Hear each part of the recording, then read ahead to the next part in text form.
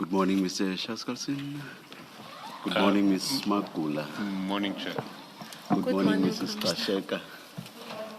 Yes. Chair, I'm not sure if we are ready to begin at this stage. I understand that there was a request for a possible postponement. I don't know where we stand. Ms. Magula. Thank you, Mr. Chairman. Mr. Chairman and Commissioners,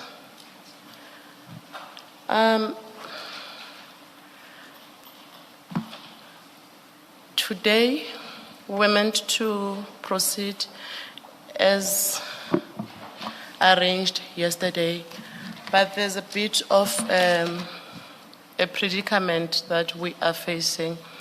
So I am requesting that, it's my humble request that the matter be rolled over until the 2nd of March, because there are documents which were received during midnight, and when we perused those documents, we found that we have to give a thorough attention to them before Ms. Gxaleka can proceed, and they are voluminous.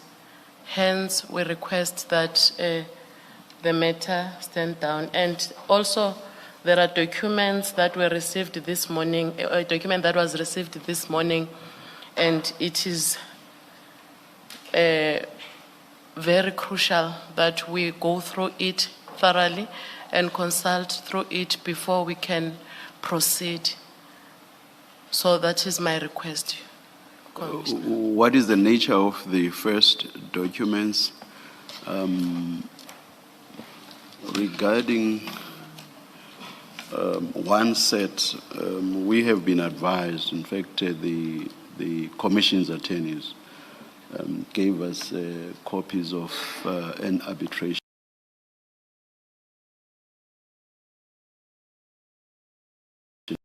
reverse peace. Yes. That's the one type of document we are aware of, but you seem to be referring to two categories. What's the nature of one of those, the remaining category? The first one is the one that was received yesterday, mid or early hours of the morning. What's the nature? What's the nature? That's my question. The nature of it is it's tender documents, and they're in a very big volume. They have about, it's 411 pages, if I'm not mistaken. Is that not the tender itself?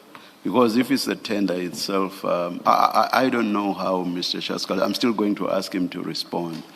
But if the voluminous document is the tender document itself, Yes. I wonder if the Commission would want to hear evidence on the contents of that document, paragraph by paragraph or clause by clause. It's not, Commissioner, it's not only the Yes. tender documents. Yes. There are also transcripts of Dr. Mashazi in the very same volume of documents, and some spreadsheets in that document, of which it needs to be thoroughly, when I need to thoroughly go through them and thoroughly consult with my client and make sure that we have everything, we don't leave anything that is required from us to assist the Commission in finalization of her testimony. So it's those documents and the other 3 emails that were received this morning. We received 1, and the other 2 were received late last night. Yes. Mr. Commissioner, those are the documents that I'm referring to. Okay. And in order for her to proceed, we need to go through. Yes, we've consulted from yesterday, from the time that we were offered, we've consulted, but we are not yet finished due to the bulkiness of the documents, Mr. Commissioner. It is my humble submission that we are not willing to waste any time of the commission. We want to assist the commission as much, as soon as possible as we can, so that we can reach at least to the finality of of Ms. Gxaleka's testimony. So, Mr. Chairman, on the last occasion when the matter was postponed, it came to my mind that we were given the dates, that is the 26th of yesterday, the 27th, and the 2nd. So my request is, can we fall off at least to the 2nd of March to proceed with the testimony so that we can expedite, because she has already started and we just need to sort this issue out, then we swiftly proceed with her evidence, if the commission can allow us that opportunity. Thank you, Mr. Commissioner. Thank you, Ms. Magula. Mr. Shaskalson? Chair, we have a difficulty with this request. I think one needs to get clarity on what documents were provided when. The tender bundle was provided on a late Wednesday night. That was the document. That was the bundle of documents that I agreed not to ask questions on yesterday, and in respect of which we stopped early yesterday so that Ms. Gxaleka and her legal team could work through them. Those documents are not, well, they're not new in the sense that nothing has changed in relation to those documents since we agreed to start this morning. Yesterday, Commissioner Khumalo asked a question in relation to the evidence of Dr. Mashazi, and we said we would extract the relevant passages of the evidence of Dr. Mashazi and make them available so that the witness could look at them overnight. The transcripts of Dr. Mashazi have been there for weeks. They've always been in the possession of the witness. What we did yesterday is we specifically extracted 6 pages from a bundle of documents that has already been there for a long time and said, these are the 6 pages that are relevant to Commissioner Khumalo's question. There are 2 additional documents that are new documents. The first is a 2-page letter written by the witness herself that was emailed that relates to the rules in respect of the retirement fund and taking early retirement and medical benefits.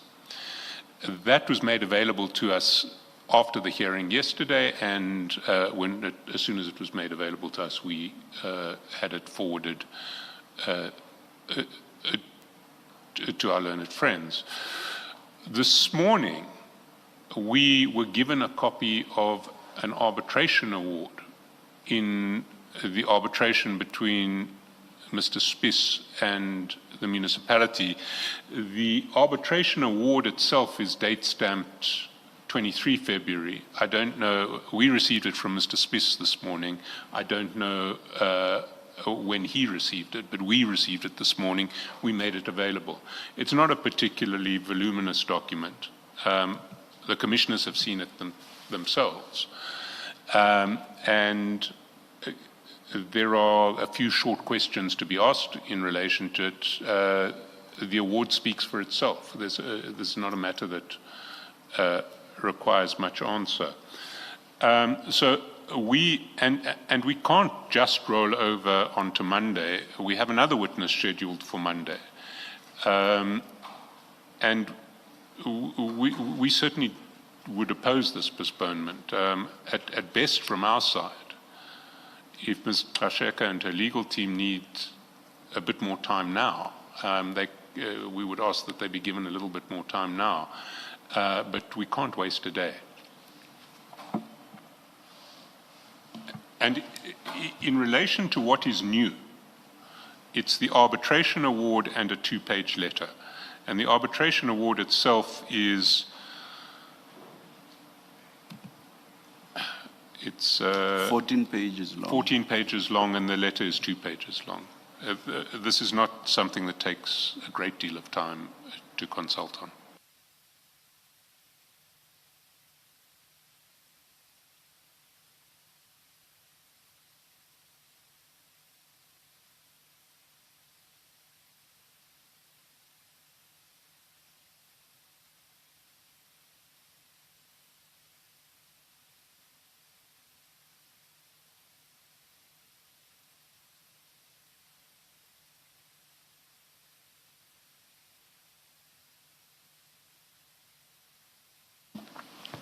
Ms. Makula, do you agree with Mr.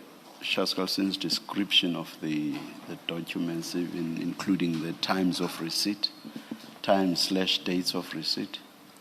Yes, Mr. Chairman, I agree with Mr. Shackelson with the time and the documents that have been received and the number of pages that of the evidence that has been received. Yes, I agree with him. I fully agree with him on that. But, Mr. Commissioner, Yes. I would like to request that the Commission should at least take into consideration that it's not about only the documents that have been received that are that makes us to request for a postponement. In these documents, she has to answer on them. The client Ms. Gxaleka has to answer on them. And for her to answer on them, there are annexures maybe that she will need that will support maybe her. You say maybe. Let me remove the maybe corrections. There are annexures that she may need to support her answer, and that will assist the Commission. That is the request. That is the reason why we are requesting that we stand at least the matter down until Monday.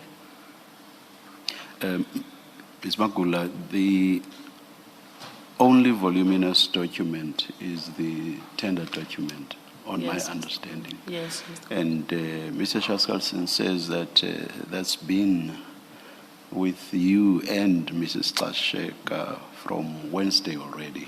Yes.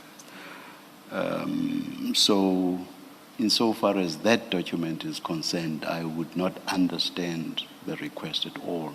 In fact, I should not say I would not. I do not. I do not understand the request at all. So why would you not be ready if you've had the document from Wednesday already? Not that we are not completely ready, Mr. Commissioner. We are partially. Are you the completely? I don't understand. Not that we are not completely ready. We are partially ready. If maybe we can then be afforded an opportunity that the matter stand down for at least some time, then. Why are you not ready from Wednesday if you've had that document from Wednesday? We started with the document. We consulted, as I've already explained to Mr. Chairperson, that to me, it was very crucial, and for my client, it was very, very crucial that we go through each and every item that is in the document. You mean clause by clause? Go through that tender document clause by clause? Yes, Mr. Chairperson. Let me just quickly, I'm still going to come back to you because I've not dealt with all the documents. Thank you. Mr. Shaskalson, are you proposing dealing with the tender document clause by clause? I would be surprised. Not clause by clause, but I can provide a list of pages to which I will refer. Perhaps, yeah, please do that. Then let's go on to the document, the transcript, pages of the transcript that were provided pursuant to a question by Commissioner Khumalo. That's only 6 pages long. Surely that cannot detain you. No, it cannot. So that's not an issue. That's not an issue. Okay. Then there's a 2-page letter by Mrs. Gxaleka. That too. That's not an issue. All right. And then the arbitration award is only 14 pages long. That too, I think, should not detain you. That won't be an issue. So we are left with only the tender document. Yes. Mr. Shaskalson has offered to give you the relevant pages that you should focus on and on which he's going to be questioning Mrs. Gxaleka. If that is the case, Mr. Chairman, then we are ready to start. Yes, if that is the case, we can stand down a matter for a while. We will. I propose that we start. Then what we will rather do, let us see during the tea break what we should do, whether we should extend the tea break or we'll decide. Thank you. Let us start now. Thank you for that. Is that in order? It's fine. It's fine, Mr. Thank you very much. Yes, Mr. Shaskalson. Thank you, Chair. There was an issue of my. There was a possibility that there would be a supplementary witness statement dealing with the emails in relation to the tender. Sorry, in relation to the issue of vetting of EMPD members, because there were emails that were relevant. Now, those emails have been provided to us, and I understand the request is that I take the witness through the emails. And can I just check that the commissioners have copies of those emails? Sorry, the commissioners won't have copies of those emails, but they're about to be handed up. And can I just see the pagination, if any? Okay. It's not paginated. Okay.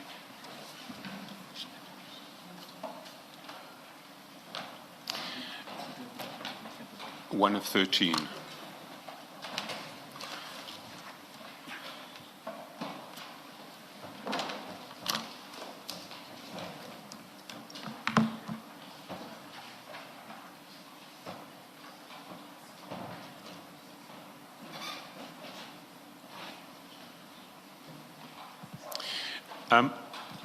Chair, these documents rightly belong in the main annexure file because they are an annexure to the witness statement itself that ought to have been included. Can I suggest that we actually paginate them at the end of volume 6 so that they would start on page 2062? And if we start at page 2062 and just continue. Thank you, Mr. Shaskalson. We request the attorneys to do the pagination for us and appropriately marking the documents for us. You'll just identify the documents so that we are able to follow Mr. Shaskalson. The problem is that they are sequenced in a way where it will be quite tricky to do that. Can I make a suggestion? Yes. In view of the fact that we are... there's been a request for extra time. We're going to have to paginate before I can start this. Might I suggest that we stand down until tea time now, and then so we take the break now rather than at an extended tea time?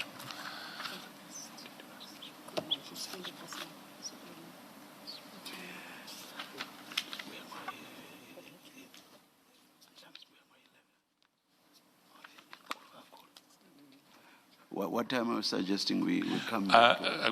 11 o'clock, 11:15, whatever the Commission deems appropriate. But in that period, that time can be taken advantage of. I will give the list of the page references in the tender document. We'll get your documents paginated, and we'll move much more smoothly afterwards. Thank you very much. Let's adjourn So and resume at 11.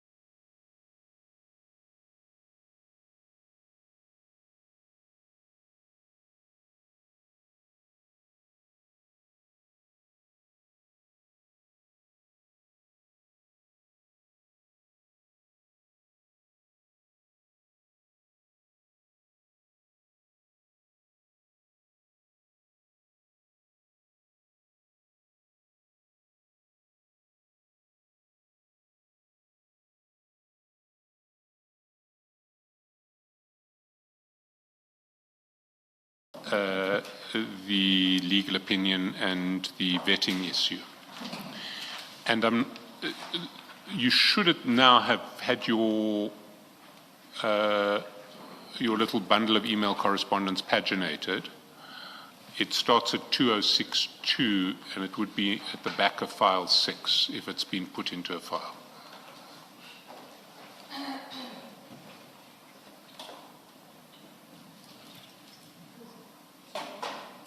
(2062).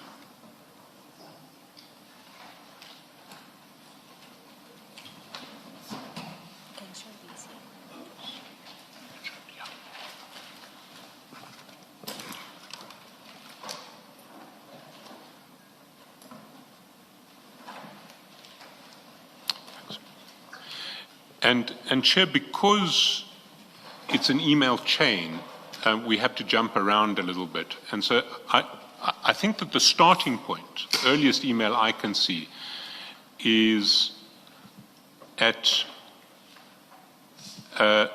page at 2070. If one goes to the foot of 2070, which is page 9 of 11, the chain starts with an email from Chief Mapiyeye. It's to Mrs. Gxaleka, and it's on the 26th of March 2024, just before 3 p.m. And if we go down, essentially, Mrs. Gxaleka, the Chief was asking you for a meeting, was he not, to deal with, inter alia, the issue of criminal records.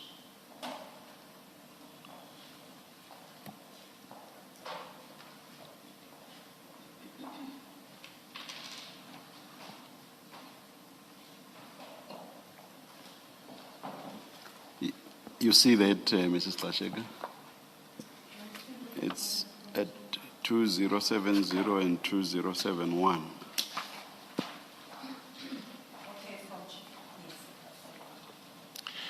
And one of the people who was copied on that email is Lifu Makhoba, or Makoba, I'm not sure how to pronounce it.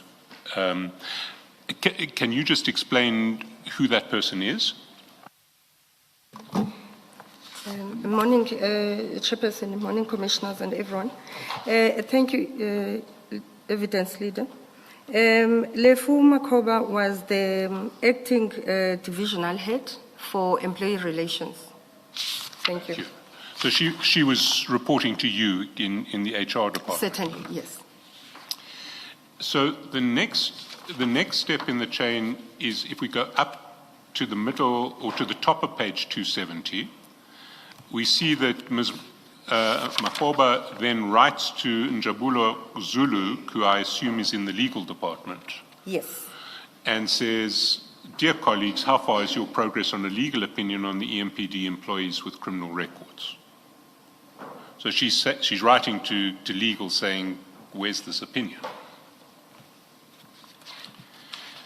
If we go up the page, just sort of middle of page 269, you thank her. That's an email from you to Lifu Makhoba still on the 26th of March, 7 p.m. Yes. Thanks for following up on this. And then 68, a response is received from Thabo Makwiting, who I assume is in legal, and he says, "Good evening, colleagues. I've signed off on the comments today. Advocate Zulu will send to you first thing tomorrow. Please accept my apology." And so this is legal saying to you, you'll have the opinion tomorrow. We're sorry. Sorry it's late.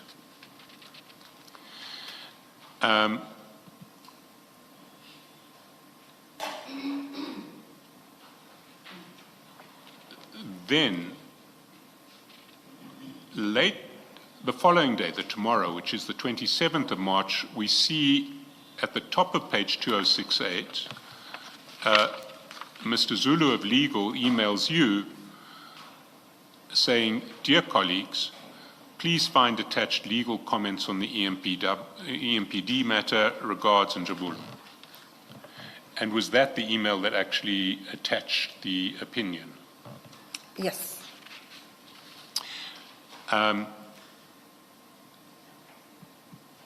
My next step, and I don't think I've missed anything, but if I have, call me out. On the 5th of April, 2024, Lifu Makhoba emails Chief Mapiyeye, Julius Mkhonazi, sorry, that's on page 2067. Emails Chief Mapiyeye, Julius Mkhonazi, and Revo Spies, Ivan Duplessis, and various others. Dear colleagues, as per the discussion of the meeting of 2 April 2024, with Chief of Police and his management team, as well as the HOD management team, kindly receive the legal opinion for your processing and way forward. So this seems to be the first time that the opinion was given to the EMPD. Yes. But it refers to a meeting that's taken place in the meantime between yourselves and the Chief of Police, or yourself, the Chief of Police and his management team and your management team on 2 April. And that we don't see in, well, we don't see a minute or anything of that meeting. Do you have any recollection of what happened at that meeting? And just to contextualize it for you, you would have been in possession of the opinion by that stage, which came to you on the 27th. It hadn't yet been forwarded to the police department. Thank you, Chair. In best of my collections, I think, and also my evidence yesterday was that this is where we were discussing the processes. The legal opinion, as we were reading it, it was confirming some of the things that needs to be done.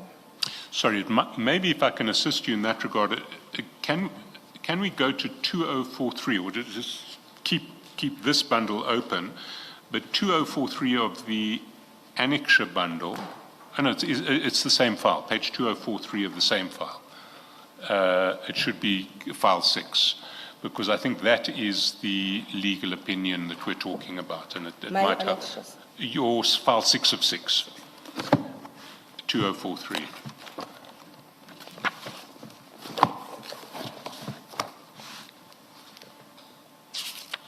Yes, we were summarizing the issues that were discussed regarding that, the legal opinion, which it talked to, I think in page 2043, it was talking to the description, for instance, of the employees that were vetted, and activities that happened, and so forth and so forth. The following page, it was about the EMPD reports, the master fingerprints results, and so forth, and then the questions to be answered. If I can go straight to those questions, the first one on page 2044, paragraph 4, that for the sake of clarity and convenience in application of the law to the facts, we will categorize the employees, those who are acquired criminal convictions prior to employment, those who acquire criminal convictions during employment, and those who acquired pending criminal cases during employment. I think we all understand the challenges at EMPD and IPD, where they would be found with criminal cases while at their work time. Those who were declared unfit to possess a firearm during employment in the city, and those who failed to submit their fingerprints. Then they came and discussed the law facts to the issue where employees who acquired conviction, how should deal with, and the processes that we needed to follow, including disciplinary hearings. I'm summarizing, Chair. That we need to have, especially where you are declared unfit to hold a firearm and so forth and so forth. So at a high level, my recollection was in that meeting then we needed to come with a process of embarking on these different categories. And also, I've said yesterday that the issue of getting consent and the expungement where it's required. So this is what we were finalizing after they've given us the categories that they had. So we're just cleaning the house. I then further, we agreed that HR doesn't have capacity to hold, to conduct that process. Therefore, they will have to source it and get it done by themselves. But then they keep myself and the accounting officer abreast. And as I said yesterday, again in the meeting, you could find the back and forth among themselves, back and forth. Others are suggesting this process, others are suggesting that process. So the email of Lifu was focusing on that, Chair, that what process we're supposed to follow and what we're agreeing that needs to be done.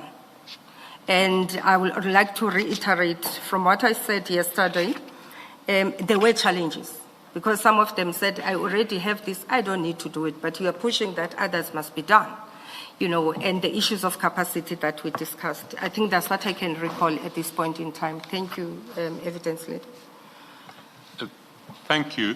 If we continue in the chronology, it goes to the top of page 2066, where you then write shortly after the email from Lifu, you write to Chief Mapiye and Rivo Spis copying Julius Mkhonazi. Dear Chief and Rivo, please provide us a report regarding the category of employees as you explained in our meeting. Also find attached the legal opinion so you proceed with your internal proceedings. And what were you referring to as the category of employees that they had been explaining in the meeting? Okay. Can you take me back to the annexure now? I just closed it. The annexure is LLG I've got it. I've got it. I think I did read in terms of the description of how it should be done, the types of employees, the types of employees that they need to categorize. I've read that in terms of the legal opinion. So we're referring to that basically. That they need to redo their... Can you please just restate that category for clarity?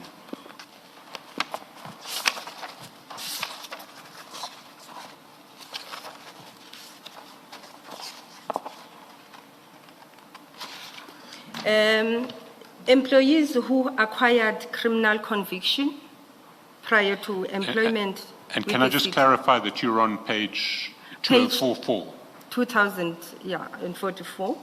Oh, paragraph no. 4. Okay, if you are referring to that longish list, it's fine. You don't need to. Okay. Thank you, Chair. Thank you.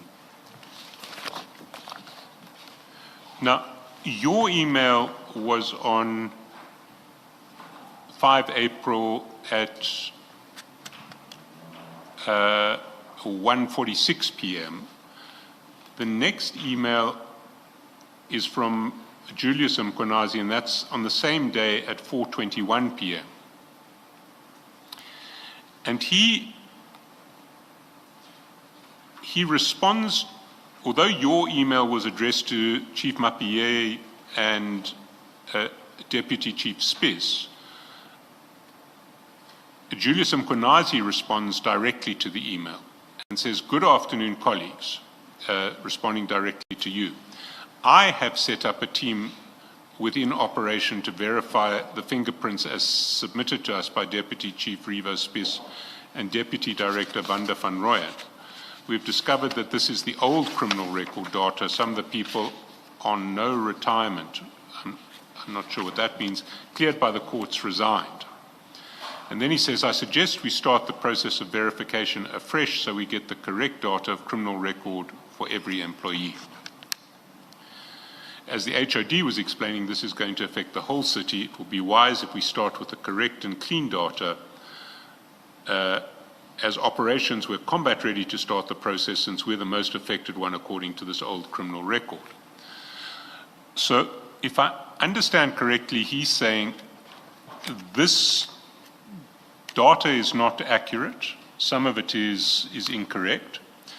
We need to start from scratch, and because it's my section that is most affected according to the existing data, let my section take responsibility for checking getting proper fingerprints. Is that a fair summary of what he is saying? That was my understanding as well, Chair. Thank you. You then responded the following day, and that is at page 2064. And you respond to his letter on Saturday, the 6th of April, 7 in the morning. Please note this is your EMPD process and concur that it must be done seamlessly.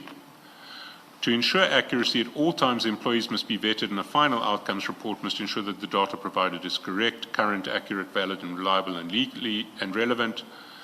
Legally, all the correct processes and SOPs must be observed and adhered to.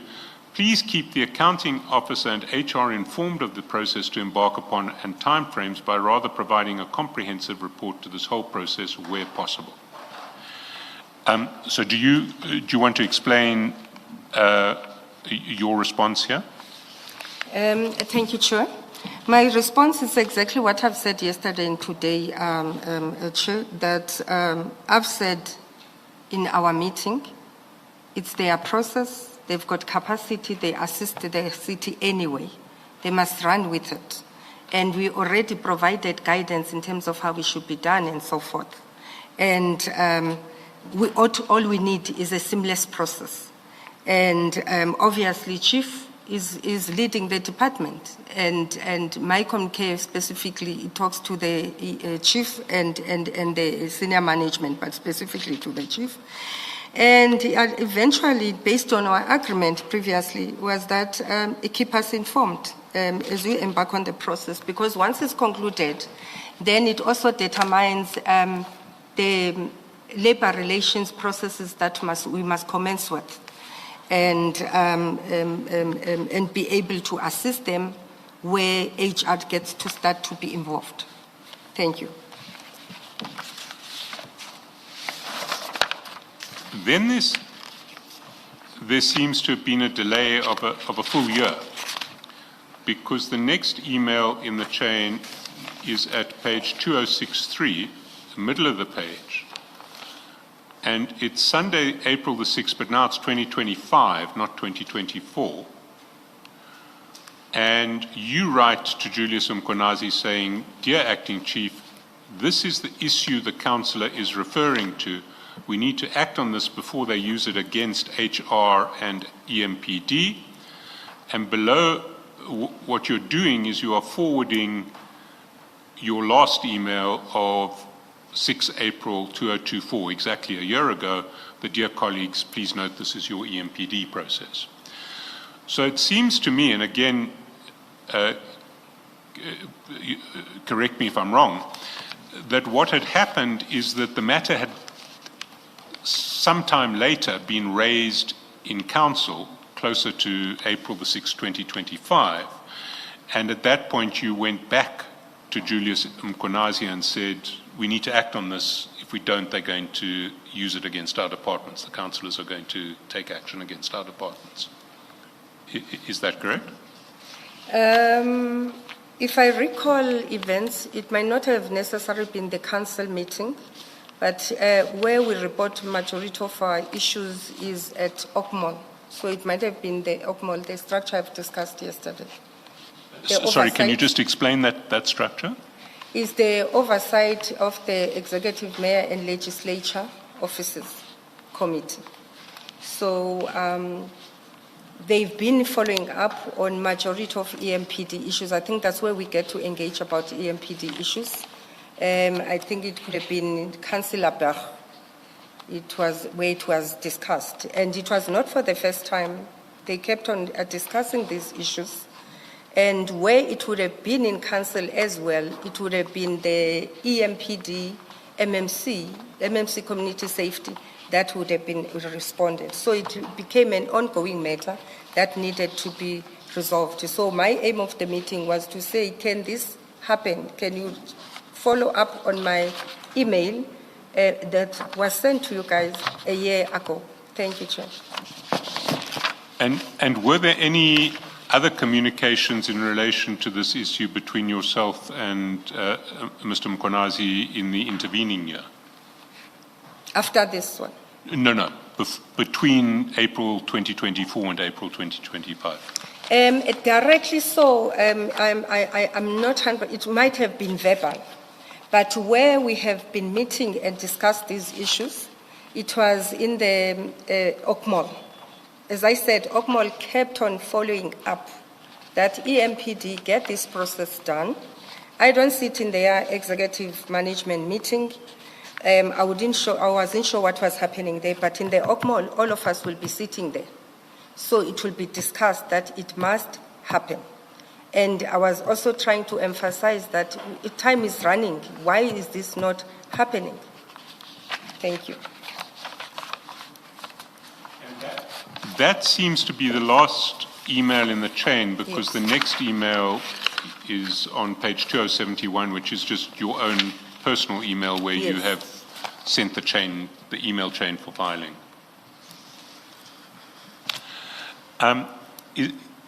Is there anything you would want to add further in relation to this topic? Because from my side, I'm happy. Well, I mean, I will come back to ask you questions, but that from my side seems to conclude the initial process of just taking you through the emails. I'm comfortable so far. Thank you, Chair. Chair, that concludes the process of leading the witness. So I'm afraid now the questions get a bit more intrusive. And maybe we can start. So maybe before you start, there was also the issue of the tender. What has been decided about that? And I've given a list of references that I'm going to refer to. And in fact, I'm proposing to start right there.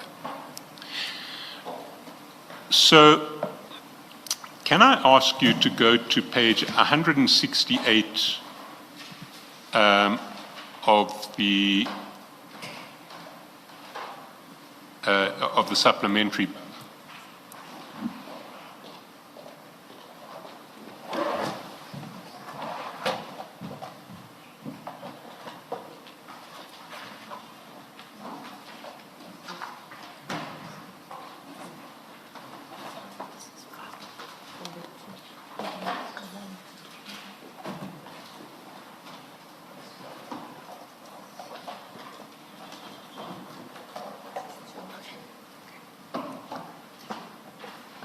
Two of two. Thank you so much. 168.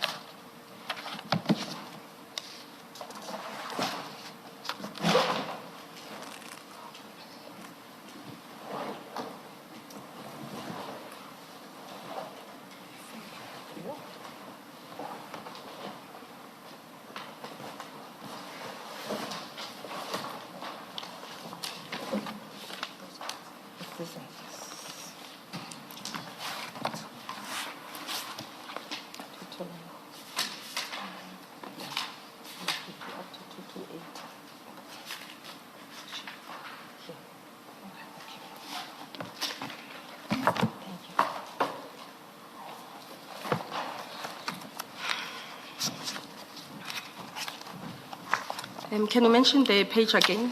168. Apologies for that. 168.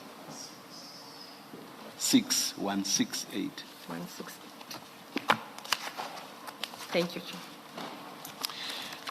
And there you'll see a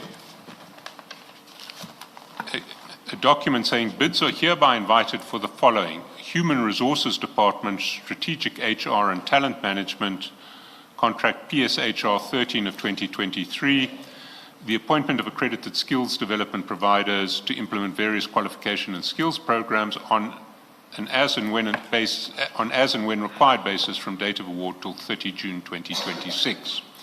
And the closing date is 24 July 2023. The foot of the page, you'll see that that invitation is issued in the name of Dr. Mashazi. Did she play any role in this process? In its entirety, or the advertising process? Well, in advertising the bid or the bid more broadly? I don't think so, because the advertising from the process, my understanding, the HR will draft the specification, and then the specification will be taken to the bid specification committee for endorsement. The only role that the city manager will play is to appoint the committee. In fact, all the committees, the bid specification committee, the bid evaluation committee, and the bid education committee, that's her role. And the main stakeholders, it will be the chairperson and the whole committee of the bid specification committee. I wouldn't know 100% of the supply chain processes, Chair, if it goes to her for signing or not. Normally, HODs, they don't get involved in the tender processes, so it would be very difficult to give every detail. One area I think should be involved is to appoint the committee. Thank you so much. If we go up to 162, which is the bid document itself, or the start of the bid, it says that it's prepared by the HR Department, Division Strategic HR and Talent Management, and it's prepared for the Department of Human Resources Head Office, and in fact your name is given there. And it says, if anyone gives the email address of Makosi Makamba on both prepared by and prepared for. So what role did you play in relation to the preparation of this bid? Chair, as much as my name is put there, as you can see, the email, it's not my email. The role that I will probably play, because I say these documents are, HODs are not involved.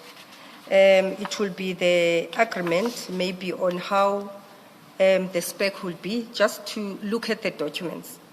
Because in terms of technical expertise, it's the divisions, training and development, who will understand what are the requirements.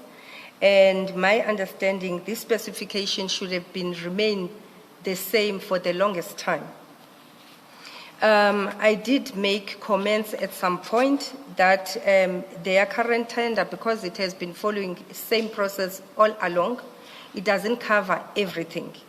I said, where preferable, I would love us to see having formal education as part of the tender, where we do have challenges, Ekurhuleni, of formal qualifications. I think as I speak now, it can be verified. I'm not 100% sure. I know we have media space here. Even at EMPD, if I'm sure, there might be no acting chief now. It will be only the acting HOD because of lacking of qualifications at those levels. I can't recall if they included it on the tender, but I know that the appointment of service provider with formal qualifications, it did not happen. And what is your distinction between formal qualifications and informal qualifications? Are you I talking think what I degrees and meant- diplomas versus other Please, NQF qualifications? please repeat the part referring to degrees and diplomas because you spoke at the same time, Mr. Shaskalsi. What do you refer to by formal qualifications? Is it a distinction between degrees and diplomas on the one hand and other NQF qualifications on the other? Thank you, Chair. Yes, exactly. That's what I wanted to confirm, that majority of the time, our tenders are focusing on unit standards. And that's what is confusing the institution, because unit standards, it basically means you would have done certain modules with certain credits, and majority of the time, it's very difficult to consolidate and translate it into a formal qualification, especially timeously.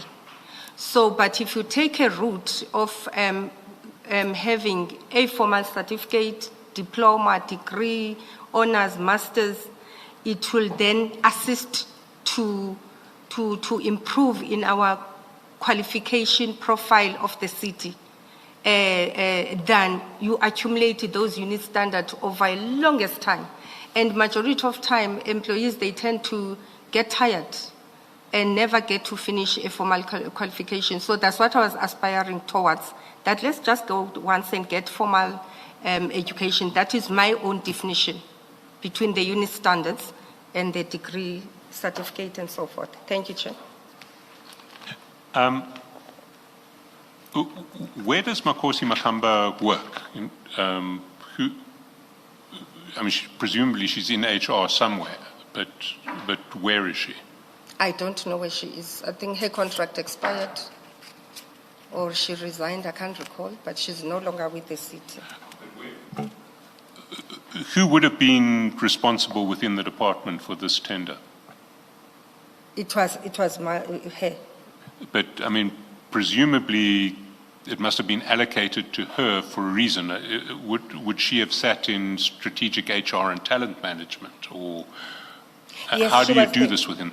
She was the divisional head for strategic HR and talent management, and the training and development was falling under her.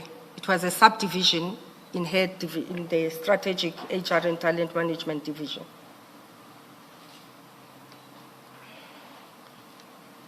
And you talked about 3 different committees: a specifications committee, a bid evaluation committee, and I think you said bid application, but I think it's bid adjudication committee. I said adjudication. You did say, I apologize, I misheard. So the specifications committee would finally sign off on the specifications that go into the tender. Yes. And who sits on the specification committee? Who decides what those specifications are? I will respond from a position of assumptions. As I say, I don't normally go and do this. I haven't done it in a long while. My understanding, the city manager will appoint an HOD for a particular department, and then will also sit with other HODs and with a mix of divisional heads. So it will be comprising of high or senior management. In relation to the specifications committee? Yes. Did you sit on the specifications committee, this one? No. So the HOD in this case was not appointed to the specifications committee because you were HOD. Can you repeat your question? You were HOD. Yes. But you didn't sit on the specifications committee. Yes, I did. So there wouldn't have been an HOD on that specifications committee. If I were to go and sit there, I'll sit to go and present it, to present the item. But what I'm saying, the committee comprises of different HODs and divisional heads from different departments. I understand now. What about the bid evaluation committee? Who sits in that? Also, it will be HODs and divisional heads. Drawn across all departments? Yes. But presumably, if you have an HR tender, and the bid evaluation committee is checking for compliance with the requirements of the tender, is it not? Yes. Before you get to 90-10 or 80-20, you need HR people in there who will understand what is being asked for. The divisional head would have sat in that as well. I think she will sit in the bid specification, and she will also sit in the bid evaluation committee. And that would have been Makosi Makamba. Yes. And again, on the adjudication committee, who sits? My understanding on that one, it will be the, Of an award. yes, sure, thank you.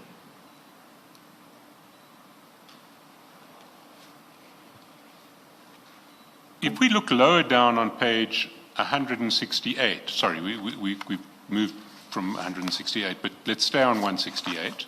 Let's go back to 168. It says that acceptable bids will be evaluated by using a system that awards points on the basis of 90 points for bid price and a maximum of 10 points for specific goals. You see that? It's the 90-10. Yes. Now, in a system where you're operating 90-10 and 90 goes for price, would you agree that you need to have an objective means of comparing prices? That prices must be, you need to compare apples with apples. That if 90% of the points are going to go on price, the price must be a number that is in fact the price. I think we're giving opinions, Chair, right here. Because I want to give you my opinion, but in terms of the technical knowledge and expertise, I think finance department can be able to do that. But my opinion, I think I fully agree with you. If the laws and the circulars could change and not only focus on the price, in some particular areas we could get quality of work done. I think before COVID, around 2019, 2020, I served in a bid evaluation committee for a year or less than a year. And it's one of the frustrations I had that in some instances you miss a very brilliant, good company that can deliver. But because of the price, then you have these problems. No, I understand that dilemma, but if the system says 90-10, then Yes. price is 90% of the points. Now, one of the successful bidders here was a company called Buena Vista Learning Academy. And we see that they were one of the successful bidders in a document that is well, the document starts earlier, but there is an announcement in November 2023 that we see at page 128 of the same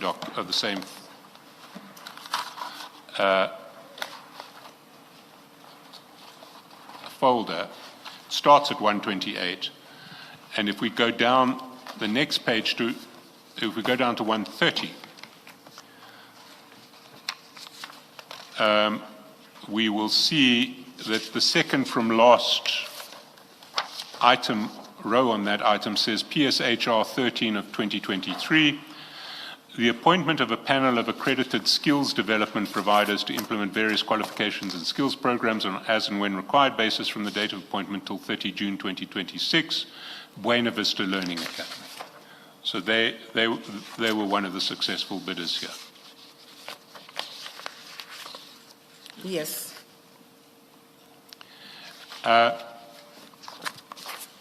Buena Vista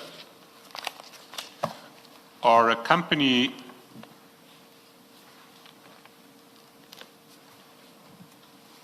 which are controlled by the partner of Mr. Kat Matlala, a woman called Tsakani Baloyi. And if you go to page 168,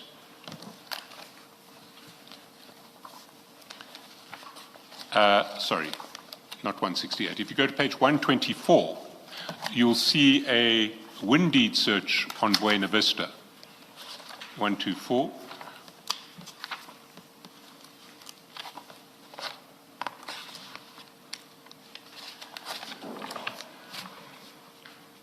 And you'll see under company information that starts at the foot of 123, on 124 it says that the registered address is 23, well, I won't give the address, it's a registered address. And that registered address, if we go down to the next item, just is the same address as the residential address of Tsakani Baloyi. You see that? Yes. And if we go down to page 123, we'll see that at the time of the bid, there was only one director in Buena Vista, and that was Tsakani Baloyi. Both of the other two previous directors had resigned.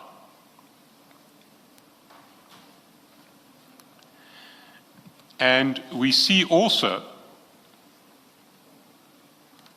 if we go back up to 124, that Ms. Baloyi only became a director of the company on the 26th of June 2023. That was a week after the bid invitation had been advertised, and it was less than a month before the closing date for the bid. You see that? Yes. And that, I want to put to you, ought to be something of a red flag if one is adjudicating tenders. If one sees that the only director becomes a director after your bid advertisement date and very close to submission date, that should raise some suspicions. Would you accept that? You're nodding. I agree. There are more red flags here because when she became a director, if we go down to page 127. Your mic, Mr. If we go down to 127, we know that as a director of this company, she applied in the name of Buena Vista Learning Academy, but at the time she became a director, the company was called Mokoko Grill. It seems to have been a Chesenyama company. That we see at page 127, and the very first item, there was a name change on the 11th of July. And in brackets underneath is the previous name, Mokoko Grill. So after the bid was invited, and less than 2 weeks before the deadline, Mokoko Grill became Buena Vista Learning Academy. I want to put to you that that was another red flag that might have been picked up if Yes. you accept that. Let's look at the bid price. We see that at 169. There it says 7 programs, and it says total bid price 66,500.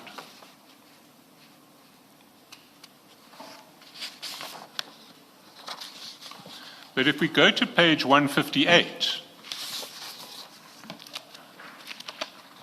we see a spreadsheet that the municipality have provided to us of the payments to Buena Vista Learning Academy on this contract. And although they bid with a total bid price of 66,500, in the period from 23 July 2024 to 5 September 2025, they were paid 3,484,987. Do you know how that could have happened?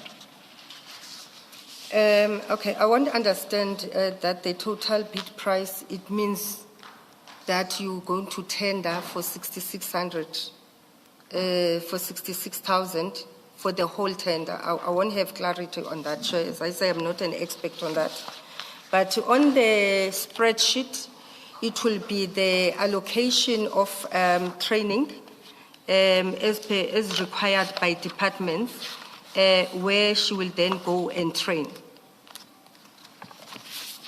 So these are payments that are made, and I think I remember recalling in your statement you said that HR itself doesn't have a budget for training.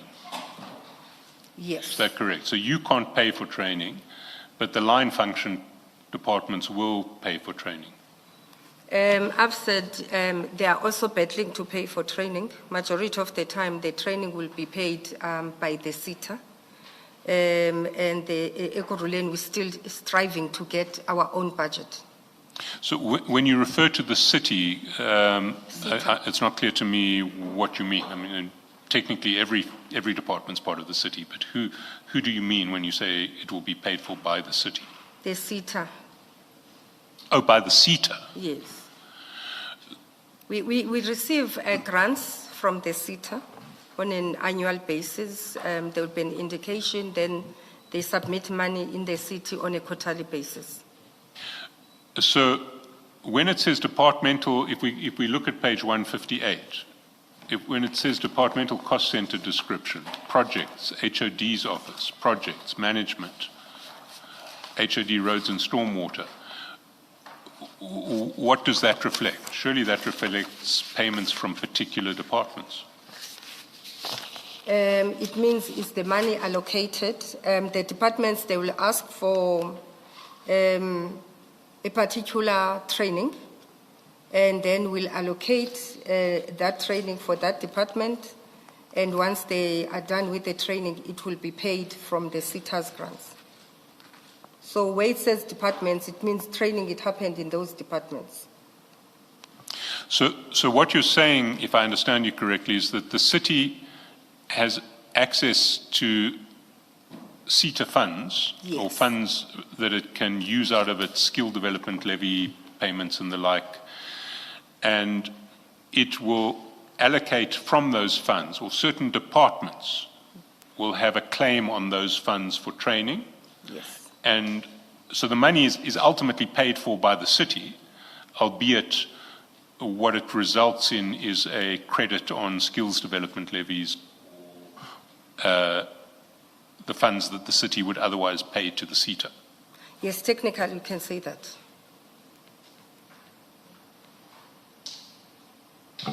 I flagged some of the red flags in this bid. I want to suggest that there were a wide range of others. The first is the CSD registration report.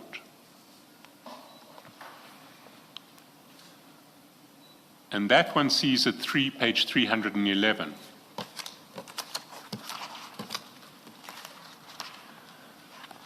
And it records that the CSD registration on the created date was Apologies, Chair, I'm still getting the page. 311.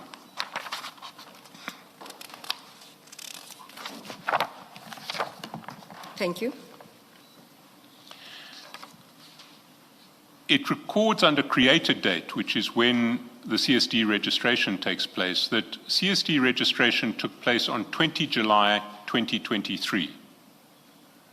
So this company was registered with the CSD 4 days before it submitted. Yes. It also obtained its BEE certificate 4 days before it submitted, its first BEE certificate. One sees that on page 311. You see BEE issues certificate issue date, 20 July 2023. Yes. We've already seen that the only director was appointed on 26 June 2023. If one goes down to 389, one sees that the bank account was only opened on the 17th of July 2023.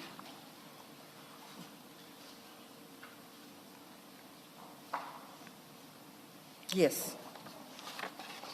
Will you agree that all of these are red flags that ought to have been picked up in the tender adjudication process, either by the BEC or the BAC? I fully agree, Chair. Can I point to another one? If we go to the CSD report, it says that the vendor is not VAT registered. That's at page 313.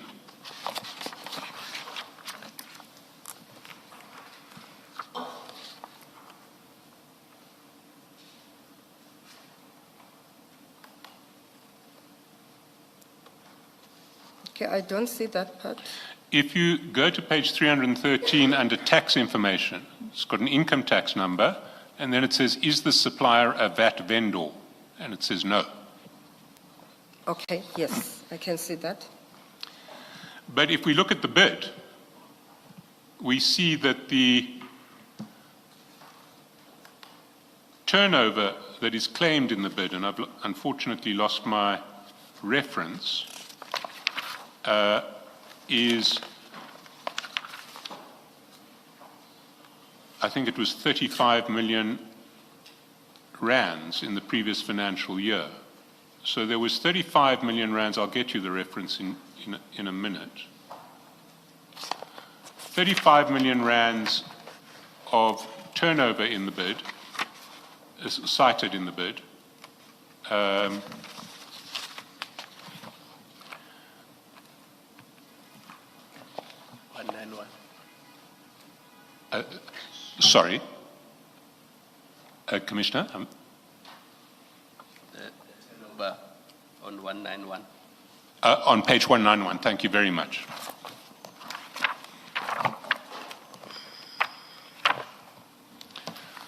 What was your turnover in the previous financial year? It says 35,174,600 rands.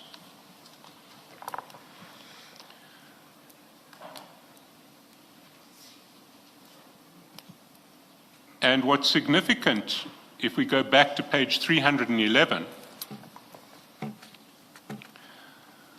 is that if we look at the industry classification that is described for Buena Vista Learning Academy, it says its core industry is not, in fact, training, but construction.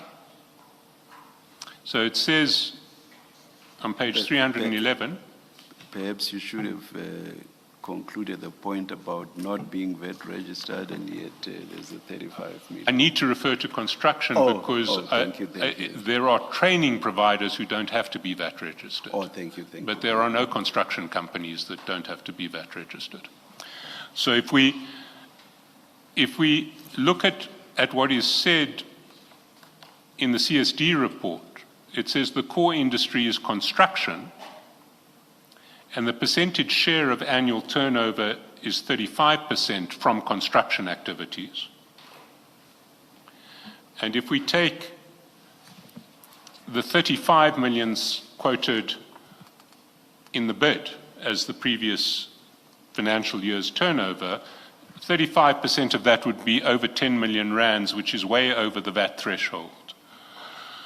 So there seems to be a fraud of some sort taking place here. Either it's a VAT fraud, you're nodding. I think so, yeah, I wouldn't know. Or this turnover figure is a fictitious figure. Either way, there is a fraud either on the city or on the receiver. There seems definitely to be a fraud on the city because, the city or the Department of Finance, because if we go back to page 311, although the bid says we saw annual turnover was 35 million, we see that the CSD registration says that the total annual turnover is 10 million or less. Mm-hmm. So one of those two figures must be lying, possibly both. Do you agree that this VAT fraud ought to have been picked up in the course of the adjudication process and ought to have resulted in a disqualification of this bidder? Yes, without having technical knowledge, I fully agree though. As I say, finance, they can answer better on this, but us seeing here, I fully agree with you. So, thank you. Can I point to another fraud that ought to have been picked up in the process? If you go to page 181, you'll see that Buena Vista described its principal business activities as training and skills development. Yes. But if we go to the CSD at page 311, we see that we're told that its principal business is in fact construction. Yes. They can't both be true. You agree? As I say, from my level, I don't know your expertise, it looks like there is some discrepancies, unless they are saying they are doing training on construction of buildings, I don't know. But from what we see, I see those irregularities. Thank you, Chair.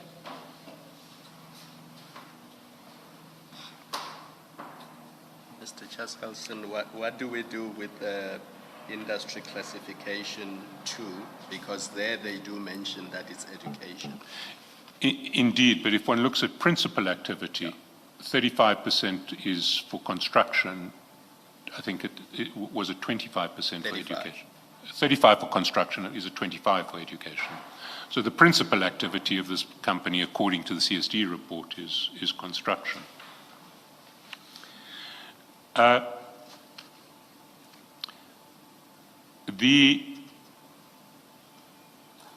Can we go to page 184 of the bid? 184.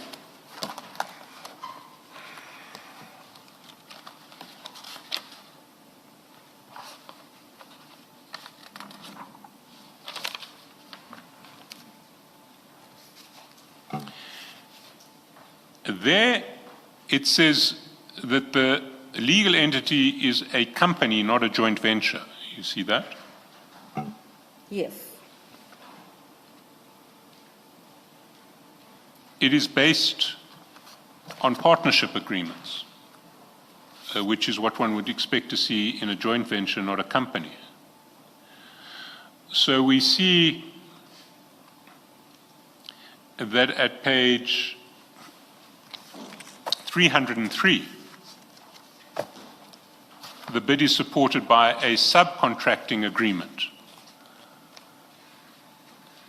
where the principal is CTC College, Pty Limited, and the second partner is Buena Vista.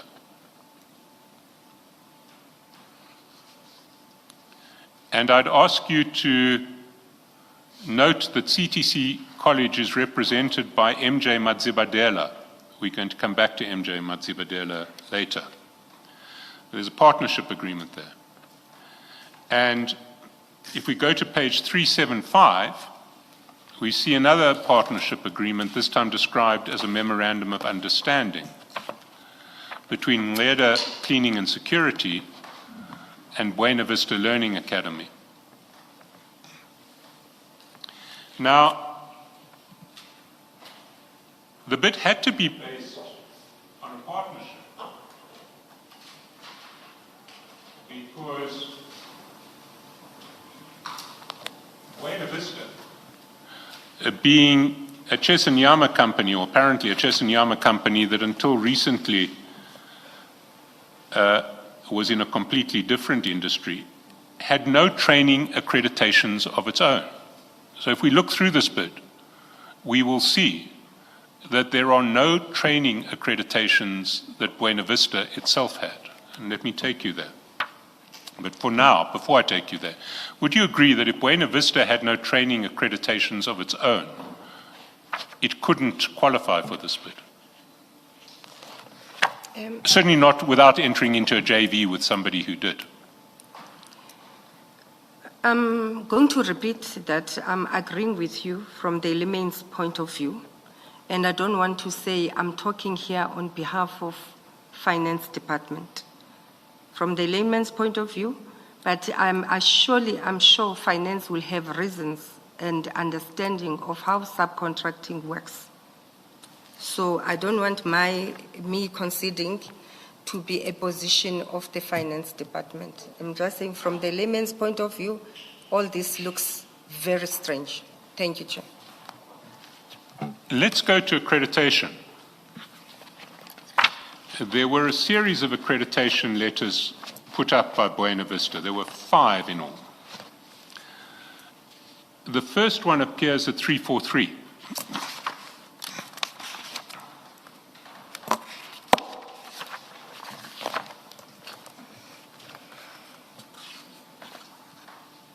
Sorry, the first one appears at page 332.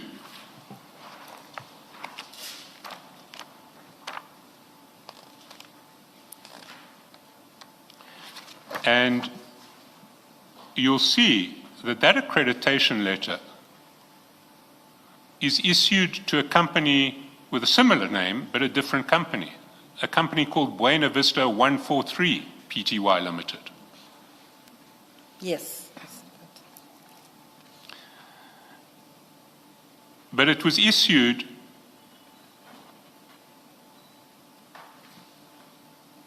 if one looks at the print date, on 5 April 2023. Yes. When this company wasn't called Buena Vista Learning Academy, it was called Mokoko Grill. You recall that? Yes, I recall that, the name of my. So it had to have been issued to a different company altogether, because if it was issued to this company, it would have been addressed to Mokoko Grill. The name only changed in July 2023. Chair, I keep on agreeing on certain things, and my concern here, I'm not a technical expert on this, and I don't want to sound like I'm going to be supporting irregularities. But I see something that says, attention, Mpo Madzibadela, excuse me if Mpo Madzibadela, yes, we're going to get to Mpo Madzibadela. Yes. You'll recall that Mpo Madzibadela was part of CTC, the partnership agreement. Yes.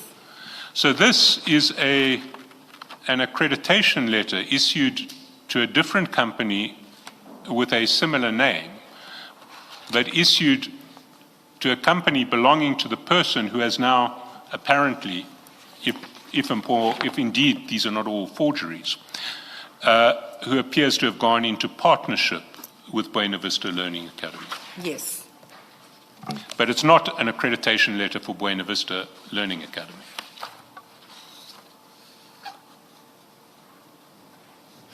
Well, it says here Buena Vista 143 Pty. I don't know what that means, or it's another company of Buena Vista. Yeah, but I agree with you. It's not the same as the initial name on the tender.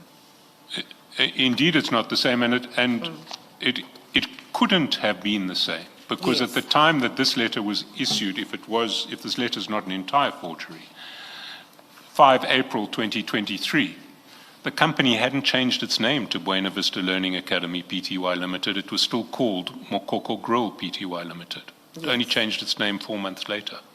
Yes. Now, the fact that an accreditation letter to a company with a similar but different name is included in a bid for Buena Vista Learning Academy strikes me as an attempt fraudulently to pass off this accreditation letter as an accreditation letter of Buena Vista Learning Academy. Do you have any comment on that? I'll repeat, in some areas I sort of agree with you where I see irregularities, but I will not make deductions on behalf of another department. Thank you. Well, I also want to put to you that this attempted fraud ought to have been picked up, and it should have resulted in the disqualification of Buena Vista Learning Academy. You're nodding. I'm nodding. As I said, from our layman's point of view on my side, it should have been picked up. I agree with you, Chair. Thank you. The second accreditation letter is at page 343. That's an accreditation letter issued to CTC College Pty Limited.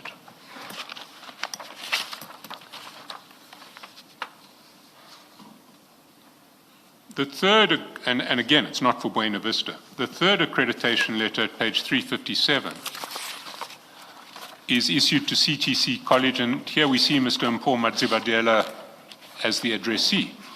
Again, it's an accreditation not to Buena Vista but to another entity. The fourth accreditation, page 370, is again to CTC College, not to Buena Vista. The fifth accreditation is to Gxaleka Cleaning, and you'll remember that Gxaleka Cleaning were the second entity with whom there was a partnership agreement. Yes. Again, there's no accreditation of Buena Vista. Did you mention the page? 372. Thank you.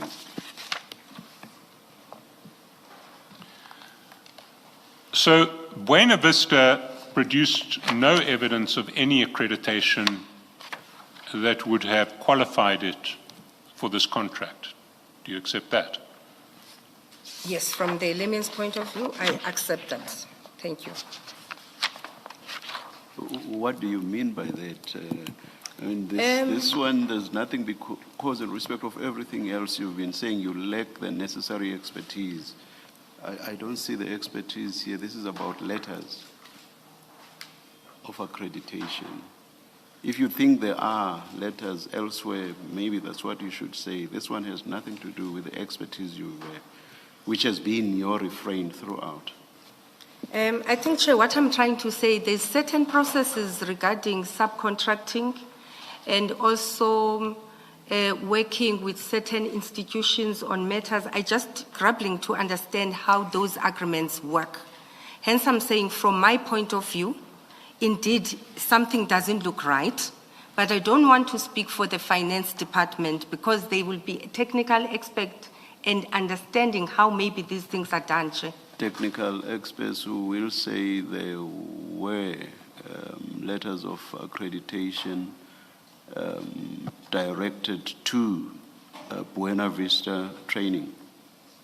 This is a factual, simple factual issue. I do not see this expertise that you keep referring to, at least not on this instance or not in this regard. Chair, maybe we're not understanding each other. I'm saying... I understand you perfectly. I understand what you are saying, but I do not understand what you mean by it. Yes, please. Thank you, Chair. I'm saying, Chair, there are ways finance will do things about partnership, about memorandum of understanding to ensure that there's compliance. I don't want to speak for them, for that department, but I'm saying from where I'm sitting, I'm not from finance, things doesn't look good. I agree with you, but I'm saying my position, I wouldn't say, I might say it doesn't look good as Linda, but they can come and say the reason these things happened, it was because of this and have an explanation. I will not take it any further, but I just do not understand because this is about is there or isn't there a letter. It's a simple fact, nothing about expertise, but as I say, I will leave it there.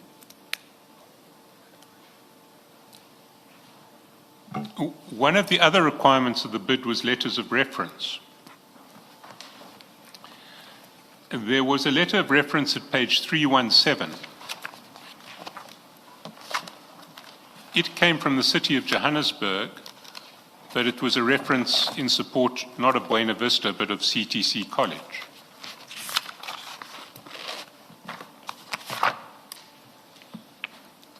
Yes, I see that. So that tells us nothing about Buena Vista. Yes. Then at 328, we see a reference which is in favor of Buena Vista, but it comes from CTC College and the ubiquitous MJ Mabandla. So at 318, we see there is a letter purporting to be a reference in favor of Buena Vista. in recognition of their exceptional performance in successfully delivering the training, recognition of prior learning assessment and moderation for National Certificate in Occupational Health, Safety and Environment, NQF Level 2 program for 80 learners. Buena Vista has consistently demonstrated their dedication to providing a comprehensive and high-quality education. The training program developed and executed by BVLA has effectively covered all the necessary components of the National Certificate. On and on it goes. But it comes from Mr. Mabandla, who Yes. is their ostensible partner in this project. Then there's another one, also a reference letter for Buena Vista. That's on page 319, coming from a company called Symbol Consulting. And would you believe it? It's also signed by Mr. Mabandla. Page 319. Yes, I can see that.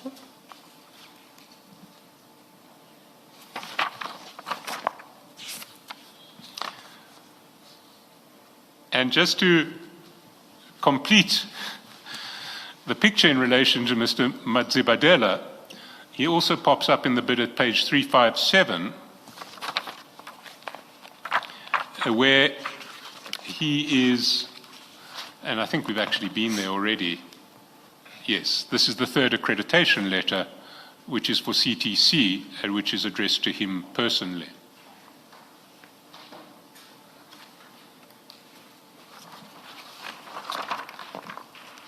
So it seems to me that what's taking place here is definitely a fraud, and it may or may not involve Mr. Mabandla. It may be done completely without his knowledge. All of these things may be being put up without his knowledge. Or he may be colluding in it, we just don't know. But what we do know is that Ms. Baloyi and Buena Vista Learning Academy have, in this application, perpetrated a fraud on the city and have taken almost 3.5 million rands out of the city as a result of that fraud. Would you agree with that?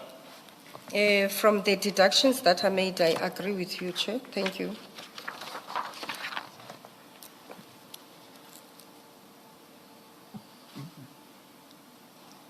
Before I leave this topic, let's look at the financials that were put up by Buena Vista. Page 395 is where we find the 2023 financials. And they purport to be certified by an accountant. I won't mention his name, but we are going to call him, because if he did certify these financials, he has something to answer for. If he didn't, then we need to know that his name has been used fraudulently. On the following page, page 396, there is a signature of Ms. Baloyi as director. And what you'll notice about both of these pages is neither of the signatures is dated. One doesn't see a date on any of this, which I want to put to you ought to have been another red flag. One doesn't see financials that are signed without a date in the ordinary course of business. I fully agree, Chair. There is another fraud, which is that if one looks at page 403 of the financials, and bear in mind that these are financials for the year ending February 2023, we see there is a note in relation to directors' remuneration,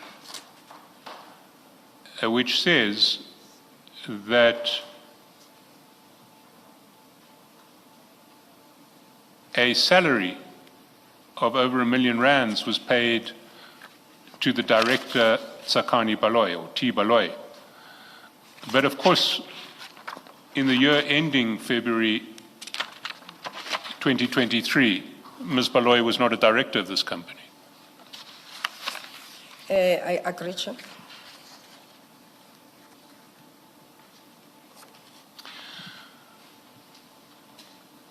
So what we have is a bid that is full of transparent frauds. But none of them seem to have been picked up in your procurement process, in the city's procurement process. Do you have any way of explaining how this could have happened? It's not just one disqualifying feature that was missed, it's about 10. Thank you, Chair. As I said, I'm not involved in the procurement processes. I've explained it, all those three committees. I don't sit. The line department, who's got a tender that is ongoing, doesn't sit there. Finance might need to explain. It's going to be very important, Chair, that I explain. I've never seen this lady in my life. The only time I saw her, it was on TV when this whole thing started. If she goes in a mall, I go in a mall, we'll probably pass each other. I don't know her. I've never seen her. If what happened here, the perception is she was done favors, it will have to be taken with finance. I'm not involved in these processes. Thank you, Chair. You see, on the strength of a bid that should have been disqualified on any one of a number of obvious grounds, the city has paid 3.5 million. And it's paid it to a person who just happens to be the partner of Kat Madlanga, who is driving around with blue lights that were obtained through the city. Does that not strike you as somewhat worrying on both fronts?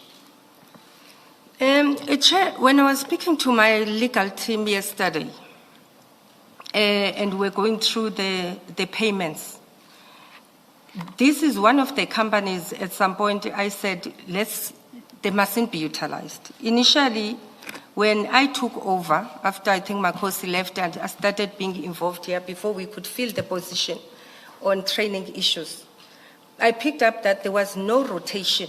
Therefore, we couldn't guarantee equitable share of service providers. I called my team in that division and I said, this must be done correctly. I further called the head of EPMO to come and assist in terms of coming with the system to ensure that bidders are given equal opportunity. And there were about 2 or 3 bidders. I was not necessarily happy with their work. And if I recall, this was one of them. I said, when I saw that there was a payment that happened in, I think in November last year, I was a bit concerned because in my take, I said, let's stop utilizing this bidder. But because I would have been involved probably to sign the order, I'm not 100% sure. I didn't find those documents here. I can't explain why did we continue with this bidder, but there were 3 of them I was not happy with their work. And the certain demands that I understood that they might have wanted to do work specifically for EMPD. And I put a red flag on that. And I will still take full accountability that continued to be utilized, despite the fact that I said I'm not happy with them. There were 2 or 3 of them I said I'm not happy. And I really want to emphasize, I've never seen this late in my life. But I did pick up that the work that they were doing, I was not 100% happy with, and some of the demands that were starting to be made. Thank you, Chair. So can I ask a couple of issues flowing from your response? You seem to have had a range of concerns. The one is that the work was not satisfactory. Is that this company was not providing training of a sort that you've regarded as satisfactory? In terms of the tender that we agree, what must happen on the tender, if I can recall some of the areas, you train, after training you give certificates. And sometimes how the certificates are done and how long they take to be done, it gives problems. So as I say, as much as I can't recall all the events, there were 3 of them I was not happy with how they do the work and how long it takes to get the certificates. I think it was in one of those reasons that I said, let's not use this particular company. And this was one of those companies? So Yes, Chair. Hence I'm saying I got shocked when I saw that there was, again, I'm not sure that the payments that happened towards the end of the year, because we don't always pay immediately after the work has been done. If it was after I've stopped or it happened before I said they must stop being utilized, that I couldn't answer to, Chair. Thank you. And when would you have raised your concerns and asked for this company and 2 others not to be paid any further? I think it would have been, let me check, I don't have specific dates. I don't have specific dates.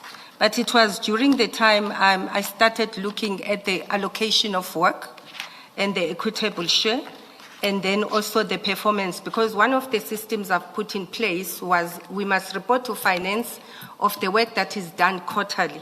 So I can't recall which quarter and when did I do that red flag, but I did pick up as one of the red flags and the companies I wasn't happy with. Thank you, Chair. I mean,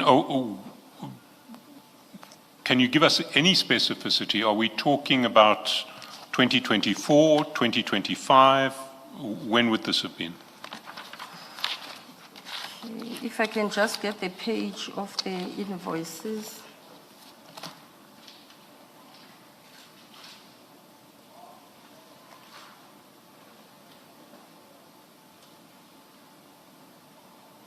I think it would have been towards end of 2024 or early 2025, Chair. I think, yeah, towards end. It would have been maybe, let's say, around that April 2025, maybe.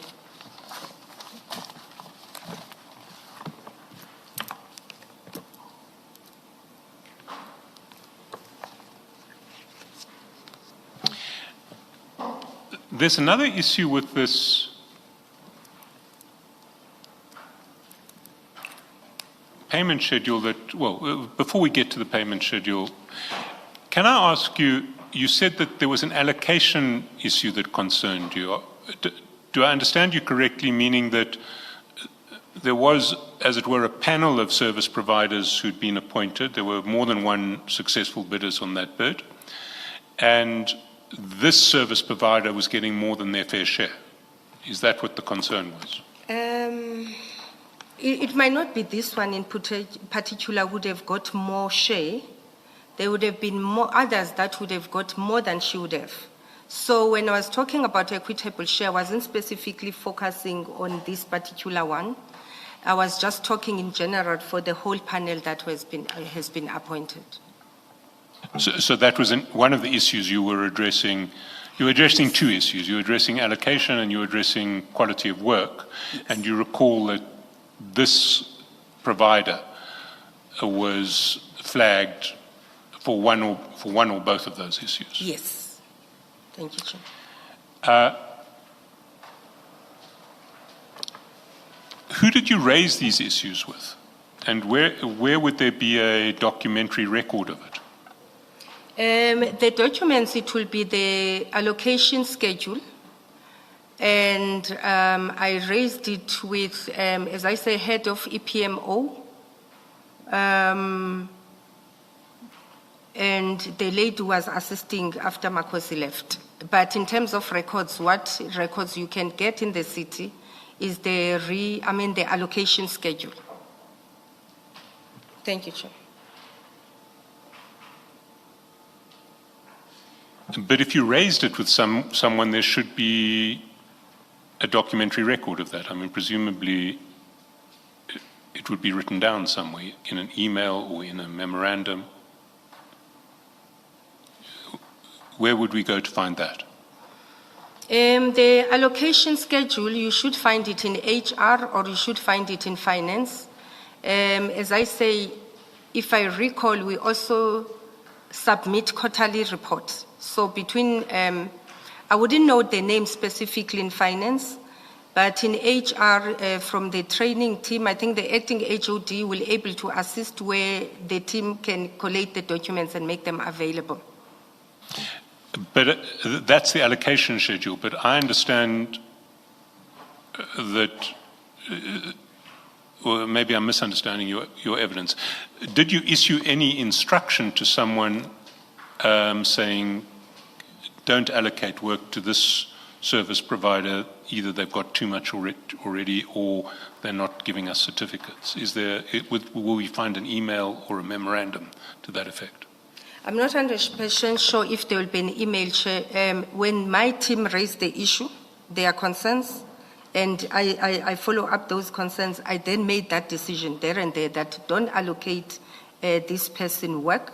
Sometimes when they do bring the allocation schedule, I do make comments, but I can't recall. Hence I'm saying I think in the allocation schedule, you should get some of the answers you're looking for. But I'm still trying to understand the process here. There must be written records of decisions of this nature. Where will we find them? Hence I'm saying on the allocation schedule, it should give a direction. Rather than that, I doubt you'll have any other information. But I can check the emails. I will ask the city, or they can assist you because I think they do have access to my emails to check if there would be any discussions of that nature. Who produced the allocation schedules? It's the divisions, talent, HR strategic and talent division. There's two ladies. There's a gentleman and the lady. There's Zama and the gentleman, I think is called Ngozi, I forgot his name. They will be the ones that will bring the schedules. Mr. Shaskalson is asking for proof of you having queried the allocations, and you referred to the allocation schedules, which you say were produced by other people, not by you. Yes. So he wants to understand how you referred to that if it was not your document. As I say, Chair, I would normally make comments. I'm hoping that those comments can be found. And another way, it will be seeing the pattern. There should have been a change from beginning of when we started allocating and how the tender started going. You know, I can't recall all the events now, but sometimes, for instance, I wouldn't sign a document. I'll just return it and say I'm not happy. So that's why it becomes difficult to get all the evidence. But I'm sure the lady is very helpful. Uzama can be able to assist. Thank you. Thank you, Chair. Just to clarify, I had understood your evidence earlier to be that when purchase orders were brought to you, you refused to sign them. So you are surprised that subsequent to that, there were payments made to this company. Did I understand that part correctly? I said, Chair, I was shocked that there was a continuity up to towards the end of 2025. And I said, I take full accountability. That's what I said to the legal team. I should have picked it up. So, you know, so I'm taking full accountability. But surely, I know for sure that I was not happy with their work. But what did you say something about purchase orders and the fact that you had to sign them and you refused to sign them? No, I said, Chair, I made a note and maybe an instruction that says, let's stop utilizing this company because of the challenges they brought to me. And however, sorry to interrupt you, where would we find that, where you made a note that we should not use this company anymore? I said we might not have that. The only thing that can assist is the schedule, because sometimes I do make comments. I'm hoping that we can able to find that. Number two, you will see in the schedule that I don't think it's the worst company, it's the best company we paid, the highest. It's probably the lowest of the lowest. That you'll able to see that panel can guarantee you. So to me, what lacked in this evidence was that schedule. Or looking at all other companies, instead of focusing on this one, it will tell you how their funding was allocated. If that can be found, it will really assist this commission. Thank you. Mr. Skousen. Mr. Gxaleka, just to understand about the purchase orders, were you responsible or were you in the chain of signing purchase orders? I would have been a chain, Chair. As I say that it's, the work will start at that division and then ultimately come to me. Even that evidence will be important because I would like to know, was I signing everything if I did not, maybe might find that I didn't even sign the last ones, you know. So I would really like us to find that information. Would any payments be approved if they did not have if the purchase order, there was no purchase order with your signature on it? It might be if the signing document, the purchase order doesn't need my signature. But if it needs my signature, it can't be paid. So hence I'm saying I'm not 100% sure if I was signing after I said they must stop or I did not. I would like to see those documents for me to comment. Yeah, I'm not asking a question about before or after. I'm trying to understand how the system works. This is a service for your department. You're the HOD. You said something about purchase orders and you signing, and I'm trying to clarify that evidence that in the normal course, do you as HOD, if things are done regularly and properly, do you as HOD sign purchase orders? Yes. Okay. And would they be paid in the normal course? If in the normal course you sign purchase orders, would they be paid without your signature? In fact, the payment, it doesn't happen after purchase order, Chairperson, through you, Chair. It happens after the invoice has been signed off by the department and my team and say that the work has been done. Yes. Then, under normal circumstances, I must sign that invoice before finance pays. Yes. Yes. So unless there was any irregularity, as in removing your name as one of the signatories or someone forging your signature or representing that they are you, payment would not be made unless you have also signed off. Yes, it should be like that. Thank you. Thank you, Chair. Thank you. I propose to move to a different topic at this stage, unless there are further questions from the Commission on the issue of this tender. Just ask. I'm not sure how that I understood. No, I know I didn't understand what your answer is. If you gave it, Mr. Chaskalson asked you about your role and involvement with this procurement process, and somewhere in your answer, you said, I would have made a presentation to the bid specification committee. Correct me, you will correct me if I misheard you, or you were just speaking generally, that's one. Keep note that. And then the second one was you were explaining who sits in the BAC, the Bid Adjudication Committee. You said the CFO, and then you said HOD. According to my note, you said CFO, HOD, and other HODs. Can you just explain that? So clarify first whether I heard you properly to say you would have made a presentation, and then the second is who in fact are the other HODs? When you say HODs, how do they get selected? Thank you, Chair. I said at the beginning, Chair, my role on the bid specification process, I commented on a document that is crafted by Makosi. And I said they've been doing these kind of documents for years now.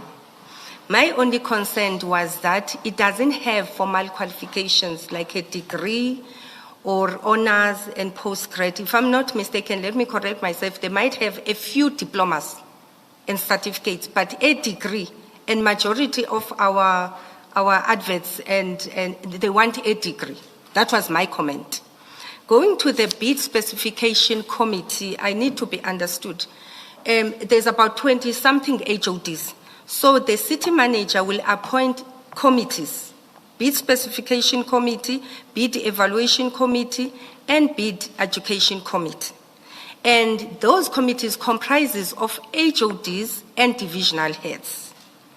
Then on the BAC committee, it will comprise of, you correct, I did say, I think the chairperson is the group CFO, and then he will sit with other HODs from the city. And my understanding, once a document, a tender has been adjudicated, it then goes to the city manager for the final signature. But the adjudicating committee would have made a recommendation. So that is my understanding of how these processes go. I think what I wanted to understand is the other HODs. When you say HODs, who sits there? Does the client department, such as you, for example, in this contract that we are talking about, or in this bid we are talking about, so you are the client, you are procuring the service. Do you get as HOD to sit in the BAC? No.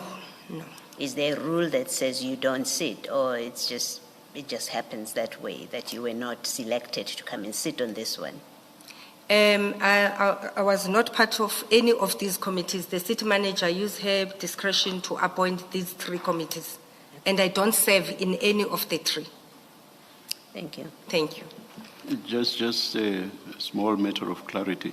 When you commented about the sort of qualifications that you thought should have been specified, or rather, which Ms. Baloyi did not have, according to you, in what capacity did you comment? I commented as endorsing the bid specification document from the division, my division, one of the divisions I'm responsible for, when they come with the criteria. So I've said, you always using these similar qualifications. I'm aspiring that we move beyond just having diplomas or unit standards. Can we include degrees and others? That's all my comment was. At what stage of the process was this? It would have been before they go to bid specification. So during once bids were in, you never participated at No. at any stage? As I said, I don't know if it's a rule, but my observation for all years I've been in the city, if it's your department that is tendering, Okay. I haven't seen an HOD who go and present an item in any of those 3 structures. Thank you. Thank you. Sorry, I said I wanted to leave this topic, but just flowing from those questions, it does occur to me that there's something else I need clarity on.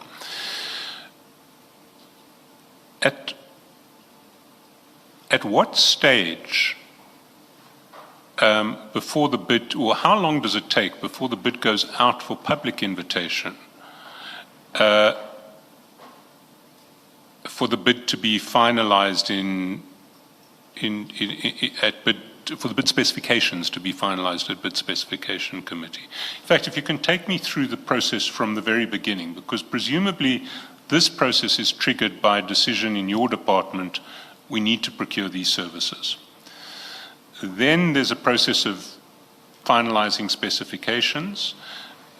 Then the specifications are adopted by the bid specification committee. Then there's an invitation that's put out publicly. Then then tenders get submitted and go through the BEC and the BAC. I'm interested in understanding the length of the process before the invitation. So at what point in relation to this tender would a decision have been taken, we need to ask for new service providers for training? Without specifying through you, Chair, understanding how National Treasury craft the circulars, but the ideal situation, it must be 6 months before the current running tender expires. So it would, it normally should start, if it's going to end in June, June the following year, it should start about January. And there was a running tender in place in this case that was going to expire. Was there a training tender in place? Yes, there would have been a tender in place. No, not there would have been. I mean, you were head of department. Was there or wasn't there? There was. There was. So 6 months before the expiry of that tender, there would have been a decision taken, let's get ready for the next tender. And do you know when that tender expired? Because the closing date for this bid was the 24th of July. So you wouldn't have, I would imagine you would have wanted to leave some time for the bid to be awarded rather than having a period where your old tender expired, your new one hadn't been awarded, and you then had to extend or find some other solution. And what's your question? So when would the old tender have expired? It would have been, normally it expires end of June. So it would have been end of June 2023 or 2024. Our financial year ends in June. So it would have been June between those two, 2023 or 2024. But the closing date for this tender was 24 July. So the bids had to come in on the 24th of July. Which year? 2023. Okay. But if the bids are in on the 23rd of the 24th of July 2023,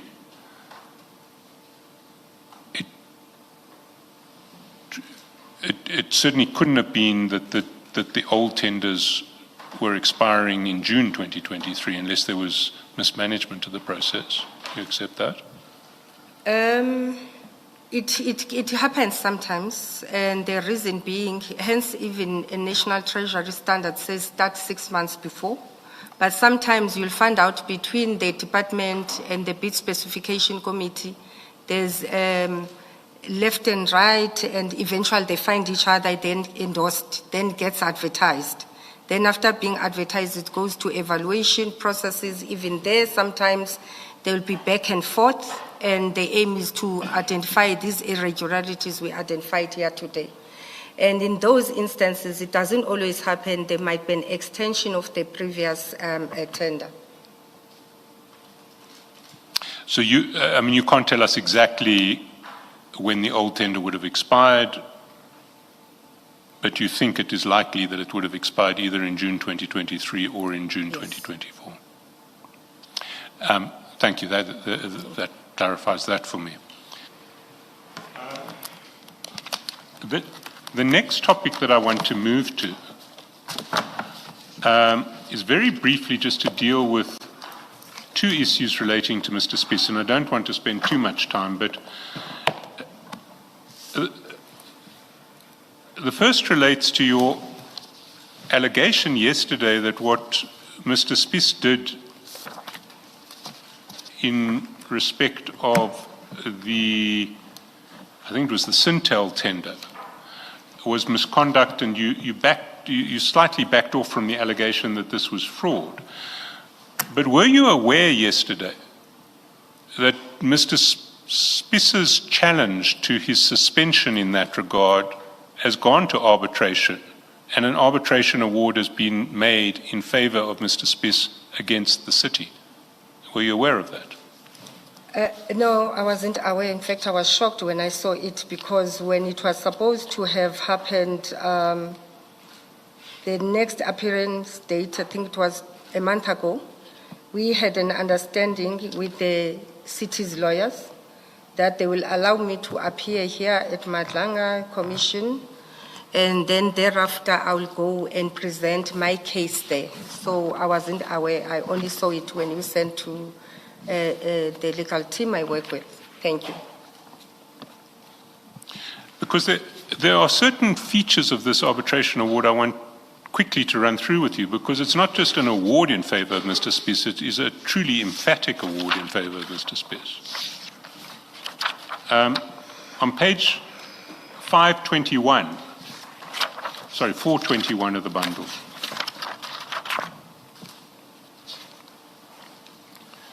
Mr. Chaskasin, we put away the tender documents file.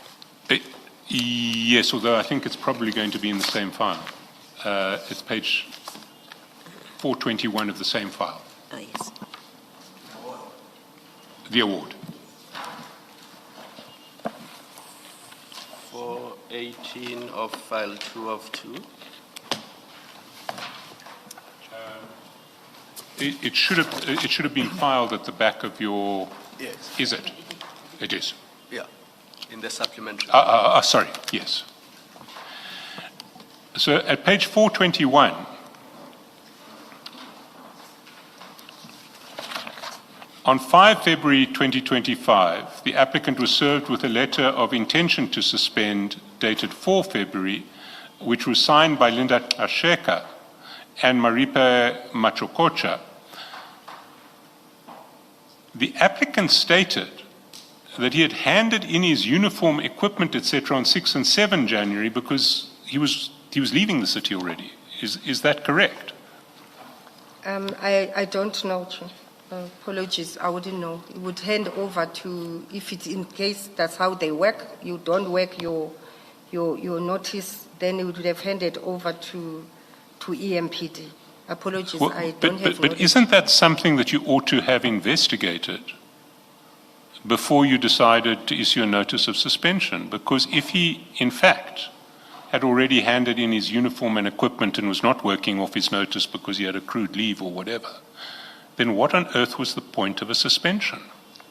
It's something that I'll learn from it, and it will need to be investigated and ensure it doesn't happen going forward. In terms of Basic Conditions of Employment Act, when you serve your notice, you don't take leave. So if it happened in that department, they will need to correct it. But if he had handed, I mean, surely this is something you ought to have investigated before you decided to suspend someone. You suspended someone who, at least on the factual finding in this arbitration, wasn't going to be at work for any period of the suspension anyway. As I said, Chair, I wouldn't think that the department won't comply with Basic Conditions of Employment Act. In your last working months, or your last working month specifically, you don't take leave. So I wouldn't proactively think that, let me investigate that an employee who's serving a notice is not at work, because it's not supposed to be like that. But now that we learn from here, in the future, is something that a person would look at. Thank you, Chair. But isn't it something that you should have investigated? I mean, one of the reasons this suspension was set aside is that you didn't afford Mr. Spicer any hearing whatsoever before deciding to suspend him. Isn't this an illustration of what purpose a hearing might have served? If you'd heard him, he'd have said, well, look, I'm not going to be here anyway, so why suspend me? As I said, Chair, I expected that if you're serving a notice, you should be at work. Now that we know that he was not at work, it's something that I would look in the future. That wasn't my question. My question was, if you had given him a hearing, this would have come out and you would have understood that a suspension would have served no purpose. But you didn't give him a hearing. What happens, you get a notice of the intention to suspend, you respond to that, and then the suspension happens. And after that suspension happened, there was an investigation report that was done. So the process was followed. I'm not 100% sure when you say we must have given him a hearing. Maybe I'm missing you, Chair. Through you, Chair. Well, let me leave that one. Can I take you to... Can I just ask, the process that we have come to know works at EMPD is you first give an intention, a notice of intention to suspend. That's what Mr. Cheskasen is discussing with you, that there's an intention to suspend before you say, I have suspended you now. And that hearing is they respond to your intention to suspend and say why they should not be suspended. That did not happen here. In fact, what Commissioner Spies said is the same time as he got his intention to suspend, he actually was told you are suspended. And you are responsible for that process. Chair, I would have to go through the document thoroughly. I think we're speaking the same thing, that my understanding of the process is it will be notice to suspend, you reply, and then we suspend. If there was an irregularity on that, I will need to investigate. It shouldn't have happened that way. And as I say, I have not had enough time to thoroughly go through these documents and get the award. Maybe after lunch, can I respond to that? But ideally, the process is we suspend. Where we normally differ, it's when we say, while you are being served, then bring the documents. But normally you respond, after responding, then the determination is made. But when we come back from lunch, I would like you to provide an explanation of what happened here. Thank you, Mr. Chair. There's another significant finding here. If we go to paragraph 12 on page 423,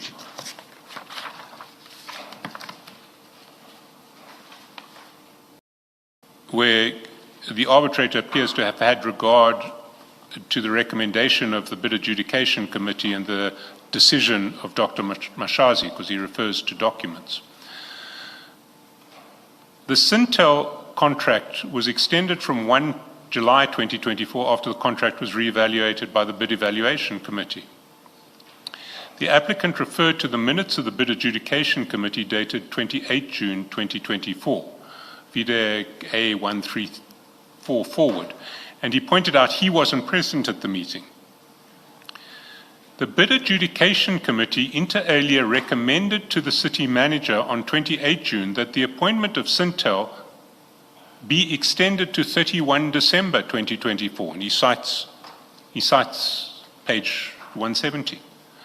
On 30 June 2024, the city manager, Mashazi, approved the extension of the Sintel contract until 31 December 2024, A171. What is your comment to that? Have you ever seen the Bid Adjudication Committee recommendation and the decision of Dr. Mashazi? I've seen, thank you, Chair, I've seen them, but I will just need to check again in terms of the dates where there was a discrepancy. After, in the documents and the minutes, if I recall properly that I read, it said it was approved for 90 days. But then, after the 90 days expired, it continues beyond the 90 days. I will just try and find that document. But the issue was the discrepancy in terms of the additional three months. We have an arbitrator saying that there is a recommendation that is approved that says the appointment of Sintel Pty Limited ... be extended to 31 December 2024. Are you saying there's no such recommendation? I will have to check, Chair. All I know is if there was a 6 months extension, then there was an additional 3 months that was not approved. The issue that was a concern was the additional 3 months beyond what has been approved by Dr. Mashaz. But look at what the arbitrator finds. On 30 June 2024, the city manager approved the extension of the Sintel contract until 31 December 2024. There's a reference to a page.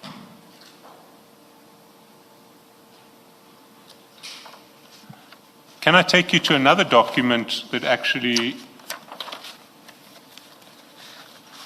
reinforces this? It's page 256 of your annexure bundle, not the evidence bundle, so it will be file 2 of 6.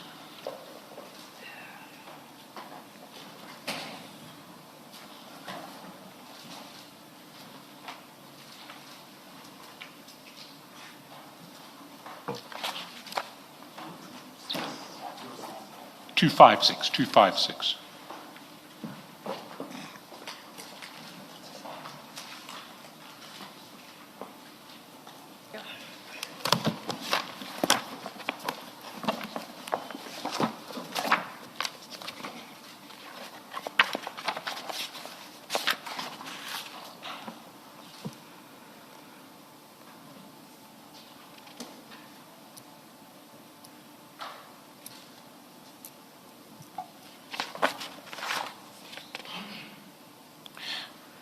This is a letter from Sintel to the city. There are two paragraphs I would emphasize. The first is paragraph 2.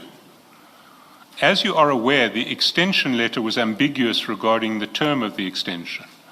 Upon verbal confirmation between Ms. Agnes van Rooyen and Mr. Johnny van der Merwe, it was confirmed that the extension is for a minimum of 3 months up to 30 September and a maximum of 6 months up to 31 December. That's the letter that's given to the supplier.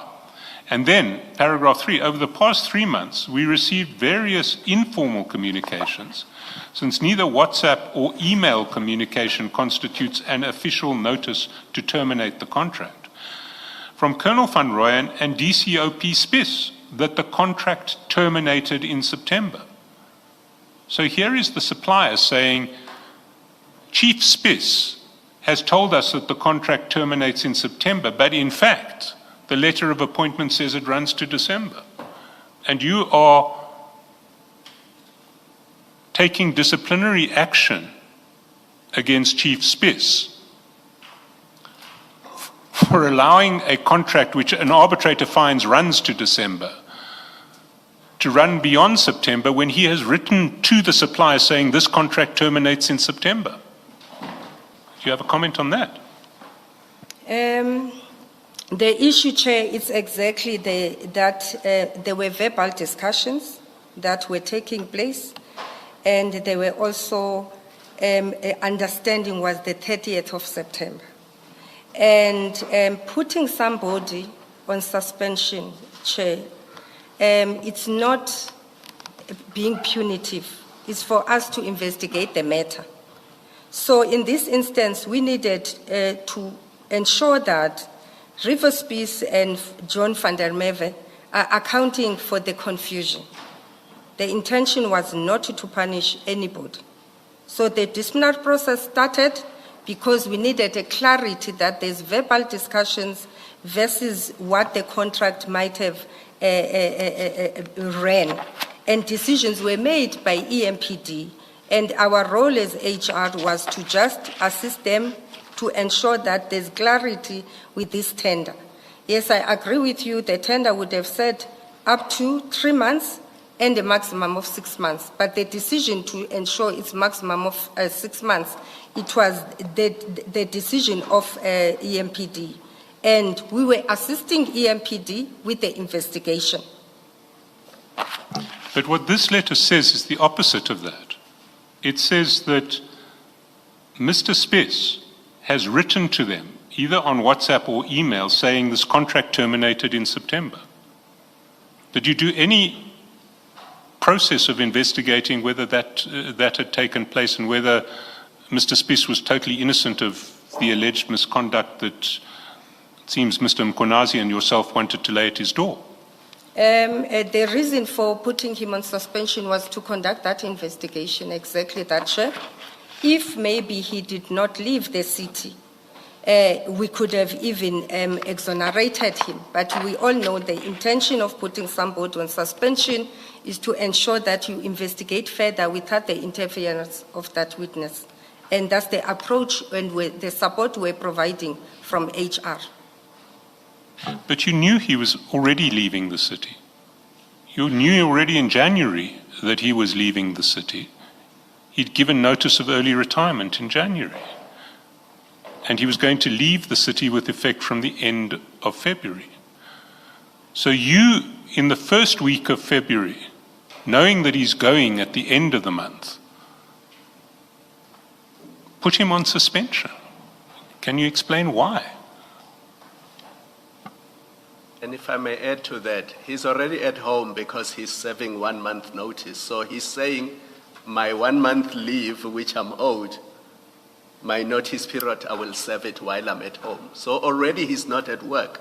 What's the reason for suspending him when he's at home and not at work? As I said, Chair, the suspension is to investigate. The issue that an employee is sitting at home and serving notice at home, it should not have happened. A notice you serve at home. And the issue of suspension, let's say he was at work serving a notice. it was for him to be away from the process. But I was not aware he was already at home from the side of the HR, because I would have stopped that and said he was supposed to be at home. And just because you're serving a notice, Chair, it doesn't mean you cannot be investigated.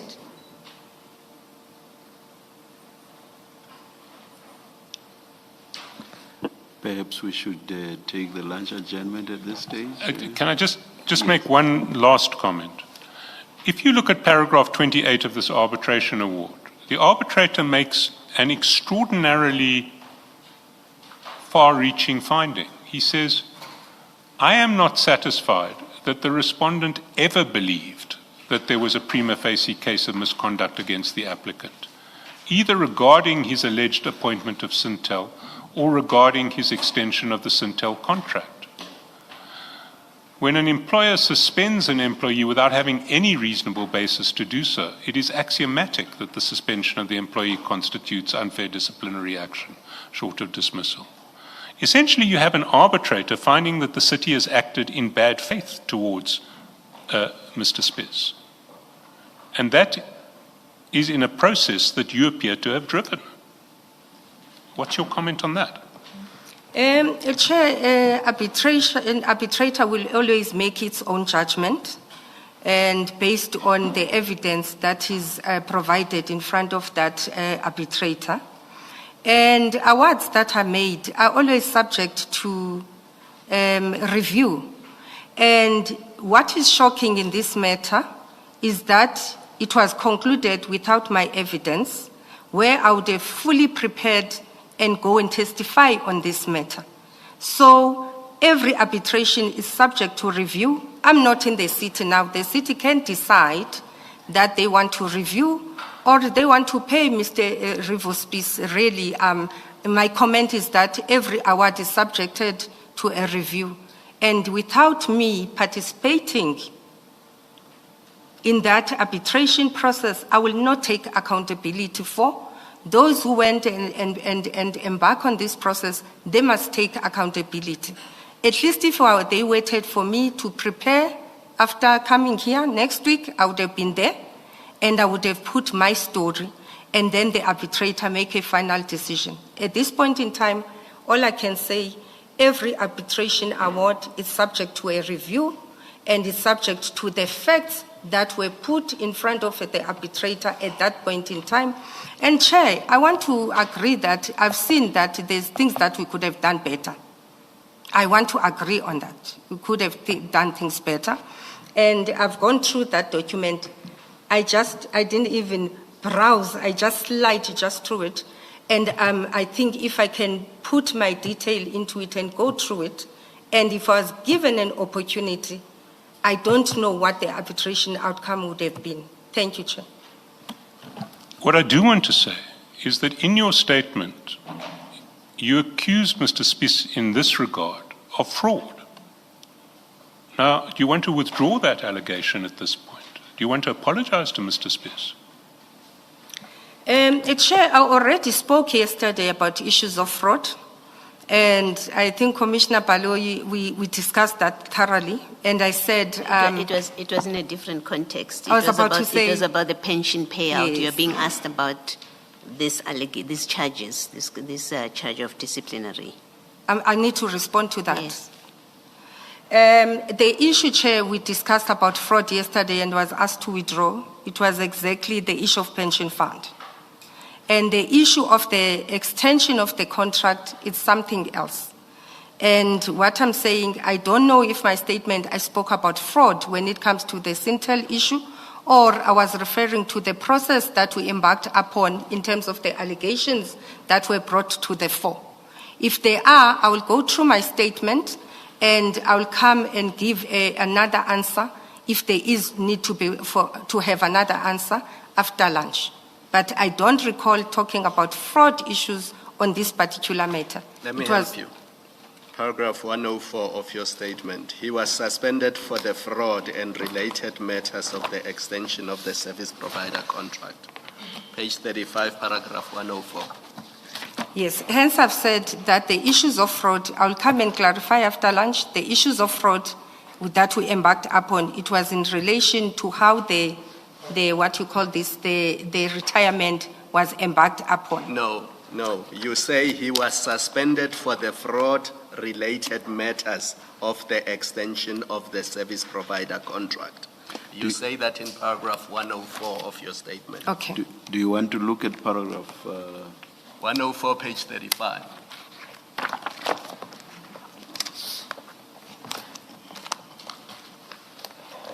That does not require consideration and a response after lunch. It's your statement, so please have a look. Come again, Chair? I'm saying that does not require that you consider it during lunch and come and respond after lunch. It's your own statement, so please have a look at that paragraph and respond. Okay, I'm looking for it. And respond to the question.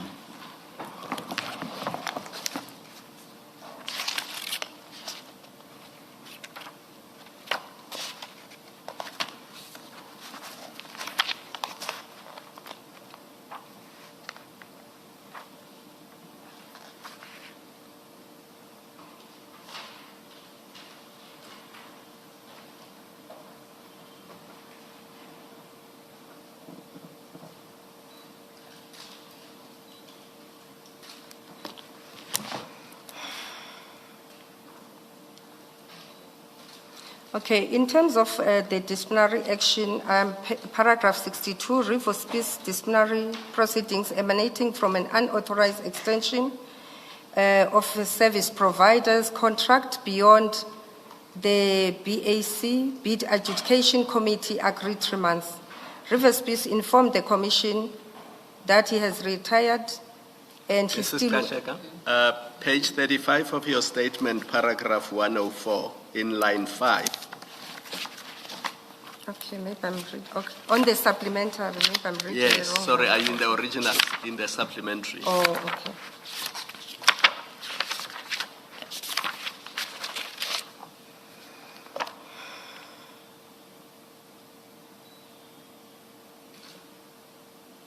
Okay, 104 says it is important to elaborate and make the Commission to comprehend that Rivers Peace was not dismissed. He took early retirement in order to go and work in the city of Tshwane. He therefore did not leave the city as a result of a new staff establishment, but rather because he found a job at the city of Tshwane. While he was serving a notice, it was discovered that the city Ekurhuleni, in the city of Ekurhuleni, he was suspended for fraud-related matters of the extension of the service provider contract, and the evidence is labeled in the file. Chair, I would like to say that I see the discrepancy. In my original statement, when I was talking about the fraud issues, I was relating to how the retirement process was dealt with. And we engaged on that issue yesterday, that what is fraud versus maybe misleading, and I agree that maybe misled. I would like to correct 104 to read the same way as the old statement, if possible. But what's so your I'm response? acceding through you, Chair, that we can correct that. Withdraw the fraud allegation. I'm withdrawing the fraud. I don't think it's a fair word to anybody. There was a misleading in terms of the pension fund issues. We could have dealt with that very well, better than he could have done. But on this matter, it was indeed about the extension of the contract. It's either 3 months, and who went and extended beyond 3 months and the 6 months. Thank you, Chair. Can I just clarify? I mean, you say that you want to frame it as you did in the first statement. Unfortunately, the same allegation of fraud is in the first statement, so I think you should withdraw it there too. If you go to page 22 of the first statement, paragraph 64.3, can you just confirm that you're withdrawing that allegation of fraud? I've already done that, Chair. That misleading might be different from fraud. It might be a definition issue. But on the issue... If you go to 64.3, fraud is mentioned twice. 64.3 at the foot of page 22. I'm responding to that, Chair, that It was an issue of an extension of a contract between 3 months and 6 months. Mrs. Gxaleka, it's a Yes, sir. simple point. Are you withdrawing the reference to fraud even in respect of the original statement, yes or no? I did withdraw it, sir. I'm No, we're withdrawing talking it. about the original statement now. I'm withdrawing it. Thank you. Thanks, Chair. Can we resume after lunch at this point? Let us adjourn and resume at 2:10.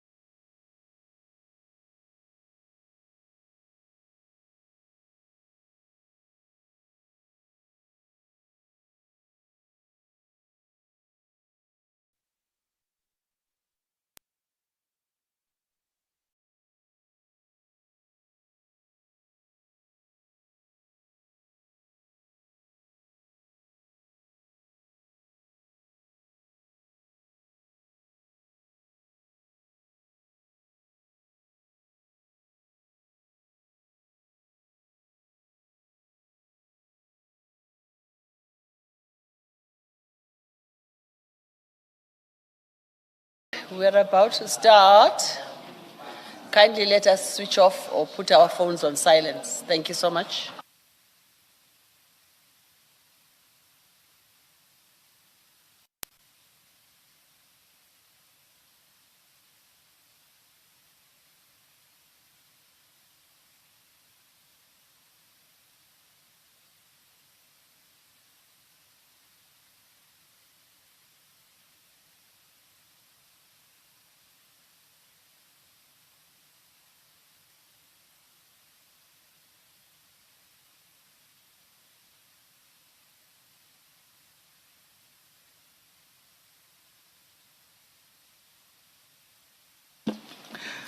Yes, Mr. Shaskelson. Thank you, Chair. I want very briefly just to touch on the second allegation of fraud against Mr. Spies, but very briefly. We traversed some of it yesterday, and I didn't understand you to persist in the allegation of fraud, but I do want to draw your attention to a letter that you yourself wrote, and it is at page 410 of Supplementary Bundle 2.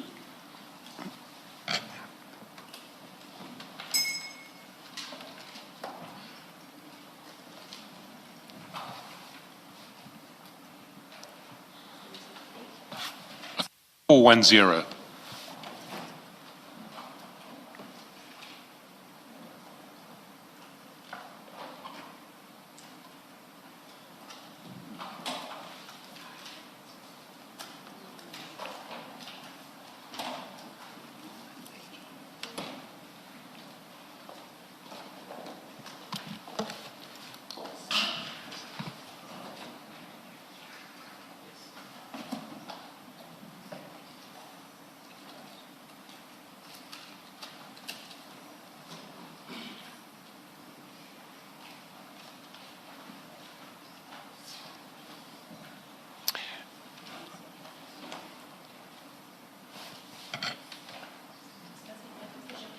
It's page 410. It is a memorandum addressed to all employees by, the heading says Ms. Linda Gxaleka. It's dated 16 August 2022, and it's about extended medical aid membership.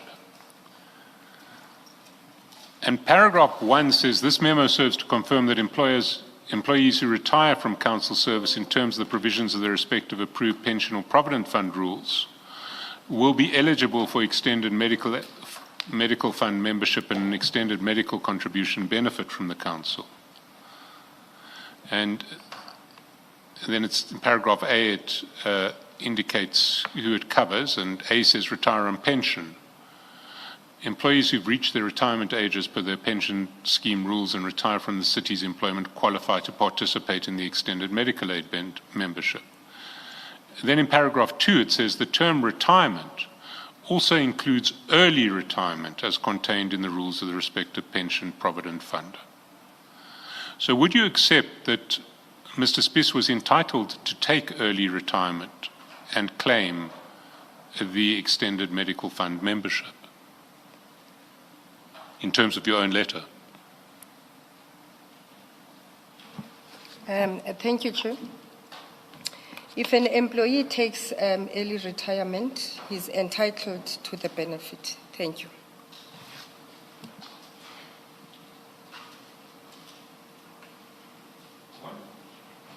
I want to move to a separate issue altogether, and that's the charges against then Brigadier Mkonazi. And those charges are in the annexure bundle to your statement. That would be file 2 of 6. And it's annexure LLG 18 on page 90 of that file 2 of 6.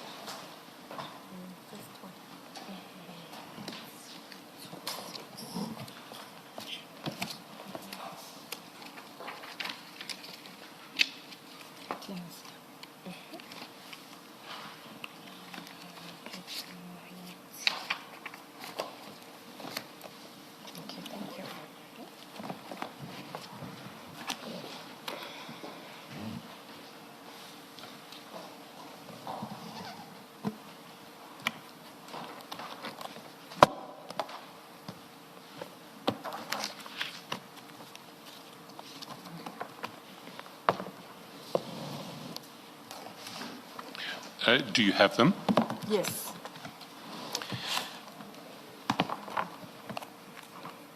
Are you familiar with these charges? Yes, I am. And you'll agree with me that they are very serious charges. I agree. And if we look at charge 4 in particular, it seems to me that this is the most serious of the lot. Charge 4 reads, on or about the period 2021 and 2022, you directly stroke alternatively indirectly allowed third parties to impersonate police officers through the memorandum which was contained on the letterhead of the city of Ekurhuleni Metro Police, and furthermore allowed third parties to unlawfully use blue dash lights, knowing very well that the said third parties were not allowed to impersonate police officers by using blue dash lights. Will you agree with me that that is a particularly serious charge? Allowing people to impersonate police officers unlawfully. Certainly. And we now know with hindsight that the people who are alleged to have been allowed so to impersonate police officers are people under the control of someone who is currently standing trial for charges of attempted murder, kidnapping, and other serious offences. We know that. Will you accept that? Can you repeat that, through you, Chair? That the people who were allowed to impersonate police officers, people working for CAT security, were people who were working for someone, Cat Mabandla, who is now facing charges of attempted murder, kidnapping, and the like. I'm really battling, through you, Chair. I'm really battling. Well, let me break it up. Who is it alleged did Brigadier Mkonazi allow to impersonate police officers? I don't know. Surely you do know. It is, well, to whom were these blue lights made available?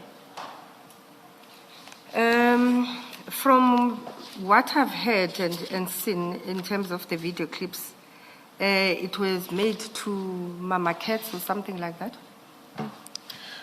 Have you consulted the investigation file in relation to these charges ever in the course of the last 3 years during which they've been pending or potentially pending? Remember, I've instituted a forensic investigation, so I'm fully aware. I think initially I couldn't hear your question. You've done a forensic investigation, but have you read the allegations that gave rise to these charges? Yes, I have. So you say it was Mama Cat who is alleged to have driven with blue lights. Who else is alleged to have driven with blue lights? As you read, that they were furthermore allowed third parties to use or flash blue lights. I don't know who are those third parties. You don't know? No. You don't know that there are allegedly people working for CAT security, that it is CAT security vehicles on which these blue lights were installed? As I say, I don't know. I've never seen them. I don't even know how they look like. But from what you're saying, I agree that there were third parties that were allowed to use blue lights. Are you saying here today that you're not aware of the fact that these allegations relate to the use of blue lights by CAT security? No. You're not aware that... How can that be? I don't think we're getting each other here, Chair. I think we're missing each other a lot this afternoon. I'm saying I'm aware of the charges and I'm aware of what transpired. But the question that says, do you know these people? I'm saying I don't know these people. That's all I'm saying. So you're aware that the charges are Yes. that CAT security was allowed to use blue light vehicles that were registered through the EMPD? Yes. Yes. Please don't nod, please speak. Are you saying yes? Yes, Chair. Yes, all right. And That's you're aware... Mrs. Gxaleka, that's what the question was throughout. Yes. You're aware that CAT Security is a company controlled by Mr. Cat Matlala? Yes. And you're aware that Mr. Cat Matlala is currently facing charges of attempted murder, kidnapping, and the like? I saw that on TV. I was shocked. Yes. Sorry, you were shocked. Yes. What shocked you about it? Everything that I saw on TV that was said about him, the attempted murder and all. And it shocked you, did it shock you because you knew him and were surprised that these charges were being laid against him, or did it shock you for another reason? Okay, can you ask one question at a time? Well, why did it shock you? That there was allegations against him of an attempted murder of a lady, a former girlfriend. Yes. Why did that shock you? Why did it come to you as a shock that Mr. Matlala was alleged to have attempted to kill his former girlfriend? I think every attempted murder in terms of gender-based violence concerning to a woman, it will shock anybody. I'm not sure we'll be expected to have it normal. So it's not specific, you don't have no personal knowledge of Mr. Matlala that caused the shock. It was just the nature of the alleged offence. I've seen Mr. Matlala. I've met Mr. Matlala 2 or 3 times in my life. When I met Mr. Matlala, he raised a complaint of a woman who was pregnant and who was beaten up by the senior member of EMPD. And number 2, he raised other issues that, through you, Chair, I would not be comfortable to discuss here. Hence, when I asked for what is this, a risk threat analysis, I was serious about. When he was complaining that Ekurhuleni were protecting these 2 senior members, who, as I said, the first one he sent a complaint of a woman who was beaten up while she was pregnant. And the second one, it was that we were about to appoint a city manager and there were favors that were done. When this was brought to me, I said, I don't have the complainants. I don't have details. He then said, I'm protecting those 2 people, and because I'm protecting those people, it's going to take us to a public protector. In one of my last conversations with Mr. Matlala, I said, I'm going to say it in Xhosa, I'm not sure how I'm going to translate in English because I said it in Xhosa. I said, if you've got issues, go and report them where they are relevant. When I saw him in December or January on TV, that's why I was shocked that a person who wanted to complain about another person, he can also do violence. And I told my husband, and I said, I've met this guy before. And what is shocking is that I said in my last conversation, so even some incidents that I have, maybe let me not get there, but I won't lie, I started panicking. That's the last time. And I'm going to reiterate, because I can see I'm being associated with him there. I'm going to reiterate, I've never met his wife. I don't know them, 2 of them. All I know, I met him about 2 incidents. As I said yesterday, I don't think every incident of Ekurhuleni is going to be discussed here, Chair, because it's going to implicate, with due respect, you are in effect finding strategy, and we're here to assist you. But I've said to Ekurhuleni before they suspended me in the OCMOL, have your own task team and deal with other issues that the Madlanga Commission will not be able to. Thank you, Chair.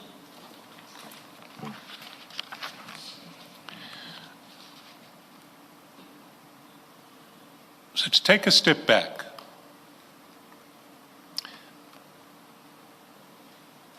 we have charges that a company owned by Mr. Matlala is allowed to pass itself off as, or people employed by that company are allowed to pass themselves off as police officers because someone inside the EMPD has unlawfully given them access to blue light vehicles through the offices of EMPD. Those are the charges. Those charges are sufficiently substantiated that independent attorneys engaged by the city have said, there is a case here, let us proceed with disciplinary action against the man who created this situation, Brigadier Mkhwanazi. You agree? Yes. That took place in the first half of 2023, that charges were formulated and that the attorneys were ready to proceed. And we sit now 2.5 years later, and nothing appears to have been done about this case. Mr. Mkhwanazi still hasn't been called to his disciplinary commission, as far as I can work out. You're nodding. I'm waiting for you to finish your response. Okay. How do you explain that? You were in charge of HR over this period. How do you explain that? I've explained yesterday, I'm not going to start on the usurping of powers. I'm going to focus on the LR procedural matters that count most here. I've taken the commission through the emails where the charge sheet never got to see the day of light. Subsequent to that, Mr. Ngeza never delivered the charge sheet, and it was very clear that games were being played. Communications happened, including where Chief of Police wrote himself and said, I'm withdrawing the charges of Mr. Mkhwanazi. In fact, he says, I'm withdrawing the investigation, I think something like that.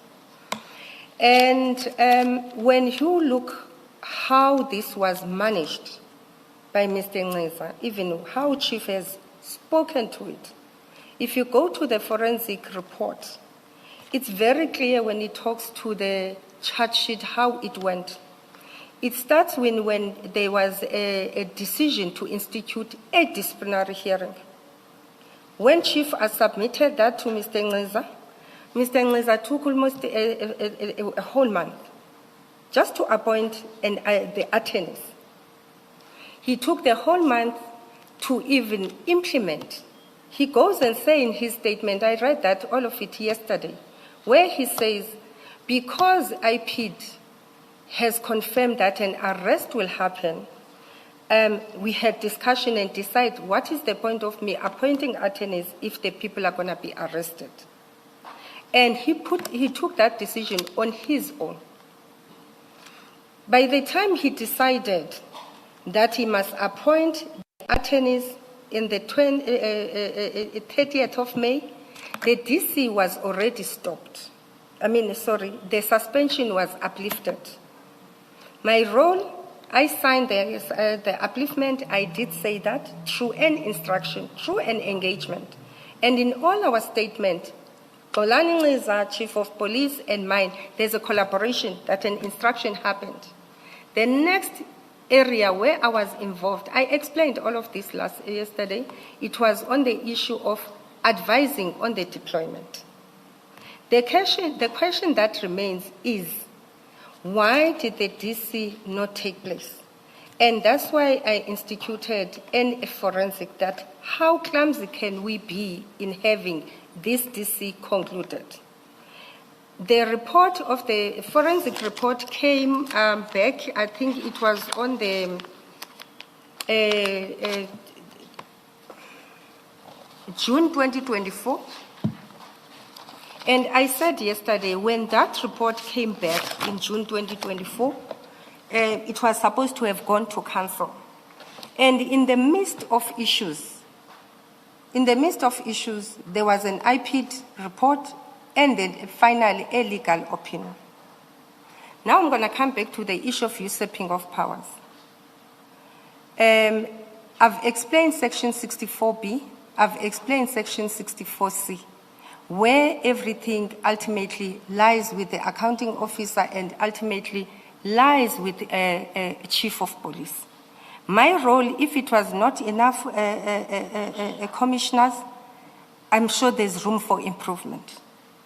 But the latest I got myself involved on this matter, it was October, just before my suspension, where I still said, can I have the final file from Mr. Majang? Apologies. Mr. Majang, remember, is the one who served the charges. If we paid Mr. Majang and there was an instruction from an accounting officer to continue with this DC or where I could advise, it would have been if I had the file. I further said that in the forensic report, it spoke about limitations. So with the gaps, for me to go back to the accounting officer and say, look, we have to get this DC to go, it wouldn't have been easy without having all the information have. But most importantly, that the commission must remember, there was a legal opinion. Beyond that, it becomes difficult for me to take full responsibility. Lastly, the disciplinary process of Mr. Mkhwanazi, as far as I know, has commenced. My advice on that was, you don't even need to suspend this employee any further. Can we proceed with the DC? And that happens when there's a new city manager. As far as I know, as much as I'm not in the city, the DC, now that there's a new accounting officer, it's underway. And I'm one of the people who advise that I think there is an answer, a case to answer to. Let's fast track. We don't even need to suspend, but the DC must happen. And that subsequently was suspended. Thank you, Chair. Let's take it step by step. The first issue, as I understand it, in relation to this DC, was back in 2023 when there was a failure to serve the charge sheet on Brigadier Mkhwanazi. You remember that? Yes. Now, we have conflicting versions. We have one version which says that that didn't happen because you had given instructions that he shouldn't accept it. You deny that. Have you taken action against anyone for failing to serve the charge sheet on Brigadier Mkhwanazi? If you read the forensic report, by the time that recommendation was made in that year, Mr. Ngeza was no longer in the system. So it would have been very difficult to take an action against him. But why did you have to wait for a forensic report on your version? It's quite clear that Mr. Ngeza had the responsibility to serve the charge sheet. As you say, all that required was an email because Brigadier Mkhwanazi was no longer suspended. As I said earlier on, Chair, there's decisions that were made here. In that, there's an accounting officer who must account on these issues. There's the head of EMPD who must account on these issues. And at some point, some of the discussions were taking place without me. When I got to fully focus on this particular matter on its own, it's after the email, the anonymous email, where I said, can we get to the bottom of this and understand what happened? In between, majority of issues were discussed between a chief and the accounting officer. When chief said, I'm stopping this process, he then says to me, let's go and talk about it outside the institution. I said, I don't do talking outside the institution. It's your discussion with the accounting officer. I was not involved. Discussion took place between chief, accounting officer, and legal. I was not involved. And if they decided amongst three of them to stop the DC by allowing, saying the investigation is stopped, there was nothing I can do. Where I started having interest, it's when it got to public space and we realized that there were irregularities. Gxaleka, what are the irregularities that you now realize there are? As I said, Chair, firstly, we took long to deal with the matter. And my understanding, I think even when the chief of police wanted to meet with me, probably wanted to raise his frustrations. Because you can see that he signed this institution to discipline in April. You know, come in June, still nothing has happened. I think that's where his frustrations were. That's number one. And number two is when decisions are made, I'm not going to discipline or I'll discipline. I'm still making my mind. It's the second irregularity that we can improve from. And the third one is we appoint attorneys. After appointing attorneys, the process is stopped. It also becomes an irregularity, both on the procedure and also financial. And the last issue is, I think the legal opinion, we could have done much better on the legal opinion. And I think we've all learned from that. I'm trying to understand your evidence and the chronology or sequence that you put. You became involved with this matter, and you became aware that Chief Mabandla has written a letter where he says the investigation is withdrawn or something to that effect. You became aware of that. So at which point do you recognize there are irregularities? That's why I'm asking you, what are the irregularities you're referring to? And at which, maybe let me add a second thing, at which point do you say you became aware of irregularities? I became aware of all the irregularities after we've done the forensic, that indeed we could have managed this matter better. Hold on about managing it better. When is that? That after when you say after the forensic report, when is that? It was in June 2024, but Chair, maybe let me rephrase this. When I said let's have a forensic report done, surely we did something wrong. I agree that with the current charges that we have, you could not just say, I'm stopping the process. And understanding that the chief stopped the process based on frustrations, that's number one.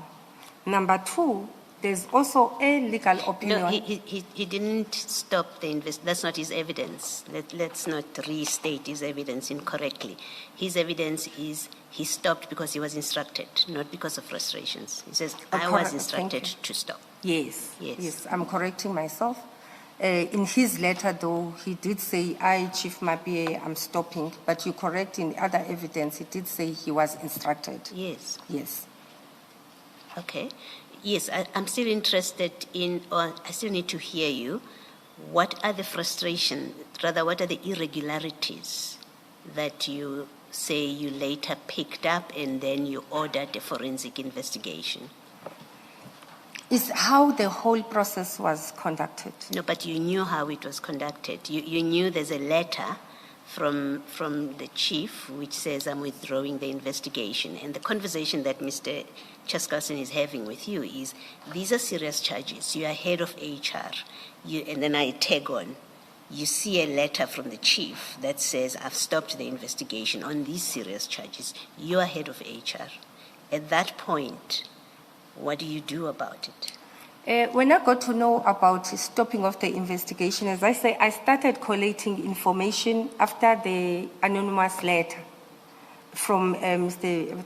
whatever, that says we favored, the city manager and the CFO, they favored Julius. Then when I start collating information, as much as it wasn't enough, I've realized files were everywhere else except in HR.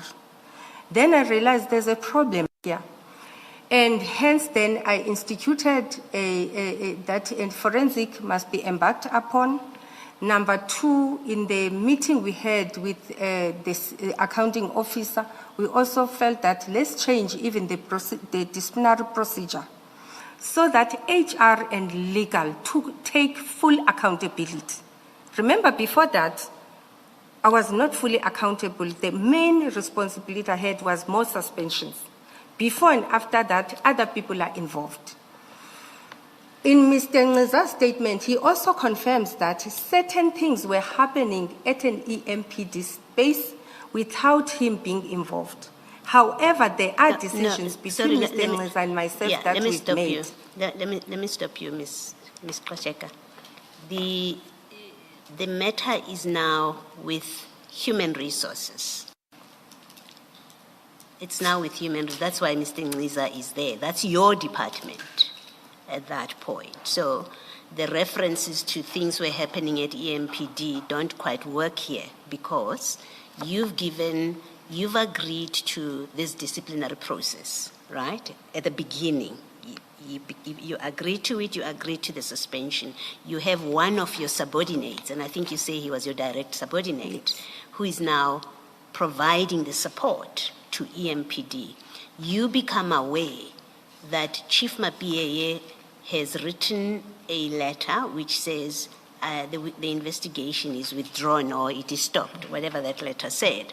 But you are aware this is about very serious charges. All five, not all six of them, not just charge 4. All 6 of them are very serious charges. You are a head of HR. You have your subordinate who reports to you, who's dealing with this. You do nothing about it. You're happy to let it be. And I'm trying to understand that. You're the most senior person in HR. You're head of department. Employee relations falls under you. Discipline falls under you. And you do nothing about it. And then you say, I ordered a forensic investigation. That can be a proper answer for this.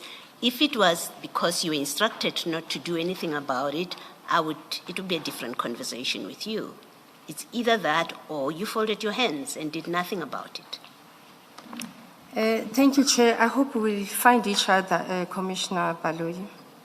As I said that the minute this matter came to our attention, I'll try and be slow. After the anonymous email, we were all called to account. I think if you read my statement, you read Chief Mabandla's statement and Ekurhuleni, we're all called and say, answer, what happened?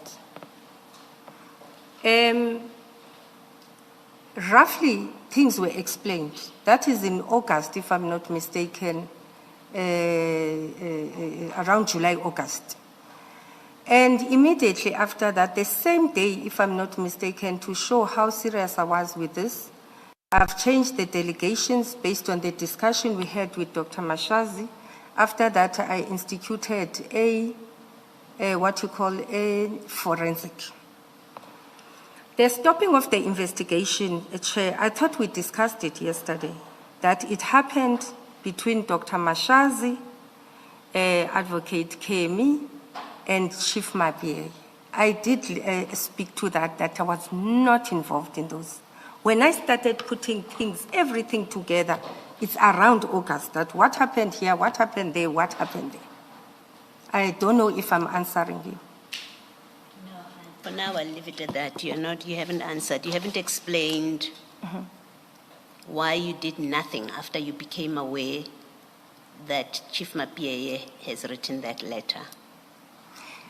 You did nothing. Fact is, you became aware of the letter and you did nothing. And then as you sit there, you say, later on I picked up irregularities. The point I'm making to you is you did not need the city manager to say anything to you. Once you became aware of that letter, you as head of department, human resources, would and should have said, if you were executing your duties, you would and should have said, you cannot do that. You can't withdraw the investigation or the disciplinary hearing because these are very serious charges and we must proceed with them. Chair, as I say, what happened, the discussion took place between Chief Mabandla, Advocate Kemi, and the city manager. They made that decision without HR. And subsequent to that, there was a legal opinion that says stopped. I even said, if I recall yesterday, even when they went to the You said there was a legal opinion that said stop. That says we cannot discipline Mkhwanazi. What legal opinion is that? It was from legal to IPID. No, that opinion doesn't say you can't discipline at all. We can pull it out if you want to. That opinion does not say to you you can't discipline. It speaks to a different issue, that there is no fraud, it's not properly justified, and it requires IPIT to write back and explain themselves. It doesn't speak at all to, in fact, it doesn't say don't discipline. Okay, let me rephrase then. What it was saying, that there's not enough evidence that for the city to conduct a disciplinary hearing. No, it doesn't say that. It doesn't speak to discipline at all. It doesn't say there's not enough evidence to discipline. It says there's no fraud that has been committed. It says nothing about discipline. So you could not have been relying on it. The point I'm making is you could not have properly, if you relied on it at all, you could not have properly relied on that opinion, because that opinion doesn't speak to the disciplinary action. Chair, I said I'm speaking to a holistic process here. Discussions took place and there was a decision not to discipline. I said the Chief of Police did speak about this. He said, let's go and discuss this thing outside the city. And I said, I'm not willing to do that. The discussions took place amongst three of them. And when Dr. Mashazi has spoken, it is done. The only reason, remember, even when these discussions... Is your explanation then, which is what I said earlier, you did not do anything because Dr. Mashazi has spoken. If that is your answer, that is your answer. And that became the reason why you don't act. Is that what you're saying? Chair, it's exactly what I'm saying, but there's something I need you to pick up, ma'am. There's something I need to pick you up, and I think you're missing it. While there's these discussions that they made, I continued to try and follow this thing because I always knew it's going to catch up with us. Despite, as I say, officially there's instructions, but there's other ways of managing your boss. Hence, I still said, let's get the, what you call this, forensic done. I said, Majang Inc. bring back a fine. When ultimately we got the forensic report, yes, it didn't go to council because of the limitations. The minute we had a different accounting officer, I'm one of the people who said, let's continue and proceed with this. So what I wanted the commission to hear is, despite that this process was stopped, from my side as HR, I did not stop. Because the minute, for instance, you change the procedure and say, now, Mr. Ngleza, you're no longer responsible. I'm taking over. Today, I'll be here. You say, why did you decide you're taking over? Because there were a lot of things I couldn't account to because of the previous allegation. I mean, it had nothing to do with Commissioner Mkhwanazi's case, right? Because it had to do with that and more. In your statement, I don't think you say that. I think you speak about there were many unresolved cases, and there was a lot of money that is being spent. And even the briefing of attorneys was an issue because the way they were briefing, work was not being distributed evenly. So it wasn't because of the Mkhwanazi case that you changed the delegation of powers. In fact, I think yesterday you said to us, this has always been an ongoing process within the city. So it's not correct to present it now as if that came about because you were concerned about the handling of the Mkhwanazi case. Look at the dates, Chair. Look at the dates. Yes. The dates, remember, every time you are called by your boss, accounting officer, you don't seem to know anything. You can't fully account. I said that yesterday.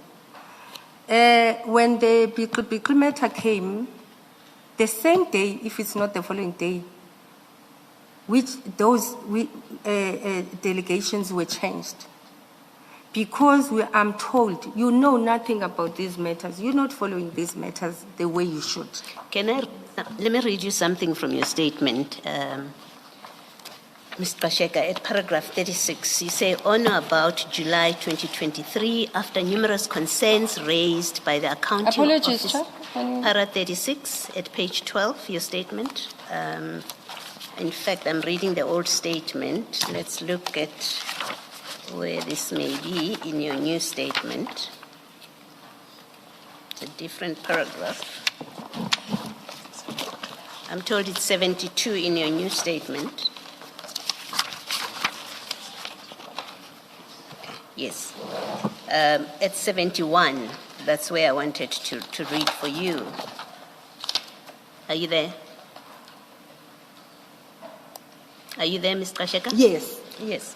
So this is your explanation for this change. You say, on or about July 23, after numerous concerns raised by the accounting officer and HOD Kemi Behari, I revised the financial delegation due to increased labor cases that result in excessive, exorbitant labor costs, meaning that the expenditure on labor costs was increasing in an uncontrollable manner and the budget was allocated at legal risk, catering for all COE legal costs. And then at 72, you say, in August 23, the accounting officer raised issues relating to how labor relations cases are handled, especially MPD cases, including the case of Brigadier Mkhwanazi, as it was now raised via an anonymous person or email. This is the Biku email. So there's no account in your own statement of you acting before this date, before you got the Biku email.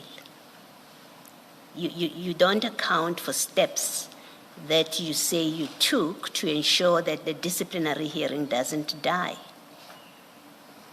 I think we're missing each other, but we're saying the same thing. I said I started consolidating issues when that Bickle matter came. Yes, my point exactly, that when you became aware of Chief Mapia's letter, you did nothing. And the next steps you took was when now the story of the failure to discipline Commissioner Mkhwanazi now became public, and you got this inquiry that was written to Jeff Weeks, the Biku message. That's what got you to start acting. Chief didn't share the letter. As I said, when I started to say the engagement on the stopping of the process, it happened between three of them. And so you never became aware of it before you got this Biku that's what I'm trying to say to the panel, that to the commission, I got to consolidate and got to know everything, Chair, after the Biku matter. Then when I'm following up these things, I'm realizing, but we could have done things better. And if you hear me properly, I'm saying, even when we change the disciplinary procedure, I realize it cannot end there. We will account for this at some point. Hence, beyond decisions that were made by the three of them, I still pursued this matter. In 2024, before even the Madlanga Commission inquiry, I was still talking to the attorney, asking for funds. The latest, it was in October 2023. I really appeal that can my side of the story be heard. They've stopped the process. I did not stop the process. Yes, we could have done things faster and not be here. But at least I need that to be heard while everybody else stopped. I alone, HODH, I didn't stop. Thank you, Chair. Where do we see that in your annexures, that after Chief Mapia's letter, you carried on before the Biku whistleblowing, I call it whistleblowing loosely, between the letter and when now you're called to account, because now it's gone public that nothing is being done, where do we see that you actually took steps? I haven't seen it in your annexures, and I don't see it in your statement either. I think what I'm saying, Chair, I got to be aware of this whole matter after the Biku matter. Right, I thank really you. need you to record that. I got to be aware and I consolidated all these issues and I've never stopped. Hence, I'm here today to still talk to this issue. When they had those conversations to stop this matter, I was not party to. But the minute I got to be party to, I still proceeded and say how best we can close this matter. Thank you. Thank you, Mr. Chaskalson. I want to just, if you can indulge for a few minutes, Mr. Chaskalson. Mrs. Gxaleka, the forensic investigation you are referring to, the one where you got a report dated June 2024, that report was investigating 3 allegations. 1, whether Julius Mkhwanazi had been defamed. 2, whether the person using the pseudonym Biki breached POPIA. 3, whether Ngqiza, by appointing Majang as the city's legal representatives, acted without Mkhwanazi's written consent and therefore breached Mkhwanazi's rights. Now, those are the 3 allegations this so-called forensic investigation investigated. And they reached their conclusions. You can find it in Mapiyeye annexures on page 114. So when you say you took steps by instituting a forensic investigation to determine why the charges were not proceeded with, that is not correct. Because all this forensic investigation does is to go after the whistleblower, Biki. Those are the 3 allegations that are investigated. I don't know if you are in the Mapiyeye file, the annexures, or if you know where the forensic report is in your annexures.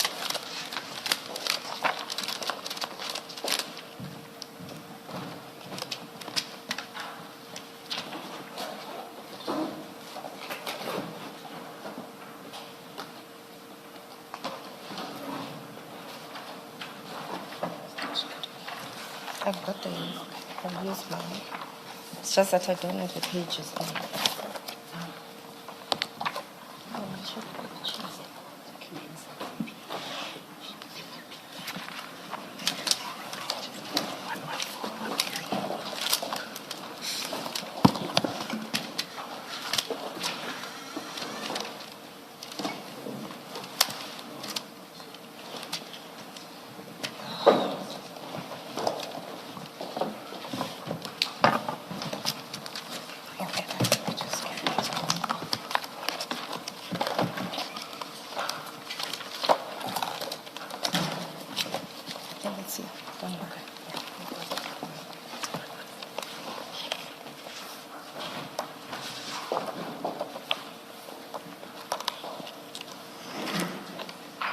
Are you there, Mrs. Smith? Page 114, Mapiyeye annexures. Sorry, in Ribo Smith, my apologies, my fault. 183 is You can look at 183. For Chief. Mapiyeye, Yes. Mapiyeye. Thank you, Chair.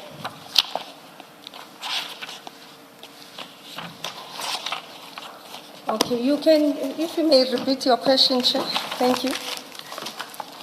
All right, For so your that comment. is the forensic investigation. If you look at 223, the allegations they were investigating and the conclusions.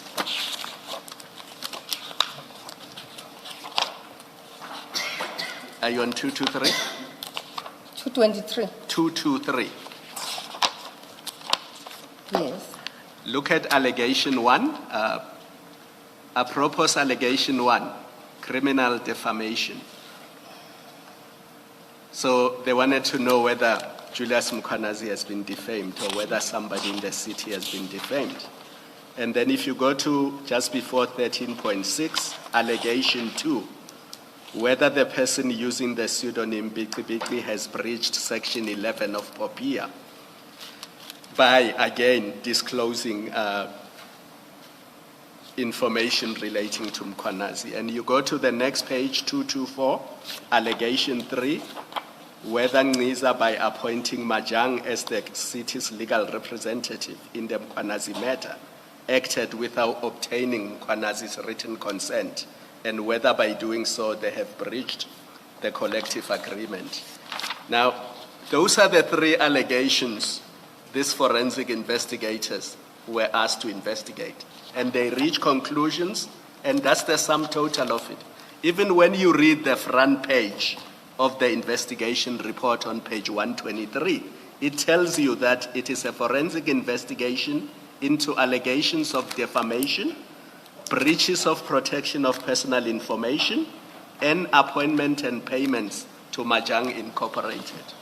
So you can use this as an answer to Commissioner Baloy's question of what did you do when you became aware that the city did not continue with the serious allegations against Julius Mkwanas. You can't say, I instituted this investigation, because this investigation has nothing to do with why the city did not continue. This investigation is investigating three allegations. It is going after the whistleblowers who said what they said in the Biki email. And it says so. Thank you, Chair. Chair, I would like to say that the report, I would prefer if it's written and understood in its entirety. And also beyond the report, my work that I continue to do on this matter, including where we strive to meet with Majang, and I wrote to them that give us the files. There were so many things that were discovered, and even on the recommendations, if you go to the recommendations, I think there's about, so many recommendations. Mrs. Gxaleka, you're not going to answer my question because you are avoiding it. Let's just go to the report itself so that I can assist you. They tell us how this came about. Go to page 200, the introduction, on page 20, paragraph 7.6. I don't want you to read us this report. We have read it already. We know what it says. Now they tell us how the investigation came about in paragraph 7.6. They say, a memorandum dated 21 August 2023 from you outlined concerns relating to defamatory statements by Biki in his or her email to Wix, as well as possible violation of the Protection of Personal Information Act by her, and requested that the city conduct an investigation and focus on those issues. Who are the recipients of the charge sheet? Who printed the charges? Who is Biki? Contravention of POPIA, labor cases and how they are attended by ER, escalated labor costs. In a letter dated 23 August from Mashazi to Hleza, Mashazi requested that the investigation be instituted into concerns raised by Gxaleka. 5 September 2023, forensic investigation. Nowhere does it say why was the disciplinary proceedings against Julius Mkwanas stopped. That's not what they were asked to investigate. And they say so, that your memorandum dated 21 August 2023 was more concerned about defamation, breach of POPIA, and the appointment of the attorneys. And Chair, if I may add, I think let's focus, it's quite a wide scope. Let's also focus on 7.6.5, where it says labor relations, grievances and labor dispute in the Ekurhuleni metropolis and how they are attended by ER division. Now, let's understand workplace dynamics. Let's understand complexity of the matters. With the discussions that have happened, wherever they were happening, and stopping this matter, if I were to say to the accounting officer and everybody else, we are just investigating the Julius matter, it wouldn't have worked. The way I've written here, I've said labor relations cases, grievances and labor disputes in the EMPD and how we're attending it as ER division. And to me, I've said yesterday, while this matter, I'm not undermining it, it's very serious. there are other matters as well that we need to look at. And I'm saying today as well that beyond even this issue and the decisions that were made, I felt that let's investigate these matters of EMPD. Mrs. Gxaleka, can I stop you there? I want you to accept that nowhere in the mandate given to the attorneys do you say, investigate why the charges against Julius Mkhwanazi were not proceeded with. Can you just accept that nowhere in this mandate do you deal specifically with why charges against Mkhwanazi were not proceeded with? Chair, if they need to be specific on a particular stance that says specifically why Julius Mkhwanazi's investigation was stopped by Chief Mapiyeye, Dr. Mashazi, and Advocate Kemi, it's understandable. But to me, I was looking at that matter specifically and other matters. I will check the engagement letter. I will try while we're busy and try and find it. Maybe in the engagement letter, it might also have the specific. I think there is where we speak about Julius, specifically the Julius Mkhwanazi's matter. I want Okay, to let me focus on help you. just where they say you told them here, it's not there. And then you'll be helped about the other letters because I want to leave this page. Okay. In this letter, it doesn't say that. In this letter, it talks about cases within Ekurhuleni and EMPD in general in this letter, especially in 7.6.5. Chair, I've been following how things are going. I agree, Chair, that it won't say specifically why did you stop a DC of Mkhwanazi. And you know why it wouldn't say that? Because the ultimate decision makers, executive authority, has made a decision. And I've said yesterday, when you'll have discussions and debates sometimes, especially with the accounting officer, legally she already have answers. In my situation, Mrs. Gxaleka, we're talking about this document on this page. We're not talking about decisions of Dr. Mashazi. I'm limiting my question now, having accepted your answer, because you said 7.6.5 says that. We went to 7.6.5. I'm putting to you that 7.6.5 refers to labor relations cases in Ekurhuleni Metro in general. That's what it says, and we can leave it at that. Chair, I know I'm going to be punished for this, Chair. I'm begging for the last time, Chair. Sorry, Mrs. Gxaleka. Bear in mind that Commissioner Khumalo is asking you these questions. Yes. Because of a response you gave answering a question by Commissioner Baloyi.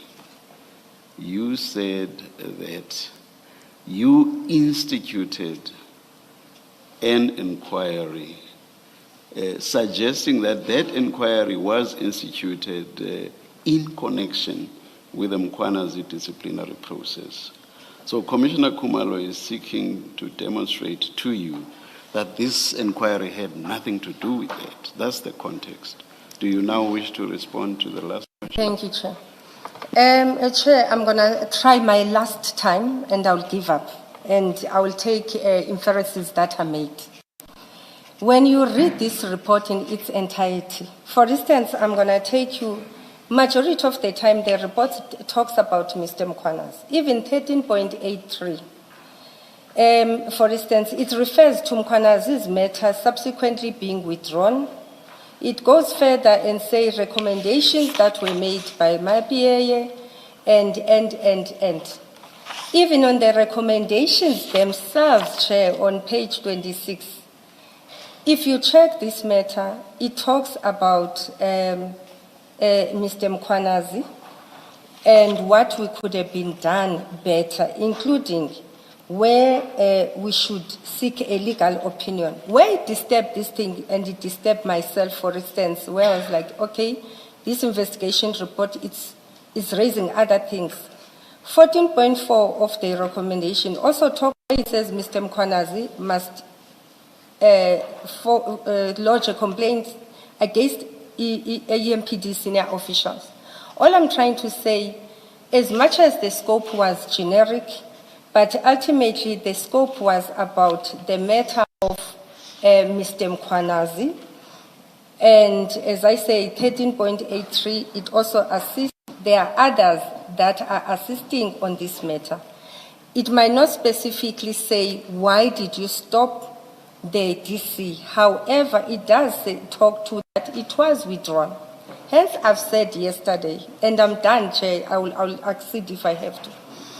I said yesterday, if this report went to council and it was deliberated, the same way it's deliberated here, I assure you would maybe not even been here. And I think I've given the best I could. All I want to leave you with, I didn't make a decision to stop the DC. Yes, my scope could have been much better. But how do you say, Chair, investigate your own accounting officer?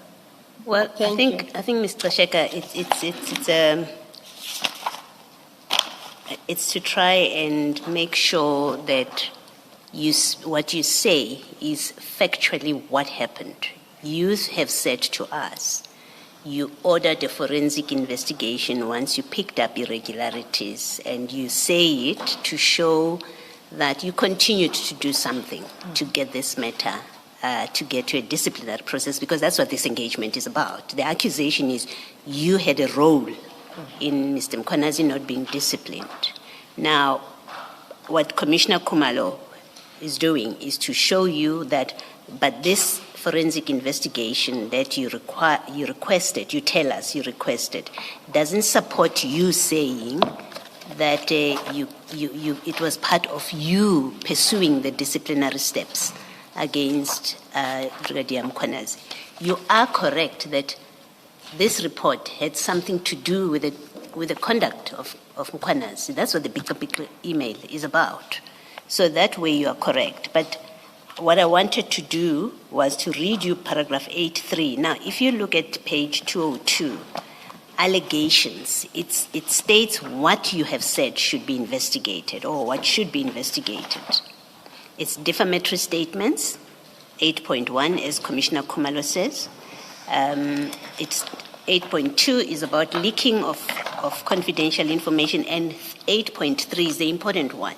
This is where, for the first time, there's mention of Commissioner Mkhwanazi. But this is what he said, and I want to read that paragraph for you. It says, irregularities, weaknesses exist within the EMPD-ER division relating to management of certain labor relations cases with specific reference to the Mkhwanazi disciplinary matter, which resulted in the matter, this is the complaint, which resulted in the matter being unnecessarily referred to external legal service providers. That's the one complaint, right, that you're asking to be investigated. And or the city incurring escalated/wasteful legal costs, which constitutes a breach of applicable legislative prescripts and or applicable policies, processes, and procedures of the city, and or fruitless and wasteful expenditure. So this has nothing to do with an instruction to find out why Julius Mkhwanazi has not been disciplined. In fact, you're investigating Lisa's conduct here about expenditure and the briefing of the attorney. So this report doesn't support you.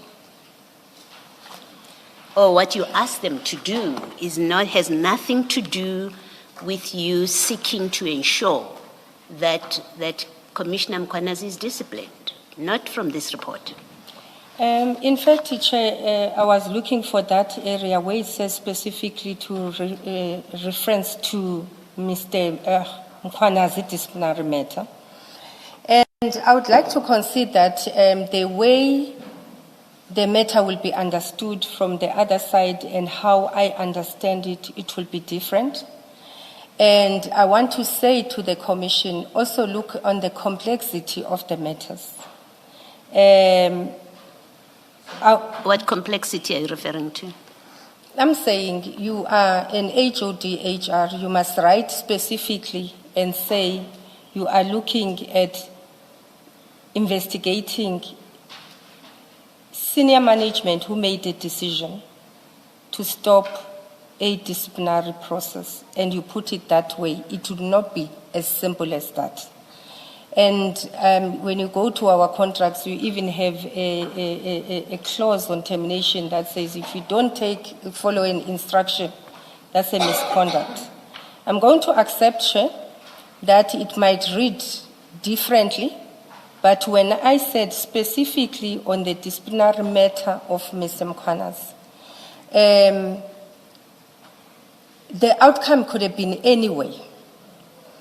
And one thing I want to leave the Commission with as well. This investigation is sent to an internal audit. It's an independent, separate department. They appoint an independent law firm that could have came at a different outcome of any outcome they want. It was an independent process.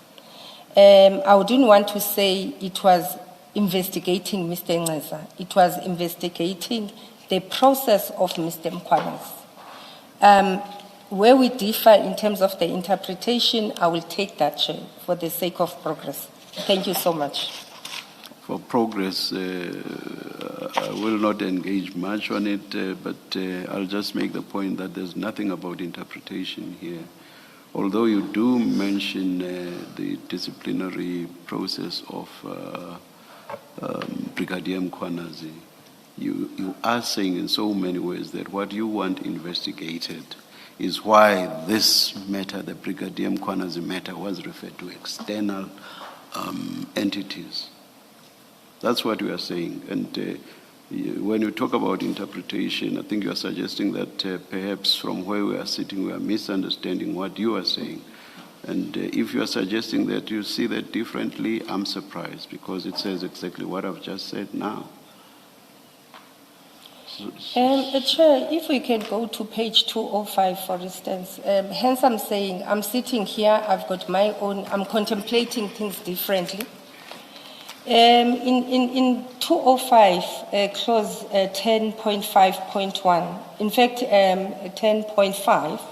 Is that the report now?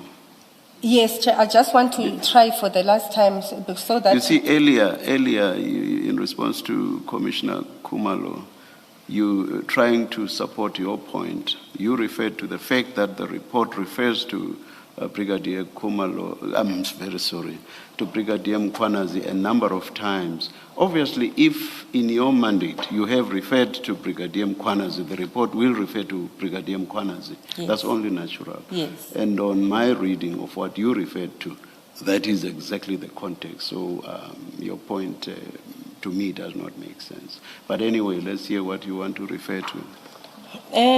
Objective, establish the processes are followed in the management of employee relations at the EMPD and ER division. Obtain and review the SOP with regards to how labor relations cases are managed. Interview the relevant officials from EMPD and ER division to establish the processes followed in respect of labor relations matters. Which officials are responsible, conduct interviews to determine above documents and annexure.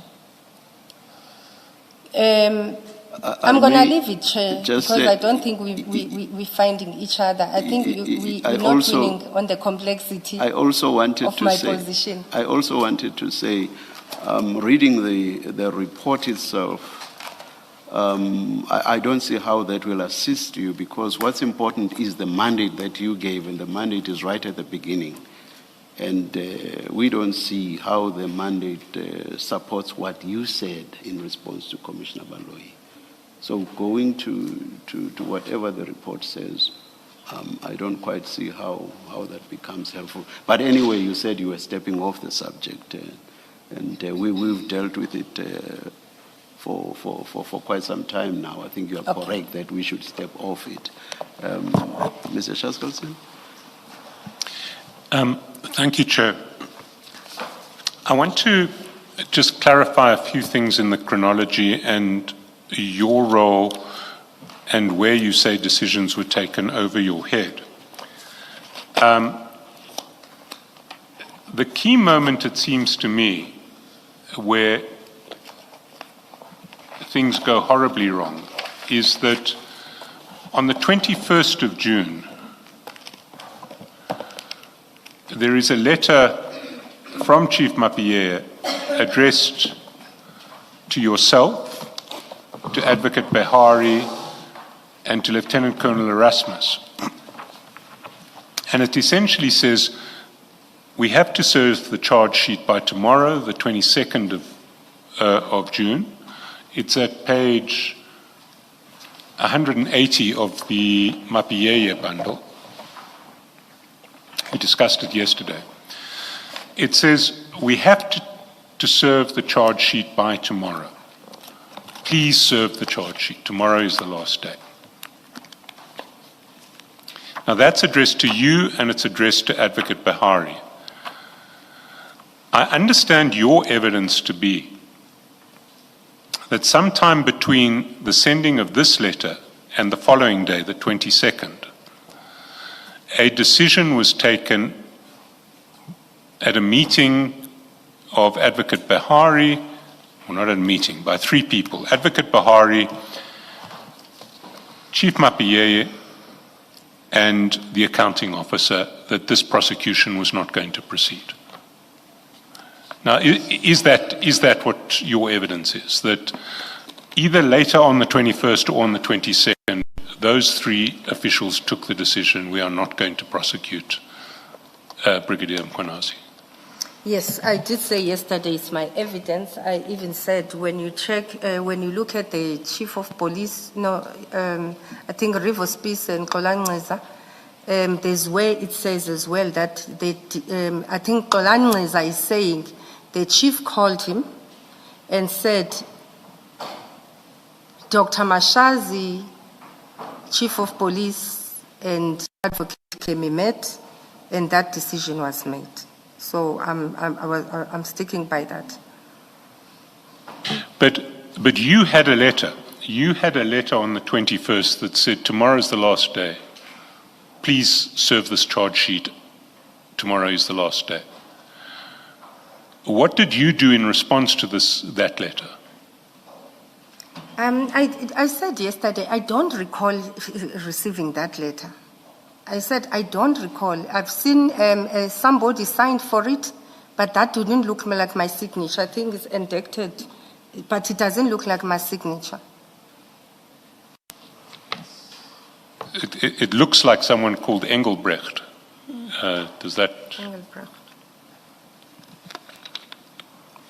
Mr. Chaskalson, Mr. Behari said that was someone in his office, Engelbrecht. I take that back. At any rate, when was it communicated to you that the decision had been taken by the accounting officer and by Chief Mapie not to proceed with this disciplinary process? I've said earlier on where I got to know issues of certain events that happened in this particular case. It was after August 2023 when I started collating information myself. So are you saying that up until August, you didn't know that the accounting officer had said this prosecution must stop? Yes. So what did you do between June and August when, as far as you were concerned, there were very serious charges that needed to be brought against Brigadier Mkhwanazi that an external law firm had drawn up at some cost to the city, and that were waiting for someone to serve a charge sheet on Brigadier Mkhwanazi? I think already we debated this with the commissioners, and it was clear that my report didn't do anything between whenever this happened up to when I instituted the investigation in August. So you took no steps to push the matter forward between June and August? Ekurhuleni is many cases, I might not have taken step on this matter because, firstly, as I said earlier on, the delegations at the time, they were between EMPD and Mr. Ngciza. The only time I revised delegations, it was after August 2020, around August 2023. Yes, steps could have been taken, but some of the issues I missed. They happened outside my space. So nothing I would have done about it.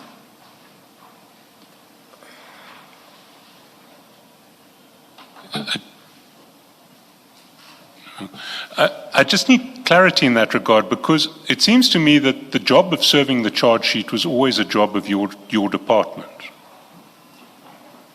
Simply serving a charge sheet to start proceedings was your department's job. We've discussed this yesterday, where in the evidence, in the form of emails, I've said that I've realized there were irregularities. The charge sheet was provided to Mr. Ngciza as early as 15th June 2024. And after that has happened, they were back and forth. Ultimately, the charge sheet was never, ever submitted to Mr. Mkhwanazi. And I've said yesterday, I'm really trying to be slow. I'm normally a person who talks fast, and I'm realizing it's not doing justice for me. I've said yesterday, the first email from Majang Inc. said save via an email followed by physical saving. Mr. Mkhwanazi was in the system. The emails of Mr. Mkhwanazi were working. It could have been served. Even when you make amendments, you still make amendments, you make them up to a disciplinary process as you go, as long as it hasn't been concluded. That process, indeed, it was irregular, and it's an area of improvement. And we will improve on it. And that irregular, again, it needs to be understood that it could have been an influenced irregularity. I've already spoken about Dr. Mashazi. One thing I picked up when I was analyzing this, I couldn't understand that between the chief of police and Ekurhuleni Ngciza, what could have transpired. Because in Mr. Ngciza's statement, he says, on the day of upliftment of the suspension, he had a conversation with Mr. Julius Mkhwanazi downstairs my office. So all these things that happened, Chair, influenced from executive authority down to my division. It's things that we learn from. But it's difficult to say the serving of charge sheet, I would have dealt with it without changing the delegation, number one. But most importantly, if decisions are made by the accounting officer, especially on my contract, I don't know of Mr. Ngciza, but in my contract it's very clear on termination that you don't follow an instruction, there will be a misconduct. But I've never said the charge sheet must not be served. I'm really trying to be slow. I've never said let's not serve the charge sheet. You've repeated quite a number of times that we don't understand the complexity of your position. You've repeated since yesterday that if you don't follow instructions, it has consequences from your superior. Were you instructed by Dr. Mashazi not to institute or to proceed with disciplinary hearing, a disciplinary process against Commissioner Mkhwanazi? Chair, I want you to understand this. The instruction, it did not happen with HR. It happened with Dr. Mashazi, Advocate Kemi, and Chief Madlanga. No, Ms. Gxaleka, we don't have endless time. I'm asking you a straightforward question. Don't repeat what you've been telling us. You've been repeating since yesterday that Dr. Mashazi Chief Mapieye and Mr. Behari, they met and they agreed that they're not going to proceed with the disciplinary. So please don't repeat that. I've asked you a direct question, and I started off by explaining the basis on which I'm asking my question. Since yesterday, including a few seconds ago, you keep saying, if you don't follow instructions of your superior, I think you said you can even be terminated. You said something like that. And all the time you're referring to instructions from your superior, Dr. Mashazi. Hence my question. And my question is simply this. Did you get an instruction, based on what you're saying, did you get an instruction from Dr. Mashazi not to institute or continue with disciplinary action against Commissioner Mkhwanazi? It's either a yes or no answer. Chair, on the engagement of, I think, 22nd August, after the Brigitte matter, because I think the question was different initially, that between the charge and wherever, why I didn't do anything. Now I'm asking you a different question, Ms. Gxaleka, please. Now I'm asking you a direct question. Did you or did you not get instructions from Dr. Mashazi not to discipline Commissioner Mkhwanazi? On the 22nd, if I'm not mistaken, of August, when we were called into a meeting, Chair, in the discussions that were taking place, it became clear what was the appetite on this matter. Hence, when there was an instruction that let's change the disciplinary procedure, and I take full accountability, no more Xolani Ngceza taking accountability. I then took a forensic investigation process to find a way of protecting me without exposing myself. Let me stop you there. You say in the meeting you've still not answered my question, but let me work with what you've said now. You say in that meeting it was clear what was the appetite. What was the appetite? According to you, as you saw it in this meeting, what did you see to be the appetite about this disciplinary process? I would want to attest to what the Chief of Police has said, that it started to look that certain people are targeting Mr. Mkhwanazi. What was the appetite, Mr. Gxaleka? You were in the meeting. You formed a view there's a particular appetite, whatever you mean by that, about this matter. What was the appetite? The appetite is the same as the legal opinion. No. Can I finish, Commissioner? No, Mr. Gxaleka. Don't do that. I'm asking you a question that is, it's a second question that I'm asking you that you're not answering. All to do with the instruction from Dr. Mashazi. That's what I'm asking you. You've now introduced the appetite. It became clear. That's your language, right? And you say that when you should have answered my question about whether or not you got an instruction, you choose to speak of an appetite. Now I'm asking you, what was the appetite that you descend out of that meeting to do with disciplining Commissioner Mkhwanazi? Thank you, Commissioner. I am praying that Commissioner Balo, you're going to allow me to finish. One of the discussions or of the meetings, one of the key points in that meeting was there was a discussion that took place, and there was an agreement that this whole thing is going to be stopped. I won't have the exact words. This whole issue of Mr. Mkhwanazi is going to be stopped. Why is it still pursuing? And I got shocked because, as I say, majority of the times I'm not involved in these things. And I've been pressed, I've said that even on labor relations, cost management, it's been the issues I've been dealing with. You are not managing, I've said this yesterday, that Linda, you're not managing your department. Things are happening beyond you. Discussions have taken place, we're going to stop this matter. When I'm talking about the complexity, and I'm going to end here. Just before you go to the complexity, so the appetite was not to pursue the disciplinary process. That's what the appetite was. Please, yes or no? Yes, Chair, Yes, it's let's stop confirming there. the Can 20... we stop there? Can we stop there? You 20 said June yes. later, That's okay. what the appetite was. That's what I'm saying, she was chairing the meeting.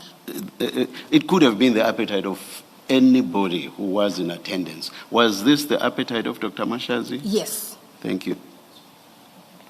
Just to be clear, you never got an instruction. I think we all understand what you mean or it means when someone says, I got an instruction. Just like you got an instruction that you told us earlier yesterday, that you got an instruction about the suspension, for example. So should I take it from your answer, or should we take it from your response to my direct question? And you now speaking about an appetite in a meeting, that it means you never got an instruction from Dr. Mashazi not to discipline Dr. Mkwanazi, Commissioner Mkwanazi.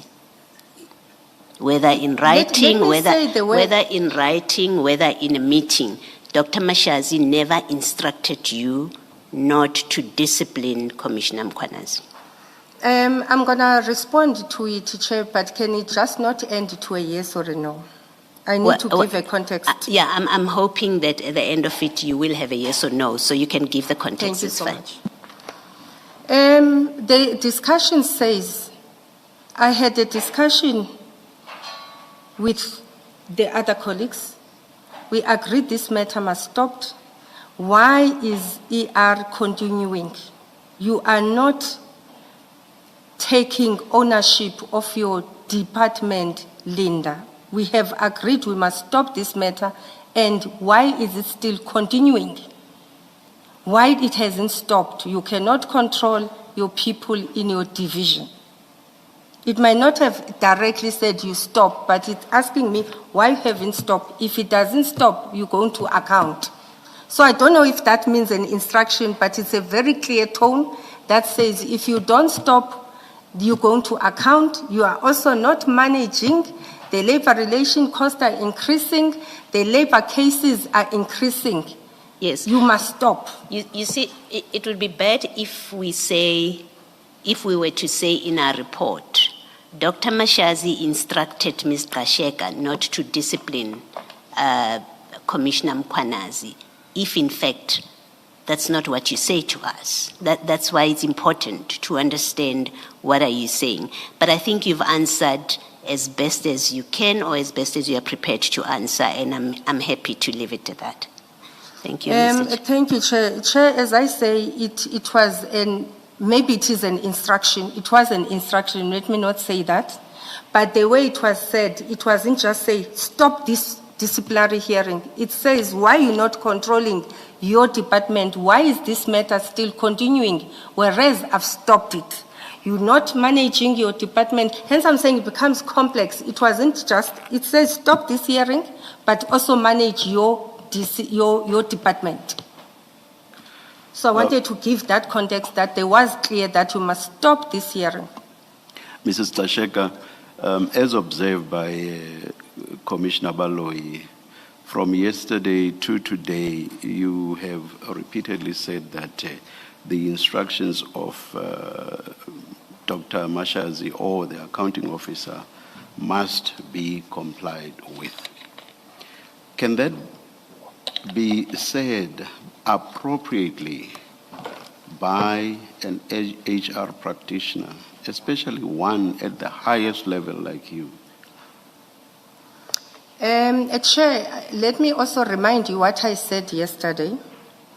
When discussions are taking place and instructions are made, we deliberate. And I've said yesterday, majority of the time, I find that she already has a legal position. I'm not sure where she gets to be capacitated. We debate on issues. Ultimately, once I could see that she has her point and it's taken, you can't move. I'm going to make a sensitive example just to give another context. When the matter of a chief came, for instance, saying, let's settle it. I still went. And I said, from the humanitarian point of view, he's left with less than a year. I spoke to the lady who was involved in the matter. She agreed. I go to Dr. Mashaz and I said, let's settle this matter. She agrees. 30 minutes, 40 minutes later, I'm called again. We are not settling because she now has a different view from the legal side of things. I think that's the complexity I'm trying to explain, that from HR side of things, we'll do things in a particular manner. I will advise in a particular manner. And I've said yesterday consistently that there's HR who will advise. After HR, there's legal. And ultimately, once legal has made a decision for that institution, it's binding and it's got its own risk, and one person can account, it's legal, and the accounting officer. And I'm appealing to the Commission that you hear where I'm coming from. I do advise. I think if you haven't seen my character today, I don't know. I'm a person who will be persistent, who will be advising. But ultimately, when a person has made a decision and is your boss, there's legal you can do. An example that would have happened, maybe it would have been better than coming here. Let's say my report says, investigate why the DC of Mr. Mkhwanazi has not happened, but we had a meeting. I won't be here. Maybe it would have been a blessing. I can guarantee you, she would have instituted a DC on me. Maybe it would have been better than coming here. I'm beyond the stage of you giving advice. I'm at the stage of an instruction. Let's assume that this is after the advice that you keep referring to. Then there is an instruction. What you say is, once an instruction, I will refer you in a different context, but it still makes the same point. Different in the sense that it's not in the context of what Commissioner Baloyi was engaging you on. I'll take you to page 22 of your latest statement, paragraph 65, fourth line. There you say, when instructions are given, I will say by, you say at, I'll say by, given by the accounting officer, one has to comply. So my question is a simple one, and I hope you will give a very brief answer. My question is, can something like this be appropriately said by an HR practitioner, especially one at the highest level like you? Can you say that? Once the accounting officer gives an instruction, I just must comply. Can you say that? As a senior HR practitioner? Thank you, Chair. Chair, I've given a context. I think when you write the statement, you won't necessarily put everything with the hope that other things will come and talk to it. I will rephrase my statement, Chair.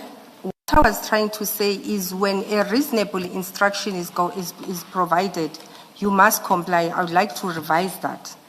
And number two, Chair, if we're to talk about the character of Dr. Mashaz, I would like you to even, for instance, call the highest authority here. Call the executive. I'm not sure that we want to go there. You've just said what you meant to say, and you are now seeking to revise, is that what must be complied with is a reasonable instruction. I think that's enough. Yes, a reasonable instruction. But Chair, I wanted to say where we didn't do right, the character as well, you might need to call one of the senior people who are beyond here to come and speak about the character itself and the complexity I was talking about. Thank you, Chair. But I will not let you avoid this that easily. How you phrased it appears to have been quite conscious and deliberate. You see, it actually does make reference to reasonable. It's not as if you did not think about reasonable. Let me read the full thing. I stopped midway. You say, when instructions are given by the accounting officer, one has to comply, comma. That's a standalone clause in that entire statement, and it's full and complete in and of itself. And it suggests that you are saying, in fact, it's not even suggesting, it is actually saying that you just must comply under any circumstances, reasonable or unreasonable. Do you agree that that is what that means? Before this idea of you wanting to change this comes in, do you accept that that's the meaning of this up to the comma, comply, comma? Chair, I've requested that my statement be amended, Chair, to talk to reasonable. As you say, HR person. Yeah, I've said I'm going to take you up. In fact, I'm going to engage you quite seriously on that you cannot easily seek to change the statement in accordance with what you are saying now. And for now, I just want you to agree that that part up to comply, comma, means exactly what I've said to you. Do you agree, yes or no?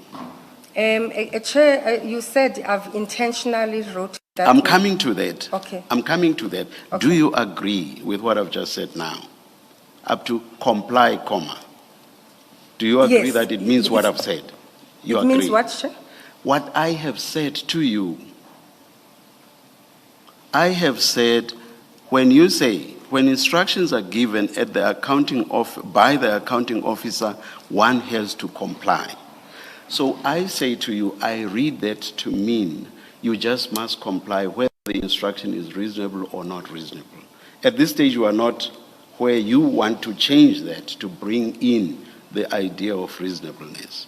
But do you agree that as it stands, it means you just must comply whether reasonable or unreasonable?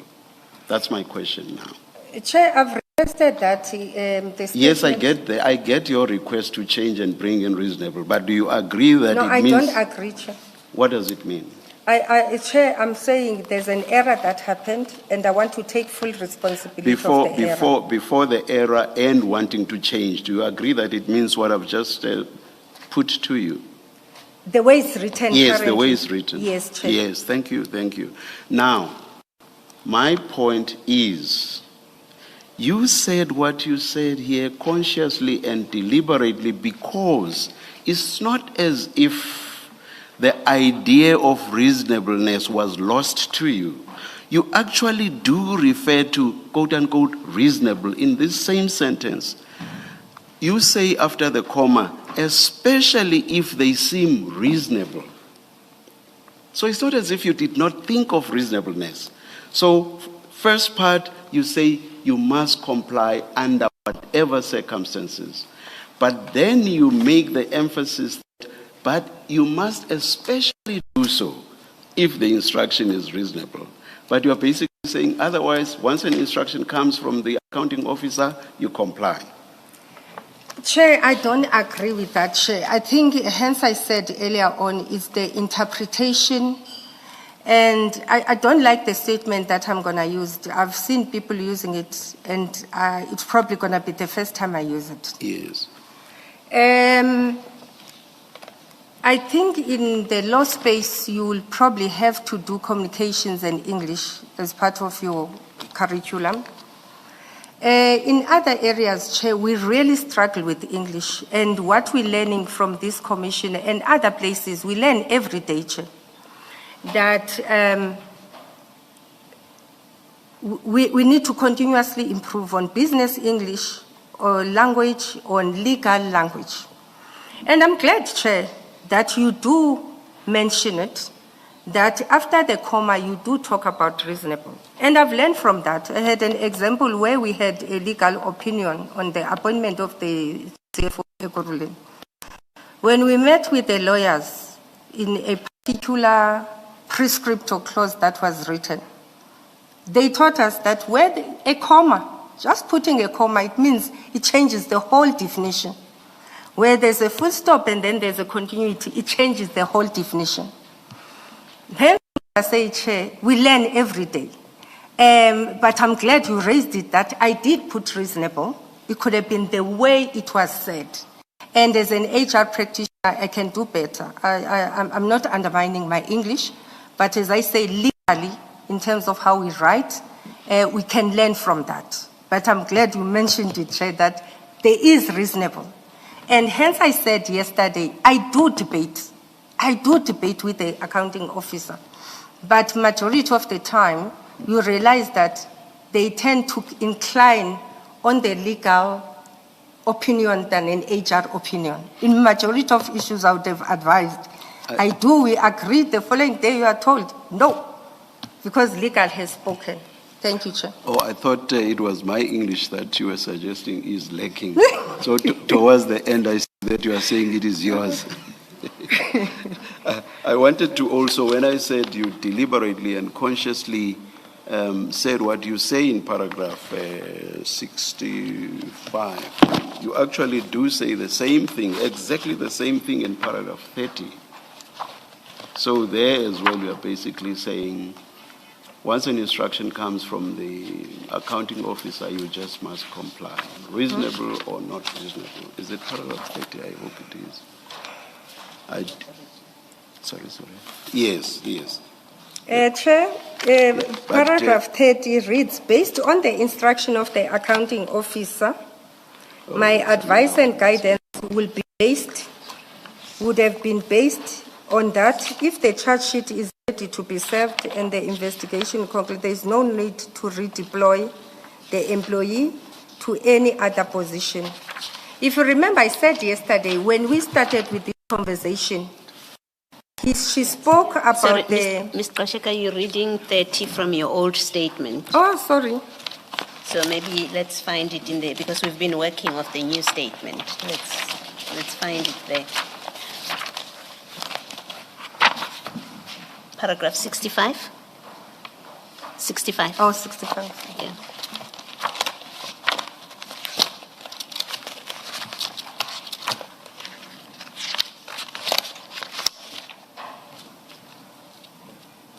Based on the instructions of the accounting officer, the letter sought to advise and guide where, based on that, if charge sheet is already served and the investigation is concluded, there is no reason to deploy to another position unless dealing with financial related issues. Again, when instructions are given, one has to comply, especially if they seem reasonable.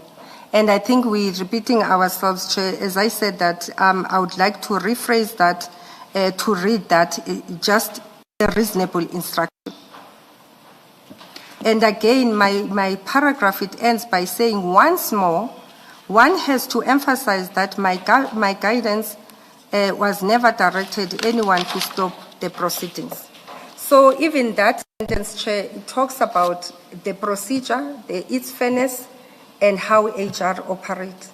But I will rewrite the issue of the legal instructions or lawful instruction. I will leave it at that. Thank you, Chair. I will just refer you to the paragraph I wanted to refer to in the old statement is paragraph 31. Yes, old statement or first statement. It says exactly the same thing about complying with an instruction from the accounting officer.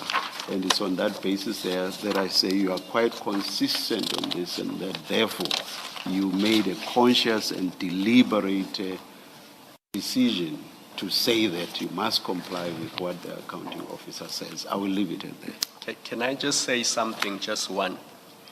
Having looked at the charge sheet, and based on what you say here, that if the accounting officer gives reasonable instructions, they must be complied with. Do you accept that it would have been an unreasonable instruction to say don't proceed with the charges, especially bearing in mind how serious the 5 charges are? Thank you, Chair. I accept it will be unreasonable. Hence, now, after there's a new accounting officer, the DC is commencing. It has commenced again. Yeah, but that creates the impression that you were not willing to act until there was a new accounting officer, that you were prepared to wait for 3 years. And if Dr. Mashazi was still there, you would not have done anything because you were scared of her. That's the impression you are creating now. Because you are saying in November 2025, because there was a new accounting officer, we could proceed. But these things date back, the allegations against Mkhwanazi. They are February 2023 allegations. We are now in 2026. Just wanted to make that point. Thank you, Mr. Gxaleka. Thank you. We've discussed the failure to proceed with the charges. I just want to clarify two earlier decisions that you were involved in, and I'm hoping to be brief. The first is the decision to uplift the suspension. That is a decision that is communicated in a letter that is sent by you. I understood your evidence to be that was done on instruction of Dr. Mashazi. Is that correct? Did I understand it correctly? I didn't hear the part of the letter that was signed by That me. the withdrawal of the upliftment of the suspension Yes. was done on the instruction of Dr. Mashazi. Yes, remember I spoke to that evidence leader. No, and he said- I just wanted to clarify that I hadn't confused more than one, but I don't need you to okay. go further there. But what I do want to do, because there's a direct conflict between what your evidence is in that regard and Dr. Mashazi's, and I need to put to you what Dr. Mashazi says. So if one goes to page 31 of Supplementary Bundle 2,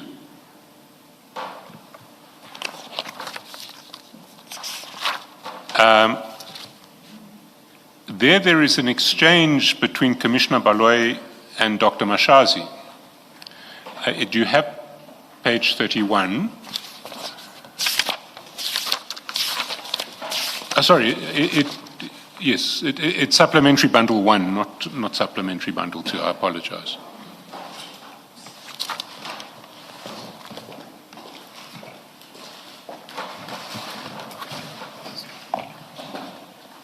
Okay, so-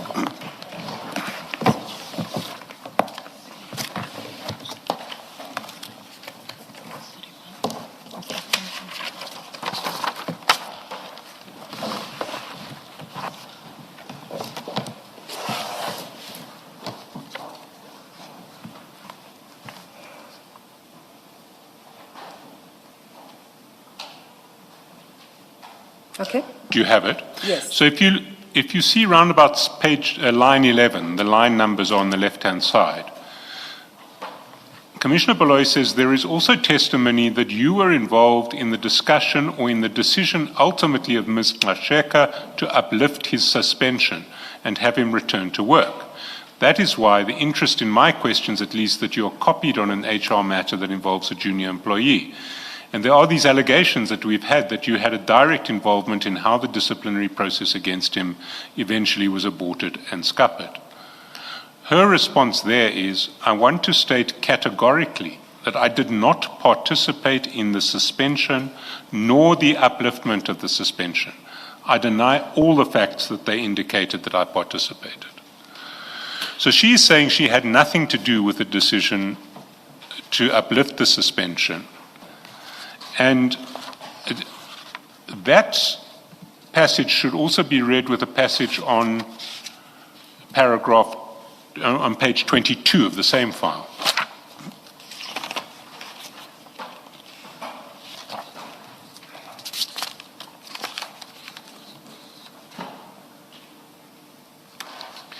There at the top of the page, Advocate Selo says, your response to that question is reflected in paragraphs 85 and 86. You may summarize for the record what your response is.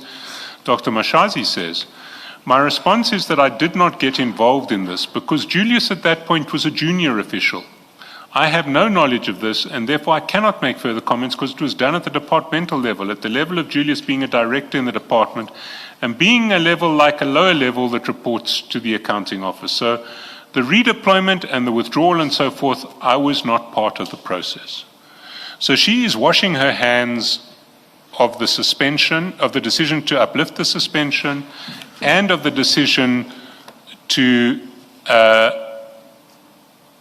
direct that his redeployment should be back to his initial position. What is your response to that? I mean, there is a direct conflict between your evidence and her evidence. Are you standing by your evidence? Are you saying that she has testified falsely to this commission? Thank you, Chairperson. I think on the initial transcript, the first page you read, I can't 31. get to it. 31. Yeah, page 29. There's where she talks about they. What I would like to put to the commission, then I'm going to answer. If anybody has been following up all our statements here, one way or the other, Chief of Police, Gxaleka and Advocate Kemi, if I'm not mistaken, there's some consistency of Dr. Mashazi being involved. And I don't think all of us, we can just throw her name and say she was not involved. I also don't think all of us, we can just say we want to protect Julius Mkhwanazi. All of us, and put ourselves in this situation.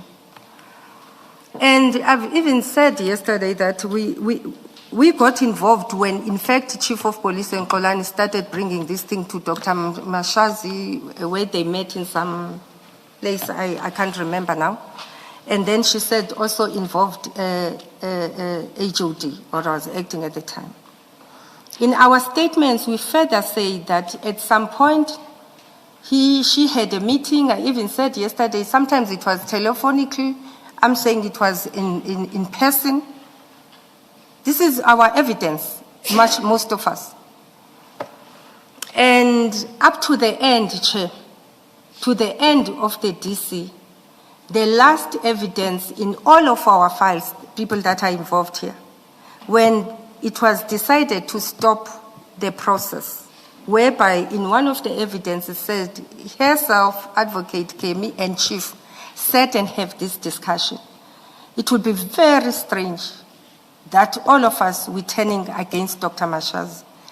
And I think on balance of probabilities... Sorry, Mrs. Gxaleka, I don't need you to justify it. I just needed to put it to you. And I have seen all of the evidence, and you're right, it is consistent.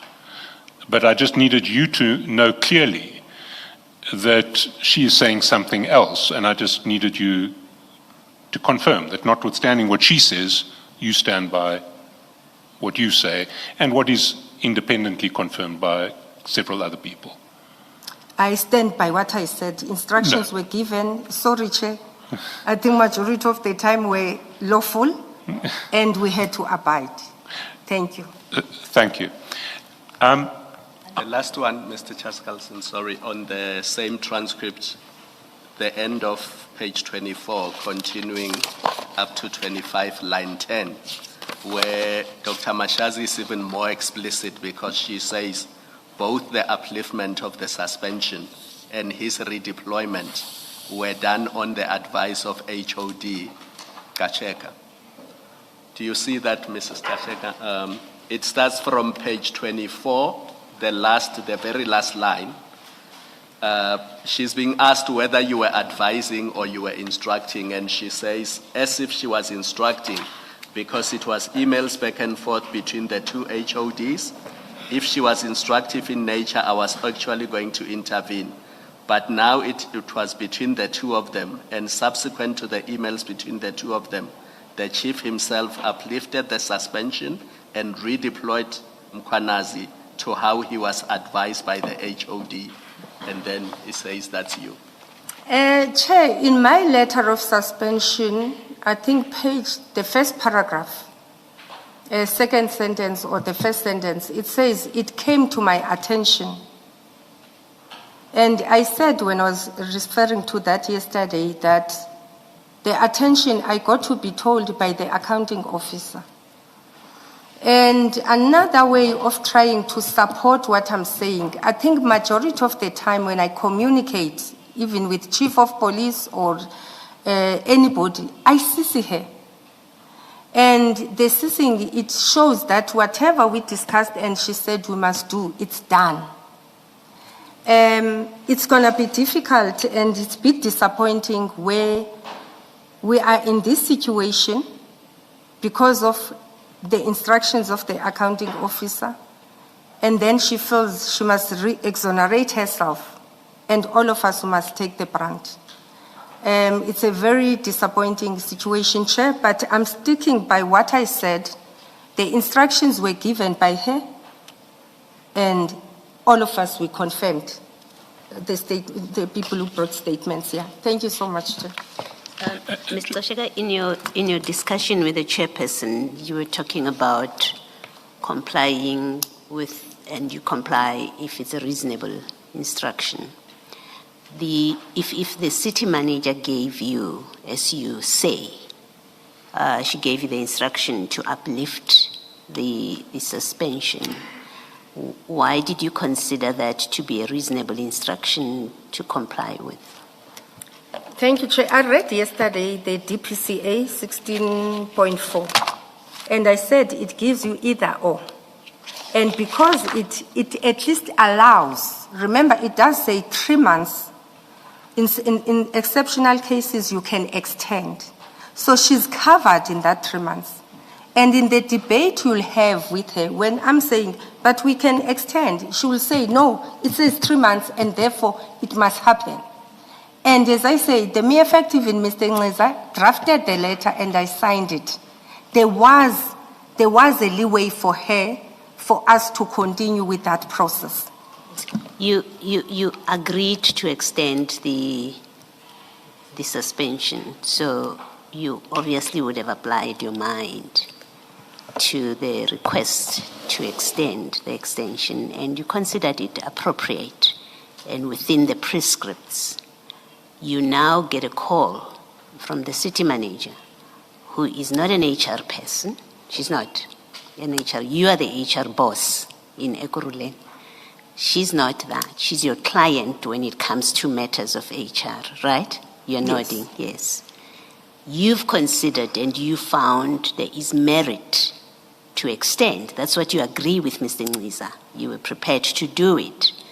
The city manager who is a layperson on issues like this, gives you an instruction to not to extend, to actually uplift the extension. You do not even let it lapse. You write a letter, you say it's not being extended. You change your mind because you get an instruction. And my question is, and DPSA has nothing to do with it. She hasn't told us that she looked at the DPSA, as Mr. Chaskalson says. She says she relied on your advice.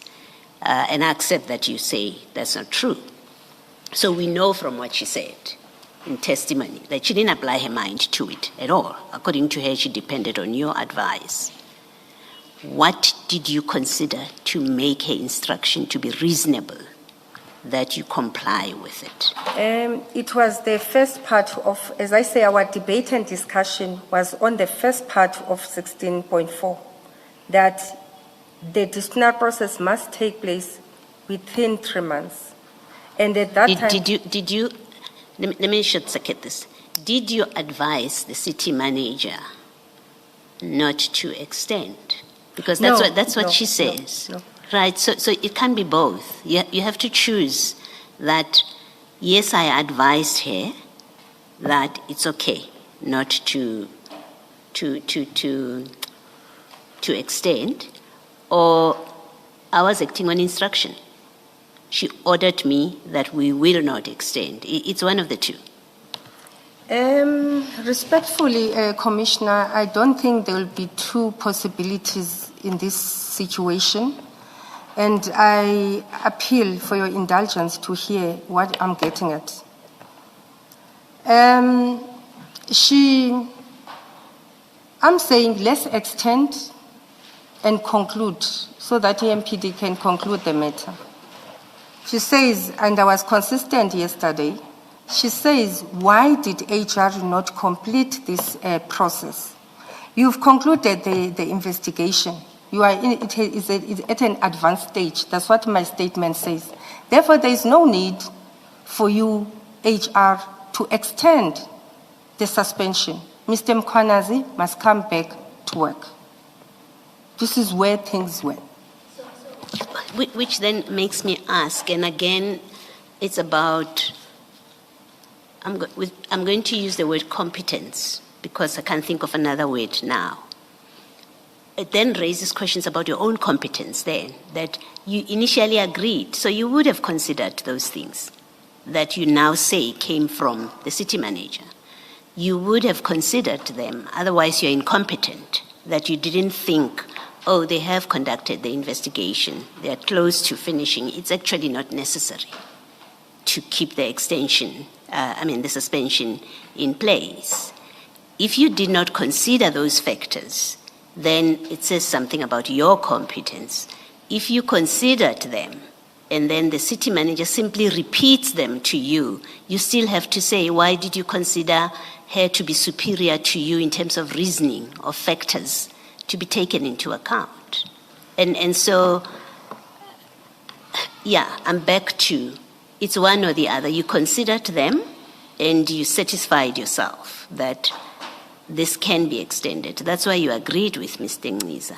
Something else happens and it cannot be the city manager repeated the same things to you. Something else happened that made you change your mind because you already had a view. She can't repeat the same thing and then you say, yeah, because it comes from the city manager, it's reasonable. Chair, through you, I'm saying there are discussions that are taking place. Initially, I satisfied myself. We do it. We do extend. Sometimes we don't extend. That's how it is, based on how far the investigation is. So there was no instruction from the city manager. You had a debate and she persuaded you differently. There was no instruction from her. I think you're battling to hear me. That's why I'm really trying to. I'm not. No, I'm not. I'm not battling to hear you. I understand you are here and I understand you perfectly. You either had an instruction from the city manager or you did not. You now speak about a debate and I say, well, you either acted because of an instruction, which you say I must comply with, or you debated. You had formed a view, you debated, and she persuaded you differently. In the latter case, it's not an instruction. If the latter happened, then there was no instruction from the city manager, then she's right when she says, I never gave an instruction. Or she did give you an instruction. And it takes us back to, well, why did you think this was a reasonable instruction? But forget that second part of why do you think it's a reasonable instruction is I'm saying to you, you either were persuaded different, and there's nothing wrong. If you had started with that, without saying she instructed me, if you had started with, yes, I formed a view, but when I had a conversation with the city manager, I actually saw things differently. I think that would have been the end of this debate with you. But that's not what you say. You say you got an instruction and she's not telling the truth when she said she never instructed you. Thank you, Chair. I've said from yesterday, I'm really trying to be slow because I think maybe yesterday I was rushing and I was not heard properly. You will debate issues with to hear. She will give you an instruction. And if I was not competent, I'll just say, yes, boss, and then move with it. I will advise against the instruction where I'm uncomfortable. We'll engage, and I've said most of the time you find out that legally she's equipped. After the debate, she will still say, I am saying to you, do this and that. And I wanted to talk to the competence issue because now you've raised it. And hence yesterday I've said, before and after the instruction has been given, I engage on issues because you cannot be at my level where you are told, do this, you say yes, but I've been very consistent on that. Instructions are given, I debate, and I'm still told you're gonna go and do it this way. And I wasn't trying to be disrespectful when I was saying you can test her character to the highest level. She will allow you to debate, but after debate, what she has said must happen, must happen. I don't think, I'm finishing, between me, Chief of Police, Xolani, Advocate Kemi, we don't even know, I don't know Mkhwanazi. I started knowing Mkhwanazi during this case. I don't think all of us would want to shield Mkhwanazi, and I don't think we had any reason to shield Mkhwanazi. The suggestion is you were shielding him to please the city manager. That's the evidence. That's a complaint against you. It is, you may not have known him. Maybe you met him for the first time at the city of Ekurhuleni. That's not even the conversation. The complaint against you is you did not, firstly, you uplifted his suspension because you were pleasing the city manager and you were rewarded for it financially. 2, you did not do anything. You frustrated or contributed to the frustration of the disciplinary process against him because you were doing the city manager's bidding and you were rewarded for it. That's the accusation against you. So it doesn't help for you to say, I didn't know him. We're looking at your conduct where there's a clear case of serious misconduct, serious, which in another forum should see Commissioner Mkhwanazi go to jail. You become aware of it. You see the charge sheet, it's serious matter. You say, well, they made an agreement, I wasn't involved with it. You say I was instructed. You say I did a forensic investigation, which has nothing to do with the charges. And the explanation from your colleagues who have testified is your role in all of this is explained by you were working with a city manager who was protecting, they say. She was protecting Mkhwanazi. You helped her and you got rewarded for it. Those are the allegations against you. Let me give you an example that is sensitive. Beyond this, I won't say much. Today, in 2023, I think that was the first month we suspended Mkhwanazi. My mom passed on. The following weekend, she was buried.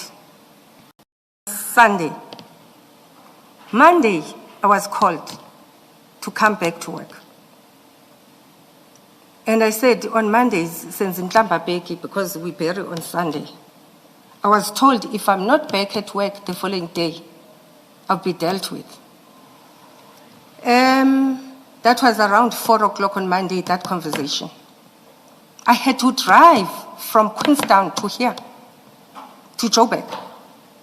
Didn't sleep, I'm a firstborn at home. Never slept. When we were driving, my husband had to stop me while we were sleeping at Bloemfontein. Because you are tired and the car keeps on getting out of the road. The following day, I was in the office doing interviews. I've never mourned my mom. On top of that, 5 days were deducted from my salary for burying my mother. So, in that period, between February and up to the end of 2023, why would I be loyal to such a person? So I really want this misperception that says some of us were loyal to Dr. Mashazi to be seen differently. It wasn't about loyalty. It was about how we advise and if our advice is taken or not taken. And I thought yesterday I was assisting myself and the commission when I said there's an executive authority, Ekurhuleni. And ultimately, she's fully accountable in everything that is done.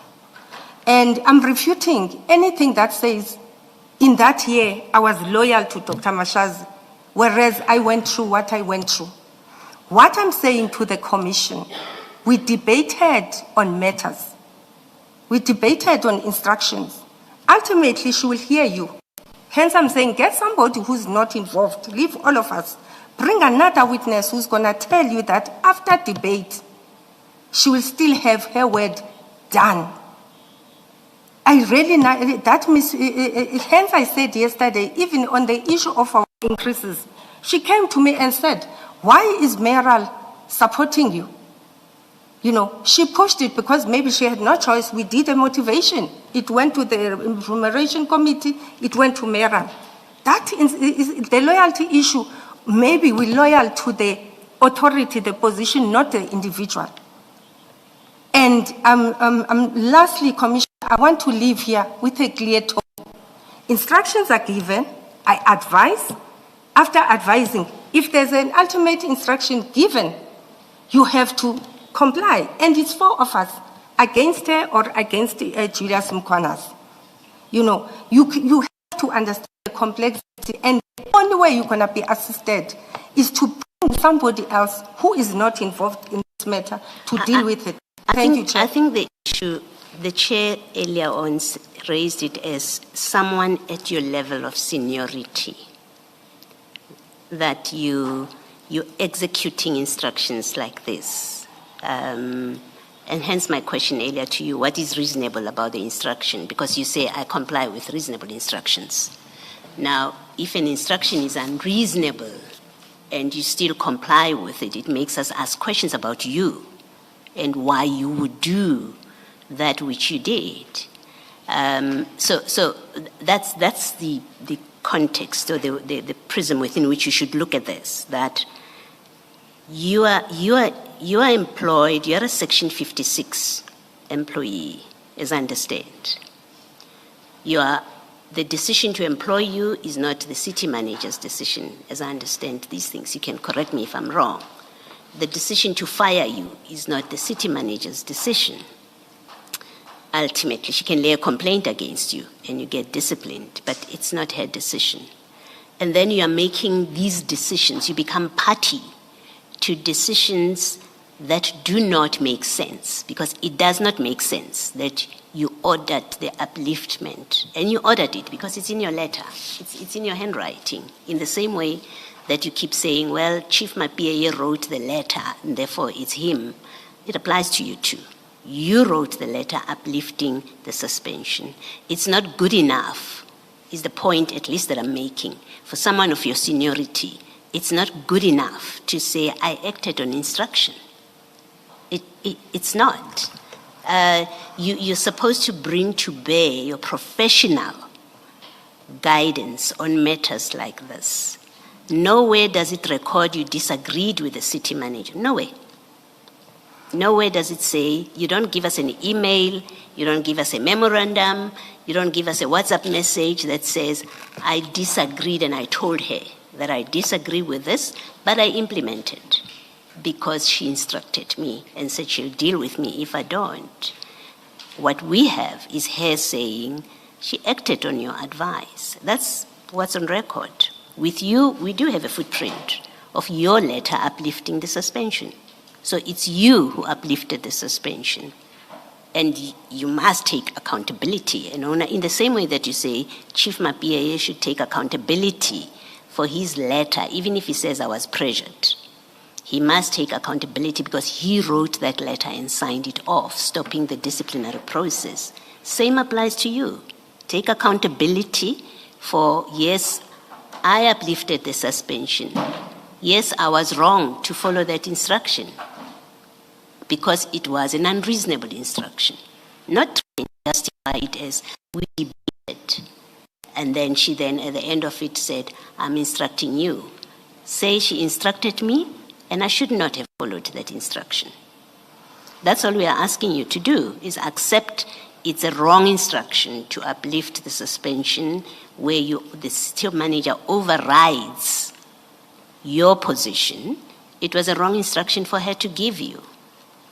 And you should not have followed it. You did follow it, but do at least own up to it and say, I should not have followed that instruction.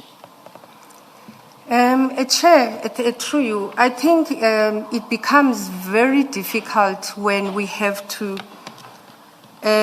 concede on issues when you contemplate them differently. And while you put your statement here, I've been very consistent that instructions are given, I do advise, and I do debate on issues. Ultimately, if it's reasonable, and the reason I'm saying it's reasonable to me, extending for 6 months, it's the right thing to do. But where the problem is with that clause, it says 3 months, within 3 months, finish the disciplinary process. And if you don't finish it within 3 months, the employee must come back to work. In exceptional circumstances, you can extend it. When I signed the first one, I agreed to sign the extension. It was based that at least you can stay up to 6 months. And there are circumstances where we say employees come back because the process has advanced. And I've said yesterday, I want the context. I will accede where I have to accede, but I really want the context to be given. a chairperson, in the sense that 3 months was concluded. And HR did, in our space, have irregularities. I'm taking that Dr. Mashazi is wrong. If you want me to say I could have done things better, I will do so. But we also played a critical role on that process not being concluded. And I'm not sure then when I was testifying here if all this will be integrated and before decisions are made.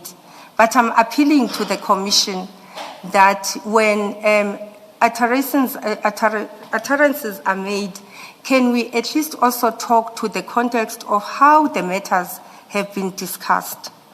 You know, the process was frustrated, I get that. And I'm saying we could have done things better. And it's really a pity, I'm gonna repeat before I concede to this, that Dr. Mashazi wouldn't know all these things. As we decide to wake up and protect Julius, what for? What for? And I wouldn't want to get to a situation where my competencies are being challenged without me trying to put a context on my side, Chairperson. I wouldn't want to. Hence, I keep on saying, whereas instructions are made, are discussed, a person is advised, but ultimately, if you are a decision maker, you can even override what I'm saying and write your own letter, or I assist and write the letter. Xolani drafted the upliftment and I signed it, and 3 months have passed. Xolani decided when the 3 months have passed to still think, do I discipline or I don't discipline? Those things must be taken into context. Thank you. I'm appealing with you. Thank you, Mr. Shekhar. Can I just ask one follow-up question? I mean, you know the prescripts that apply in the municipality. You've told us you spent many years in the city of Joburg. You are now in the city of Ekurhuleni. Is it lawful and appropriate for a city manager to involve herself in issues of suspension and discipline of an employee at a level where Julius Mkhwanazi was in May and June 2023? Is it appropriate and lawful for her to be involved? Chair, according to the delegations, as much as, remember, ultimately delegations are hers, accountabilities, she's the ultimate authority here. There's sub-delegations into these matters. But it doesn't mean because there's sub-delegations, she cannot still assume her delegations. I've said earlier on in my statement, this matter is the Chief of Police and Xolani who brought her into it. If in the beginning they wouldn't have said, okay, this one has got proximity to the accounting officer, let's go and consult her. That's where this whole thing started. And then she started following it up.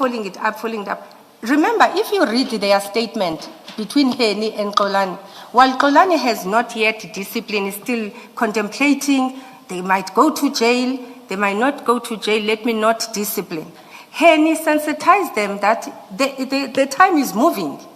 And by the 23rd, when he sensitized them, the 24th is the last day of the 90 days. You know, what do they do there? If you read their statement, I want to finish, Chair. I really want to, Chair. I'm going to come to it. Is it appropriate? Yes, it is appropriate. No, it's not appropriate.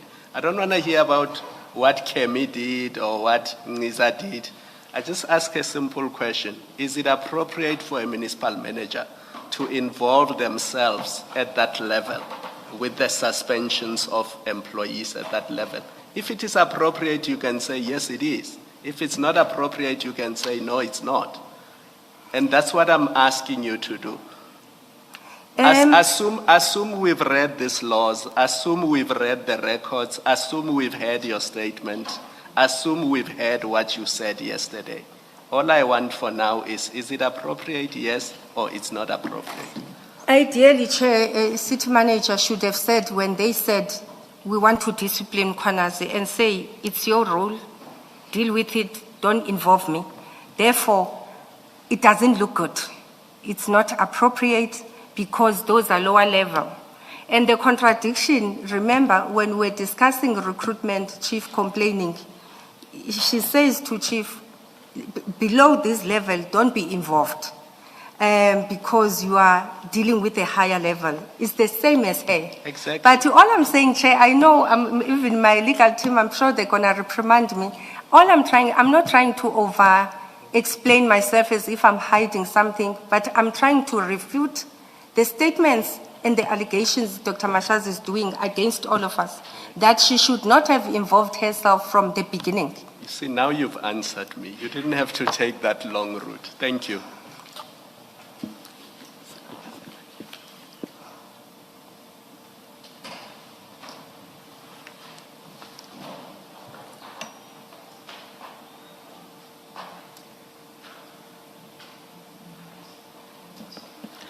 Let's adjourn and come back at 22. May we see council outside, please?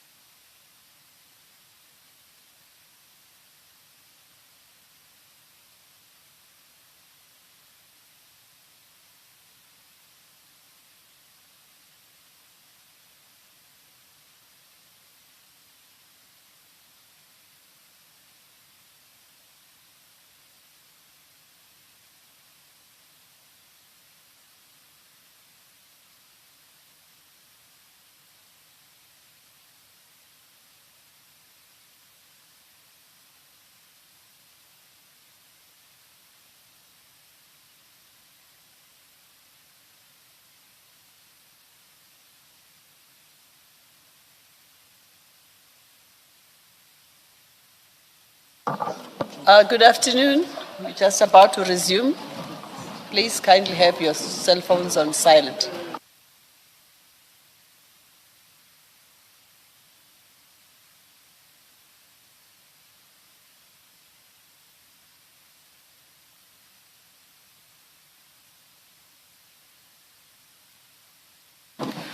Yes, Mr. Chaskalson. Chair, the next topic that I want to move to is the promotion of Brigadier Mkhwanazi. And it's an issue that we traversed briefly yesterday with Mrs. Gxaleka with reference to documents that are attached to the Mashiza bundle. And the promotion documents they start at page 59 well actually 58 of the annexure bundle, to Dr. Mashazi. I had merged two witnesses. It's late in the day and in the week. I apologize. So it's page 58 of the Mashazi bundle, and through to pages, and then the next document is 59 to 62.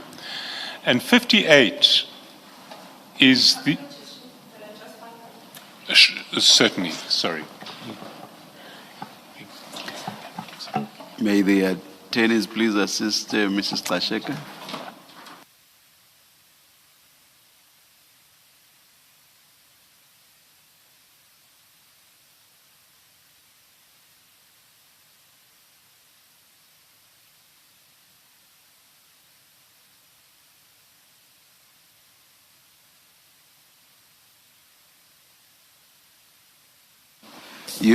Mr. Chaskalson,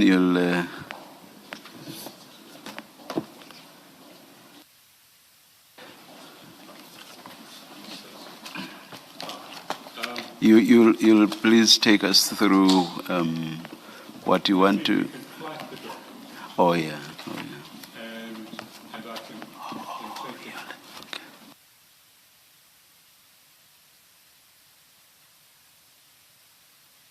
Thank you. It is a document dated 24 October 2023. I'll come back to the date a little later. It's an interview summary and recommendation for a panel for the appointment of Deputy Chief of Police Operations and Specialized Services. The date is 24 October 2023. So that is after the restructuring of disciplinary matters, and it's after the instruction in relation to the forensic report. And in that context, Brigadier Mkhwanazi applies for promotion. And can you take us through this document, because it's not clear to me. I see you were on the panel. I see Chief Mapie was on the panel.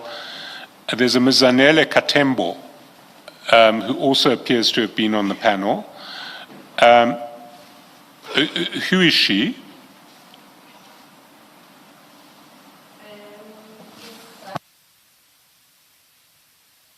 Your mic, please.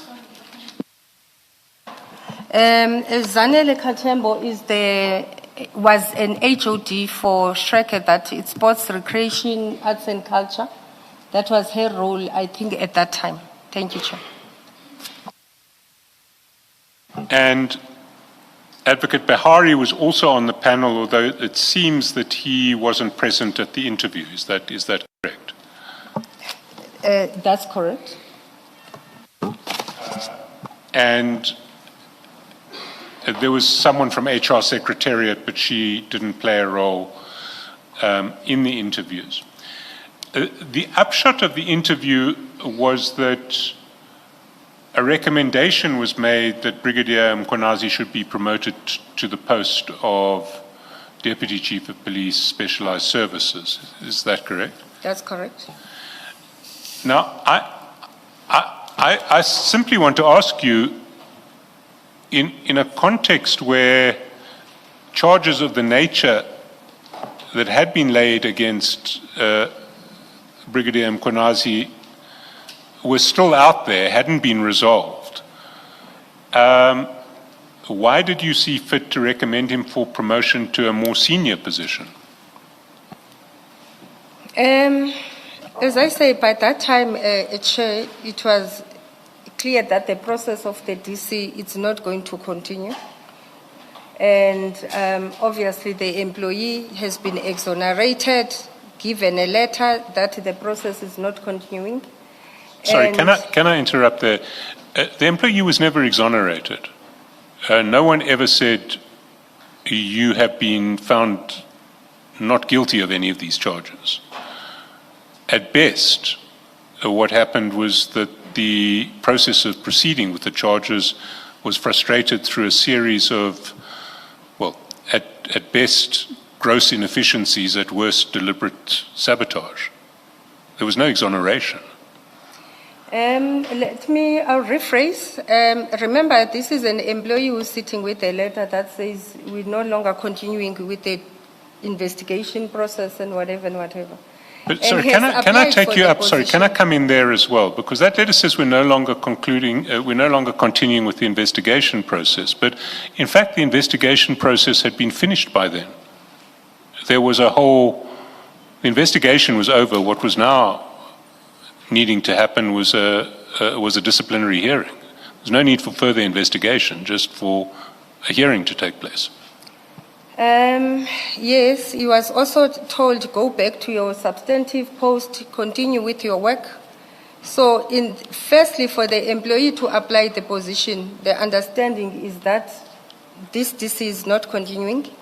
And at that time, there was no disciplinary hearing that is continuing. As I say, based on my initial testimony, my earlier testimony, and the legal opinion, if it was then done by then, I can't recall.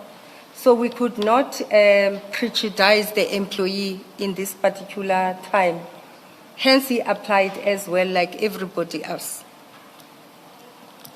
Sorry, which legal opinion said that you could not proceed in, I think it was October 2023? As I say, if I recall events, there was a legal opinion, I think we discussed it, that said there are no fraud issues against him.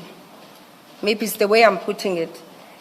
So at this point in time, the mere fact that we continue, there was no disciplinary process that is continuing. Check. Thank you.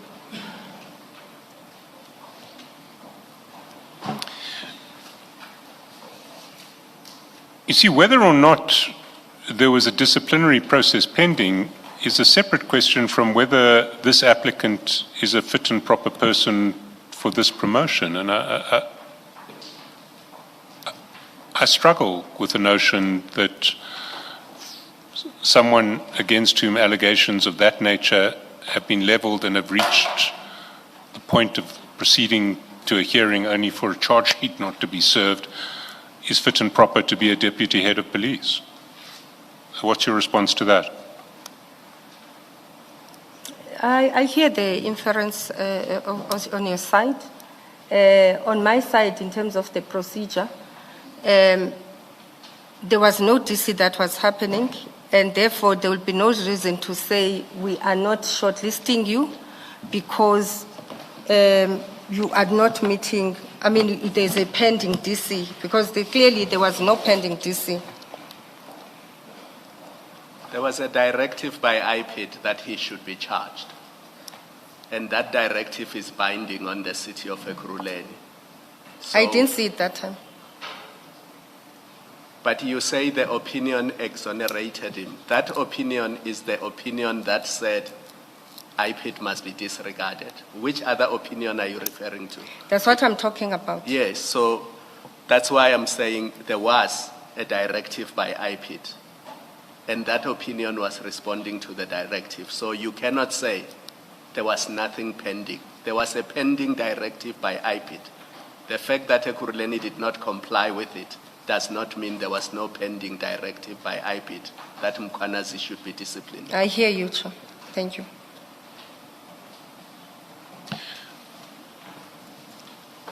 Yes, Mr. Gxaleka, the question still, Mr. Chaskalson's question still stands, that the disciplinary process is not complete, it's not shut down, not by the letter from Chief Mapie, because he as Mr. Chaskalson says, he speaks of an investigation. You then recommend the candidate, and the question is how in your judgment is it appropriate for you in particular to recommend such a candidate for a promotion to Deputy Chief of Police on such serious charges? Chair, thank you. I'm still saying that at that point in time, halted or suspended the DC, it would have been a prejudice not to give him an opportunity to complete with other candidates. The issue is not why did you interview him, because competing with other candidates is at interview stage. I mean, even the worst of, we've got a list, so I need to explain what I'm going to say next. We know from your vetting results, that some people were found to be rapists, but they're in the employ of the city. So even that person who is found to be a rapist, when they apply, you would have looked at, do they meet the requirements for shortlisting, right? And then you would shortlist them. And that's a fair for them to come and justify to the panel why they are suitable for appointment. So we are past that. You've shortlisted. You, head of HR, are aware that there are these unresolved charges, serious charges against this individual. How do you make the judgment that it's appropriate to recommend him for appointment? My judgment, Chair, was based on procedurally. I thought it's fair to give, if there's a halt or stopped DC, you give a candidate an opportunity like everybody else. If indeed at some point you are found guilty, you will always be dismissed. No, he was never going to be found guilty because the city manager has given you an instruction. Remember that earlier conversation? Yes. So you say the city manager gave an instruction, and that's why that explains your inactivity about further disciplinary steps. So that has ended, but he's never been exonerated of these serious charges. He's never been. Here's the HOD of Human Resources. The what do you call it? The one who gives direction, supposedly, on matters of discipline and how people should behave and what is tolerable behavior. You recommend his promotion. That is a problem. Do you accept that? I said, Chair, that it is an oversight. We could have done better. I advise on the other side that procedural. In fact, it's just that the reason I don't want even to talk to it because it was not recorded. I said after the shortlisting, because no employee at EMPD met the requirements, it was only these two. I then said, let's not proceed, let's re-advertise. And because we already didn't extend the contract of Mr. Mzolo, the chief pushed that we do interviews. And I think when you go for interviews, you might anticipate a particular outcome if you want to. But interviews will always surprise you. And then once it's recorded, and we made this recommendation, it's difficult to go back. If we could have restarted the process, maybe we won't be here. But I'm taking full accountability that I should have stopped the process when I said, let's stop the process. Yeah. Well, we're at a point where you did not stop the process. Yes. You interview, you know the problem about this candidate. You recommend, you do a positive act. You're saying he's suitable for the position. That's what this conversation is about. So Yes. it's not oversight at all. It doesn't fall in the category of oversight. It would be oversight if you didn't know that there were these accusations against him or you were mistaken about something, right? Here you know this is unresolved. There's serious allegations against him. And we do have evidence here where EMPD conducted an investigation, and you would have seen that. You know that, as Commissioner Khumalo says, you know that IPID has directed that he should be disciplined. You have testified that, well, it was frustrated / there were instructions. Now we come to you personally. Why do you recommend such a defective candidate whose defects are known to you, are recorded in a charge sheet? How do you, head of HR, The process say, oh, he can be promoted, he's suitable for the position?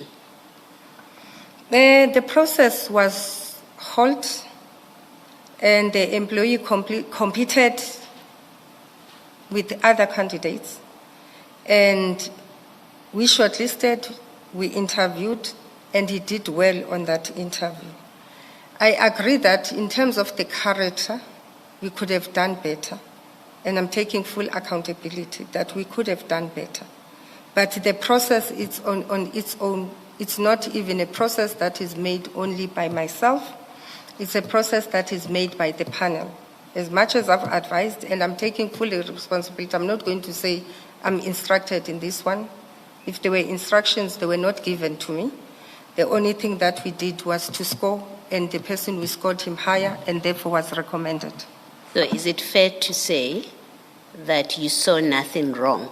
The short answer, at that time, now with hindsight, maybe you say, well, yeah, I shouldn't have done that. Maybe that's what you're saying. I don't know if that's what you're saying, but I'm asking, in the moment when you recommend that he's suitable for promotion, you did not see any problem with that?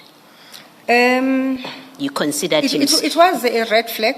It was a red flag. And as I say, I think what was left is how you debate it. Remember, at the time, as much as I can recall, there was not even a criminal record against him, but there were pending allegations against him. And unfortunately, we didn't get to test them to the end. No, you may not have tested them as a panel. And the conversation really... We've had the same conversation with Chief Mapie and raised our concerns about his own conduct with this interview, rather with recommending Commissioner Mkhwanazi. It's exactly the same concern with you. And this is not a panel concern, it's a concern about you individually, you as a person who knows the problems that have been raised about this candidate, who knows that there's either an aborted disciplinary process or suspended disciplinary process, whatever language you choose for it. He's never been exonerated, and you have to accept that. I think you've accepted that yes. He was never exonerated of these serious charges. You sit there and you determine he's fit and proper, notwithstanding he's fit and proper to be promoted to the position. That's a difficulty I have with you about either it's a sign of poor judgment on your part, at least from where I'm sitting, or it's something more serious, that you were prepared, because it's Mkhwanazi, you were prepared to overlook the problems, the red flags, to use your language, about him. You overlooked them because it is Mkhwanazi, or you simply failed in your job to properly assess a candidate. Chair, I think the inferences sometimes are biased, and because it's based on a particular situation at a given point. My judgment would have been based on that the allegations have not been fully tested. And until found guilty, you are innocent. I think where Ekurhuleni we failed, I'm still going to agree, is how poorly we managed the matter of Mr. Mkhwana's.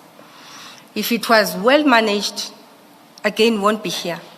If the DC continued timelessly and charges were served, maybe even he could have been exonerated and won't be here still, or will be here for a different narrative. Aren't you being unfair to the other people, considering that you explain your inaction to pursue this disciplinary process on the basis that you were given an instruction? And when it suits you, you say it's the fault of the other people. It can be both.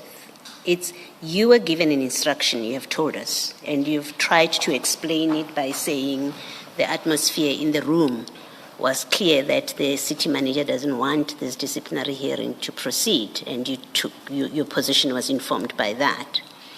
So you acted, you explain your inaction in this aborted disciplinary process by saying there was an instruction from the city manager, and then when it comes to the others, you say, had they done things on time, it would have happened. But if we go with your version, this DC was never going to happen because there was an instruction. Thank you, Chair. Chair, if you follow events, if we acted within the 3 months, we might have a different narrative.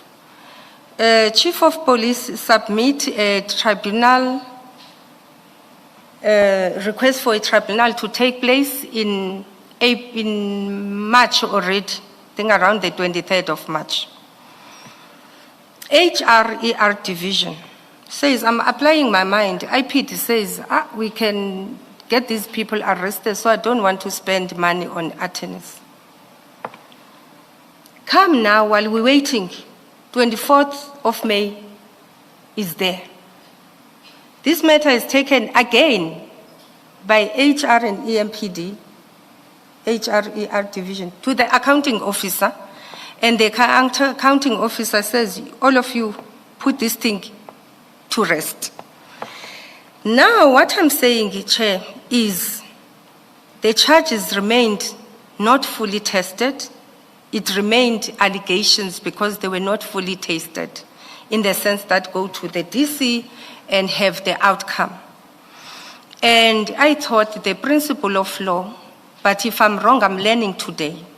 You are innocent until you are found guilty. I think I was fearful of the fact that now that we continued, if we don't appoint him, he might take us on. Ekurhuleni, Chair, you hide documents, they find them. I'm telling you, if Mr. Mkhwanazi found this document, let's say we withdraw that, we didn't see he's going to perform in this interview, we say let's withhold and not fill the position, and he get hold of this document. I don't know if we went to courts how it was going to be. I might have not understand the principles of law, but I've learned a lot from this commission, and I think the person will continuously improve themselves and improve myself wherever I'm going. I've learned a lot. That my judgment, Chair, I'm saying the red flag is there. But when I'm thinking of the rule that says you are innocent until you are proven guilty, I could have done and consolidated those two statements or notions and come with a better judgment. I want to suggest to you that it's not available to you or open to you to rely on that principle of innocent until proven guilty if you contributed to the disciplinary hearing not happening. It's not open to you. You can't have it both ways. You can't agree with the frustration of a disciplinary process and then later on rely on that it didn't happen and say, well, I couldn't hold it against him. It's a correct principle of law that you are quoting, but it's not available to you. Chair, if you can clarify when you say I contributed to the disciplinary hearing not taking place, so that I can be able to answer in terms of my role. On your version, you followed Dr. Masha's unreasonable instruction not to discipline Commissioner Mkhwanazi. You followed that instruction, and it's unreasonable because the charges are serious. A charge sheet has been prepared. Things are at a point there may have been delays, but you are aware there's a charge sheet. It was at a point of being issued. It didn't get issued. You've seen the content of it. You know that IPID has directed that there should be a disciplinary, and you know that if you've seen the opinion that you're seeking to rely on, which we say doesn't say what you wanted it to say, if you've seen that opinion, because it does say what IPID has said. So if you read that opinion, you know that IPID has directed disciplinary proceedings, right? So you know all of that. You follow, and notwithstanding, you follow an instruction from the city manager that says, don't discipline. You follow an unreasonable instruction.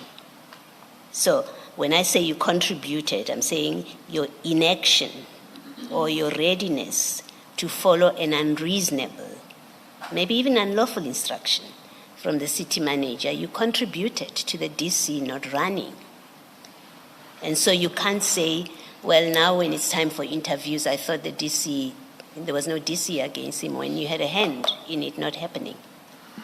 Chair, I get your context, Commissioner, that when I got to find out about this matter in August 2023, the way I think the report is being read, the one of the forensic report, and I don't want, I'm not sure if we must go there. I'll still stand by my conviction that in my report, if it's read in its entirety, I will never agree that I fully complied with the instruction. If the instruction says you stop this DC, you don't continue on anything. And I get the notion and the premise that says, no, you guys were looking at labor cost. But I'm still appealing to the Commission that maybe the report is read once more.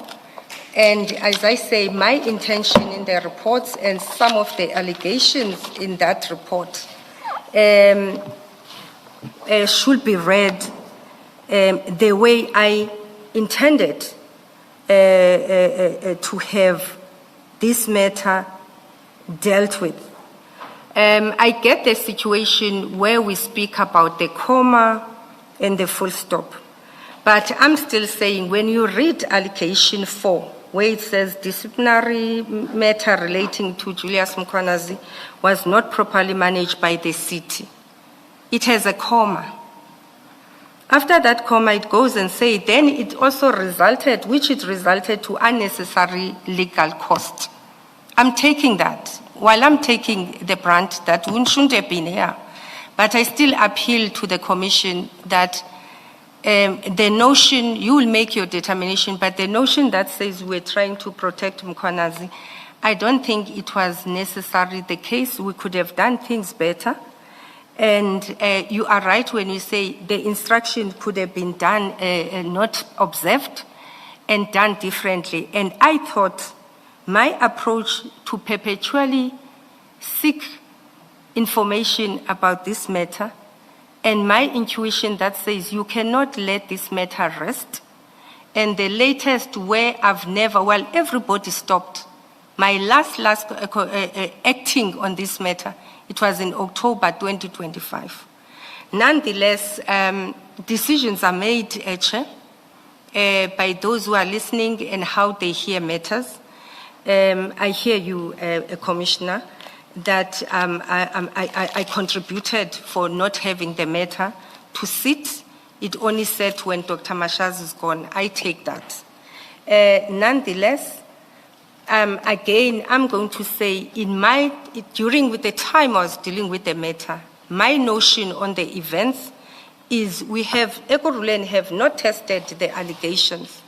Therefore, it's difficult to say the employee is not going to compete, and we could have still done better. I'm taking that, but I'm still appealing that hopefully when you look at this matter in its entirety, we will see how the outcomes come out.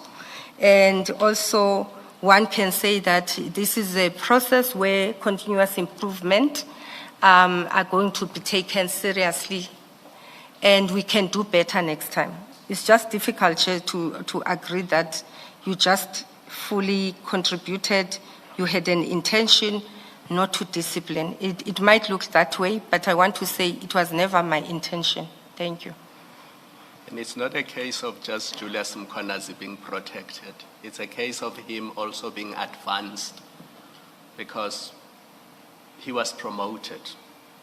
And with that promotion, there was you motivating that his salary be increased by 200,000 rands. So it wasn't just being protected at the position where he was.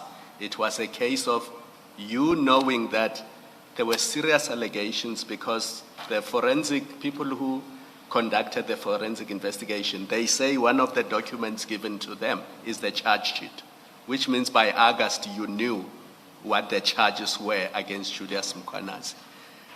In October, when you support his promotion, you are aware that IPID independently has found that he's guilty of fraud and corruption and must be charged internally.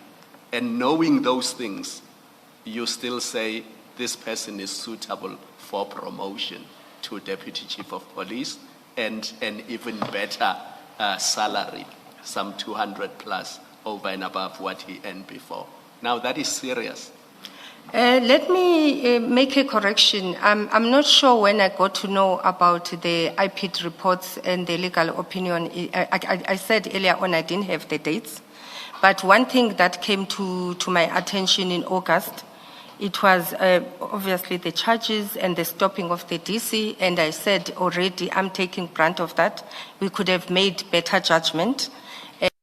Despite that there were instructions that were made, we could still have made better judgment. On the promotion, I'm still going to say that when the charges are not proven, it becomes difficult if you already shortlisted and recommended the person for promotion. On the issue of the salary, on the issue of the salary review, when an employee is a permanent employee, has got certain benefits, employer contribution. So when you count the breakdown, it becomes different. And when you now put them on a total cost, when you FTC, you are putting a total cost.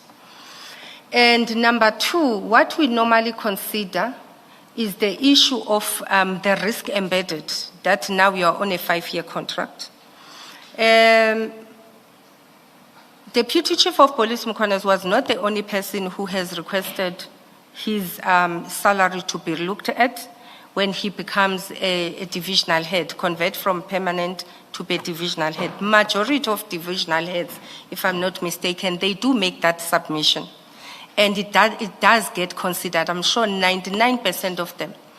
And one thing we've picked up as an anomaly in the city is that the gap between the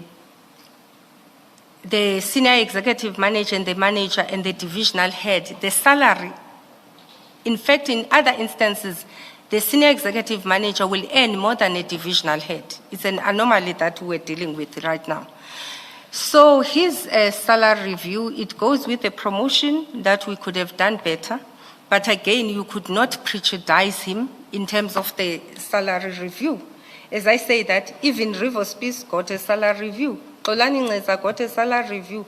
I got a salary review, and so many people. And I say main issue, it must be noted, is because of the overlap in the salaries between that lower level and the divisional head. What I remain with allegations, I got to know about them in August. October, we did interview from that we shouldn't have even shortlisted, we should not even interviewed. I did say, let's re-advertise. But because Chief didn't want to extend Mzolo, if you check the events, the way I was trying to assist, I'm saying in November, I think we interviewed, we shortlisted in September, we interviewed in October, I can't remember now the dates. In November, I'm saying, Chief, let's extend. Because there's so many processes to be followed. Even the forensic process, Chair, I wouldn't have known it will take that long. So I have this thing that if maybe we did extend the contract of Mr. Mzolo, maybe again we won't be here, Chair.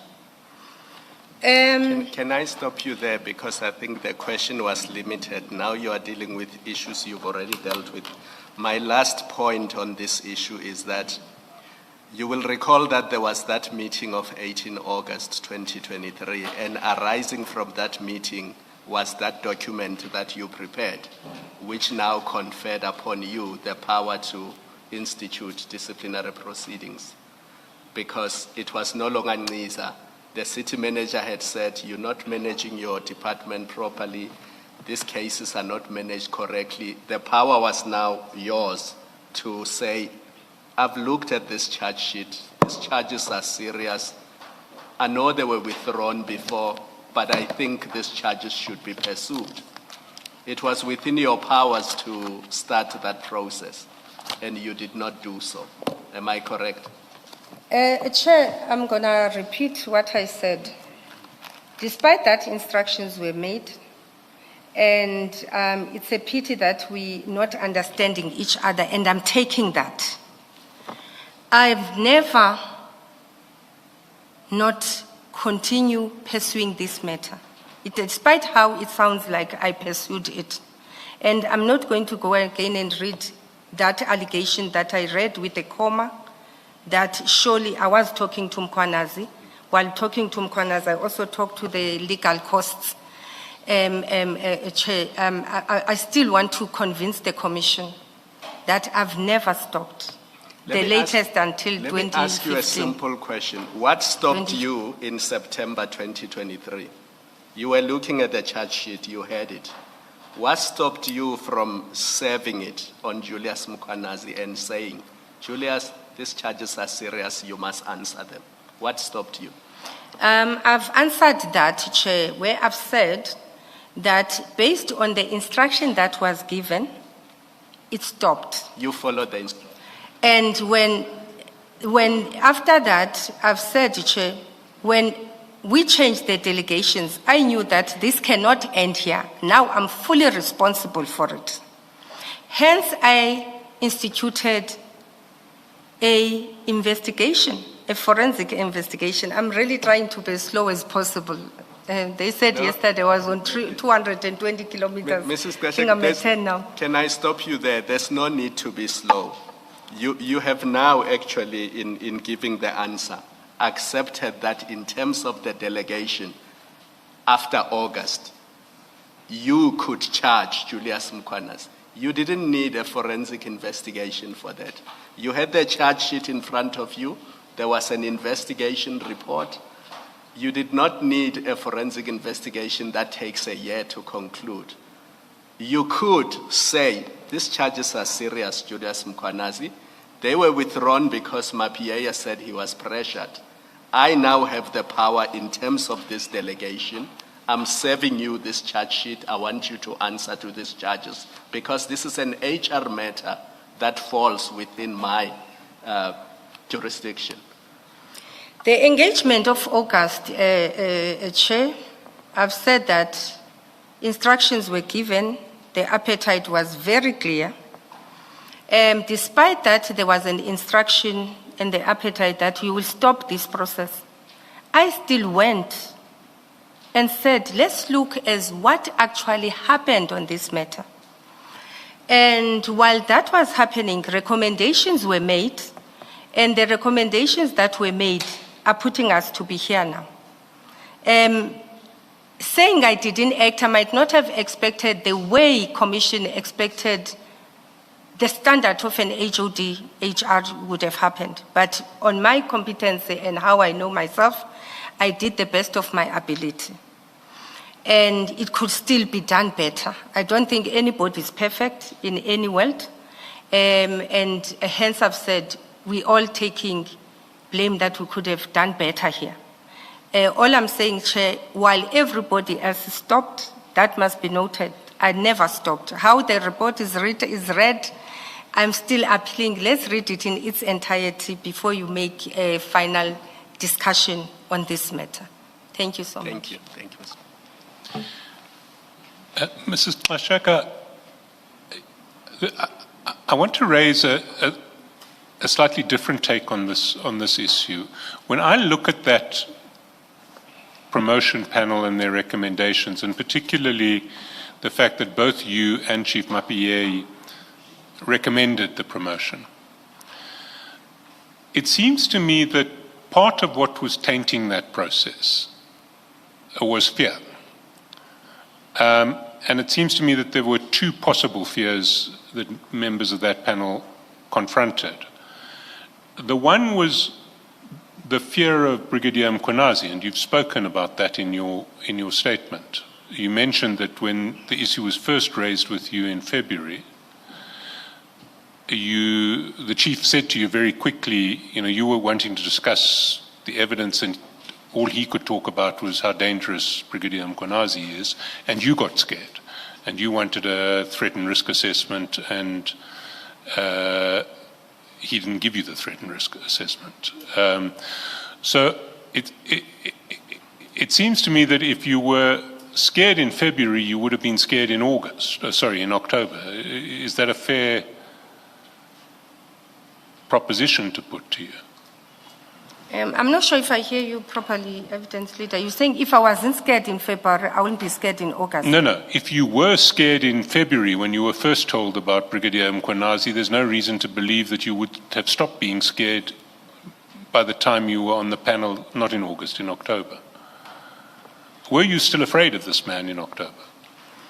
Not really, Chair. If you remember how the process ran, in the shortlisting, the candidate doesn't even know that he's going to be shortlisted. And he never contacted me and say, shortlist me, if you don't, I'm going to have issues. I really, on this one, I'm not even going to blame certain circumstances beyond that. My judgment would have been poor. I've never had a discussion with Mkhwanazi on this particular process. The only person I had a discussion with... Can you please try to be brief, at least with some of your answers? As I understand the question, is it October, were you still afraid of Brigadier Mkhwanazi? Okay. Chair, the risk assessment was never done. So I didn't know if I'm safe or I'm not safe. As much as I don't recall when we're shortlisting there, I thought of that. Maybe let me put it that. But the most important thing to be known, to date, there's never been a risk assessment done to my life. I'm still waiting for that. Maybe one day I will find it, and we're hoping that will live longer. But I don't remember considering that part. Probably subconsciously, I could have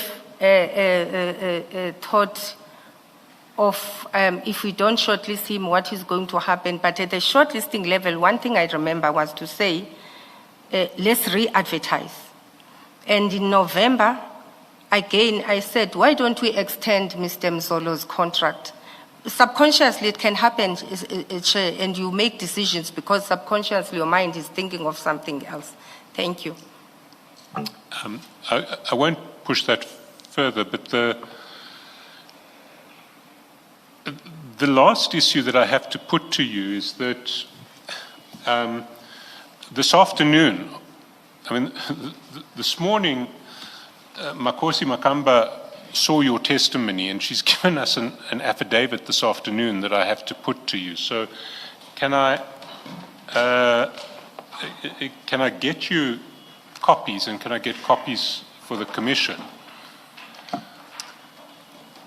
Sorry, Mr. Has it been? Chairperson. No, it hasn't, and I was about to raise an objection to the document that the evidence leader is about to show it to the witness. You've not had sight of it? I've never had sight of it. It's for the first time that I hear about this document as he is busy leading now.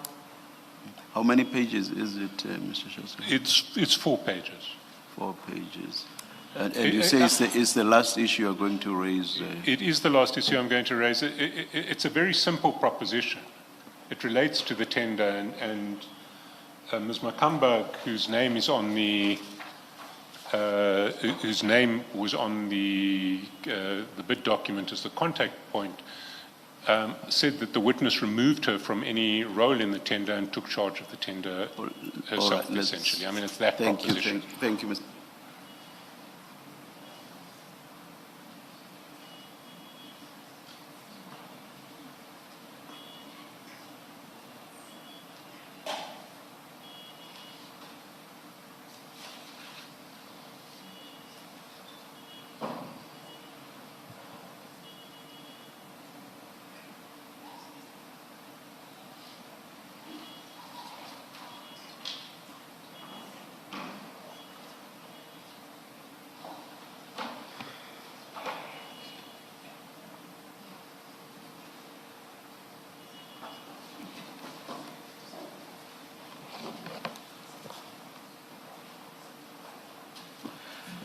If it's only 4 pages, what, 10 minutes would be enough, Ms. Mabula?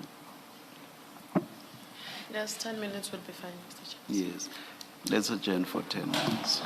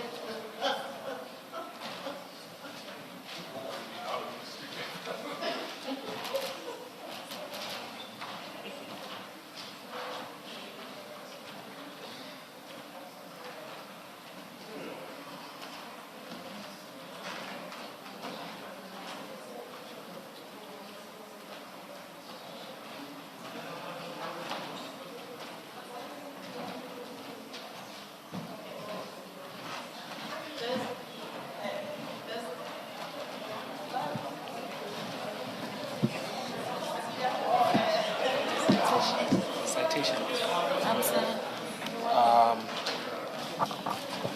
Good afternoon. We're ready to resume. Thank you. Please switch off your phones.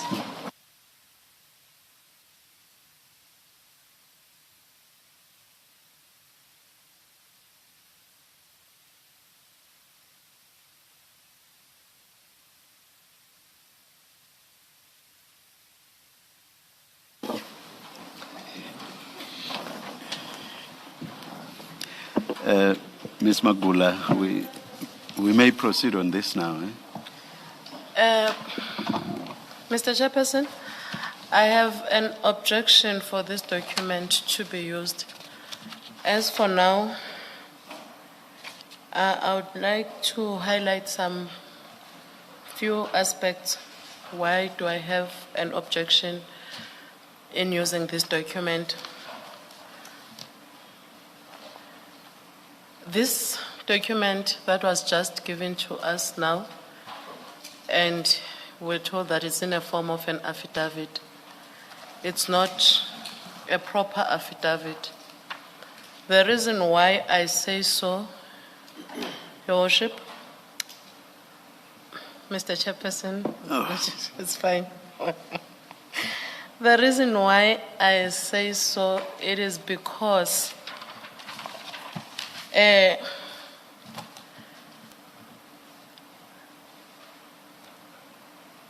we don't know the author of this document.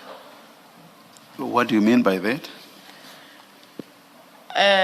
The reason what I mean by that is that, Mr. Chairperson, it doesn't, at page 5, at the end of this document, it's the page 5 is the last document, is the last page. There is nowhere where the deponent of this statement has taken an oath or an affirmation to prove that these contents, or he is the author of the document.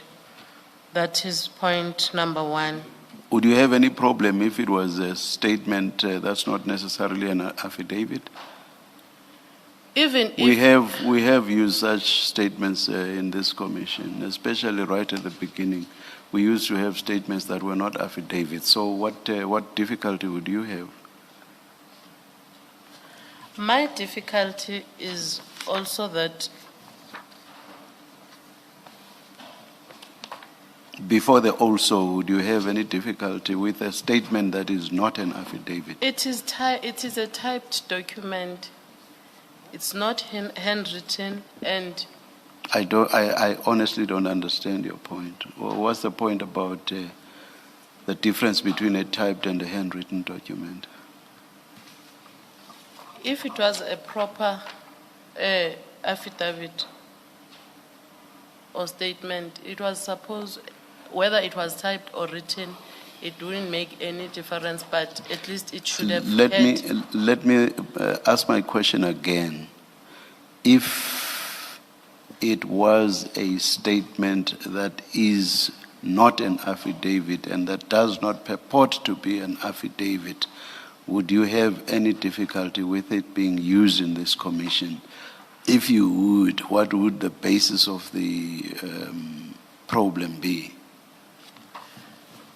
Yes, I would, because it was supposed to have long form part of evidence, or as That's a different point altogether. That's a different point altogether. You know, the issue of how much time have you had to peruse the document and possibly even consult with your client on it. That's a different point altogether. The point now, as I understand you, is that there is an issue or problem with this document because of its nature. Do I understand you correctly? yes. Yes. Now, the issue that you raised in support of your point is that there's something, if I understand you correctly, with the attestation. And then to try to cut across that, I'm saying to you, in this commission, we have used statements that are not affidavits. And that was especially so at the beginning. We never had any problems with that. So I want to understand you, and I asked you the direct question. What problem do you have with a statement that is not an affidavit? What's your problem with that? Especially in the context of what I'm telling you, which is that we have used statements in this commission that are not affidavits. So what would your problem be with a statement that is not an affidavit?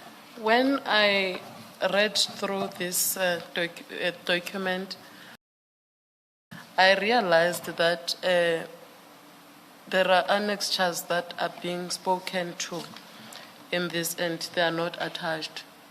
That is also my problem.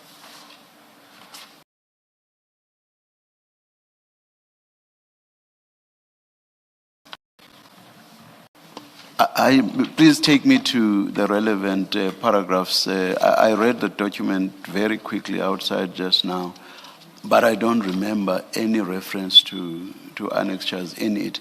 But even if you are correct, what always happens between legal practitioners is for legal practitioners to say that you refer to such and such an annexure. Can you please share that? And then you decide whether you are able to proceed or not after you've been finished with the annexure. But it cannot be, or at least I do not think so, it cannot be a basis for saying, I object to this affidavit because I've not been finished with the annexure referred to.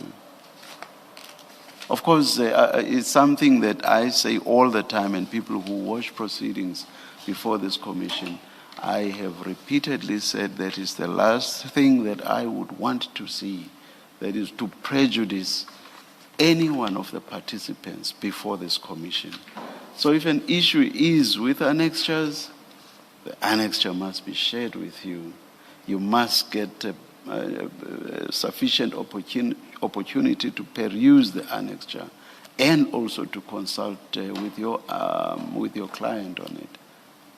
That I will definitely give you time for. So, but now, please take me to the paragraph that refers to annexures. Just a minute, Mr. Johnson.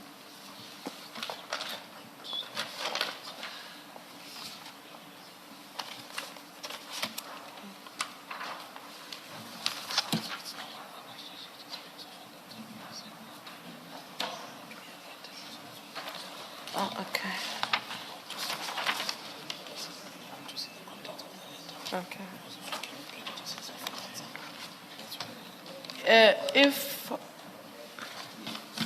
If I may, Yes, Mr. Ms. Magula.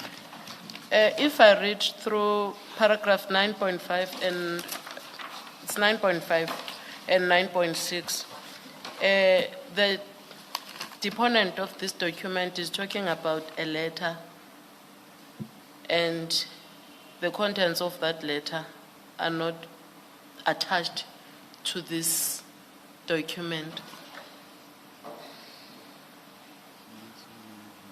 Then if I speak of an annexure, I was speaking about the said letter that maybe it was supposed to be attached to this document. No, not that it's an annexure. It's a document that you feel should have been shared with you. Yes. So you misspoke when you said it refers to an annexure. I concede.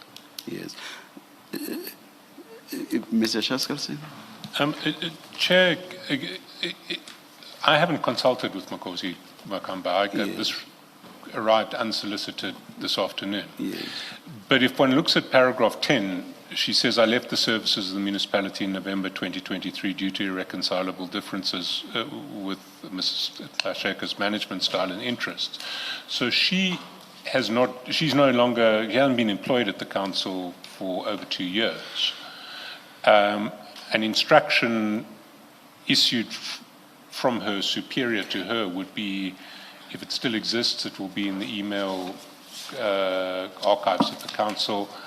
If Mrs. Gxaleka can still access her email, I don't know if she can, it will be there. We will try and obtain it from the council, but we have no way of obtaining it through any other means. All I propose to do is to ask Mrs. Gxaleka to respond to what the witness to this statement says in paragraphs 9.1 to 9.9, just to understand whether there's a dispute or not. Thank you, Mr. Shaskalson.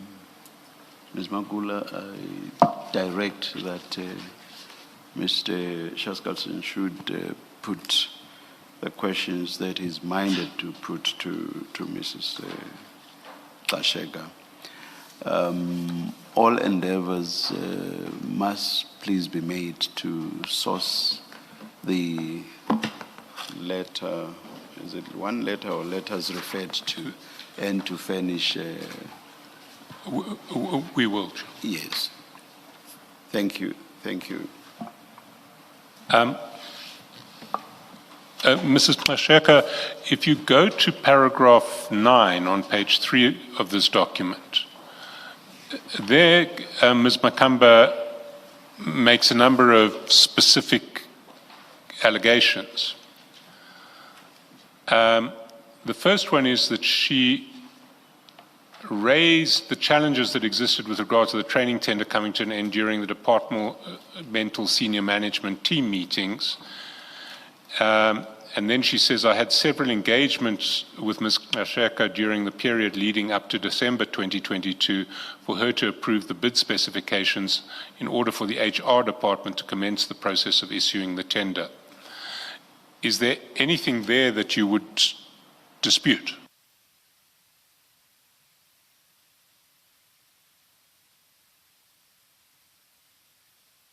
Apologies, Chair. I can't recall these events. It could have happened, it could not have happened in terms of the time frames. But where I might want to agree is where I said, look beyond the unit standards, add degree, honors degree, and so forth. That I think from what she's saying, we could be also talking about the same thing where I said there must be additions to the tender document. Thank you, Chair. Then in paragraph 9.3, she says, my unit submitted the bid specifications to Ms. Gxaleka already in 2022. She took more than 3 months to approve the process. Do you have a response to that? I think it's similar to 9.2, where I'm saying, if possible, if we're discussing the issue that they must add additional formal qualifications, she might be talking about that. One thing I wouldn't understand, why must that take 3 months or take 6 months? But I did engage, and I've said it earlier, that they must increase the bid specification. Thank you, Chair. Then she says, the item was eventually submitted to the bid specification committee on or about 26 May 2023. I represented the department at the BSC as the project manager and responsible for the training function of the municipality. Is that correct? Chair, I think it's similar to what I said earlier on, that I was not involved in the BSC, the bid specification committee, same as the bid evaluation committee and the bid education committee. Thank you, Chair. And then she says, soon thereafter, Mrs. Gxaleka wrote me an instruction appointing Mr. Joseph Moropa and Ms. Lebogang Motai, who were not in my unit. She also appointed Ms. Zamamia Divuo Nwendamunsu and Ms. Ntabiseng Punyamani to run with the tender. Is that correct? I'm not 100% sure, Chair, what does she mean to run with the tender? Because if it means after it was awarded, maybe she should be saying something else. I can't recall there what would have happened.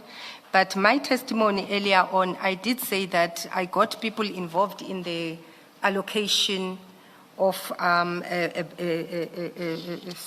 the scope and to ensure equitable share. So I'm not 100% sure she's talking about that or what exactly she's talking about. I'm not 100% sure. It's difficult to answer on that one, Chair.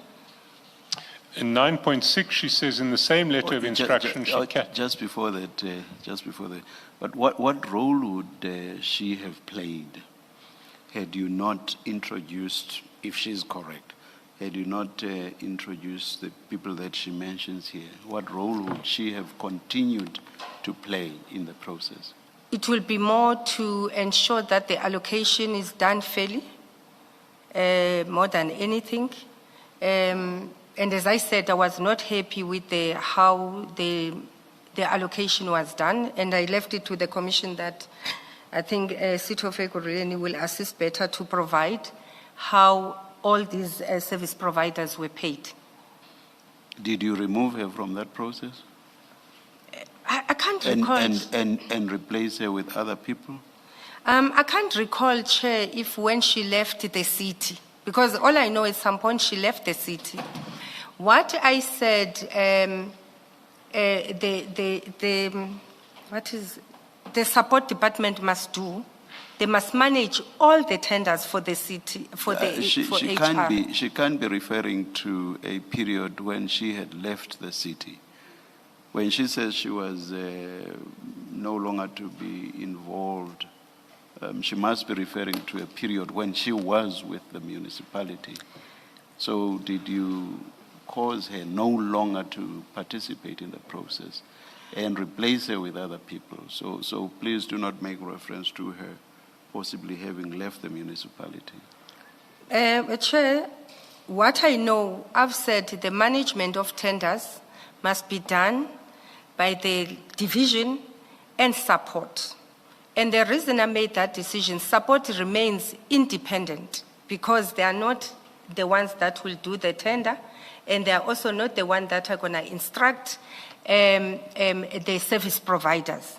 So I did say earlier on that I made different improvement in the system, and highly possible she's correct when I say I included support services.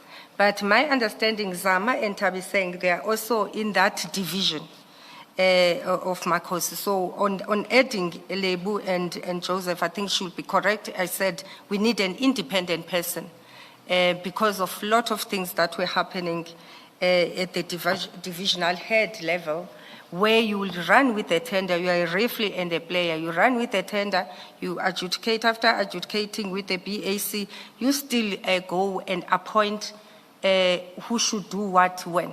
So the responsibility of support services was to guide against that, also ensure that equitable share is happening and the quarterly reports are submitted to finance. Thank you, Chair. You see, I don't think she can be referring to a process after award of the tender, because she says she left the services of the municipality in November 2023. And we know that the tender was only awarded in November 2023. So these processes that she's describing must relate to a period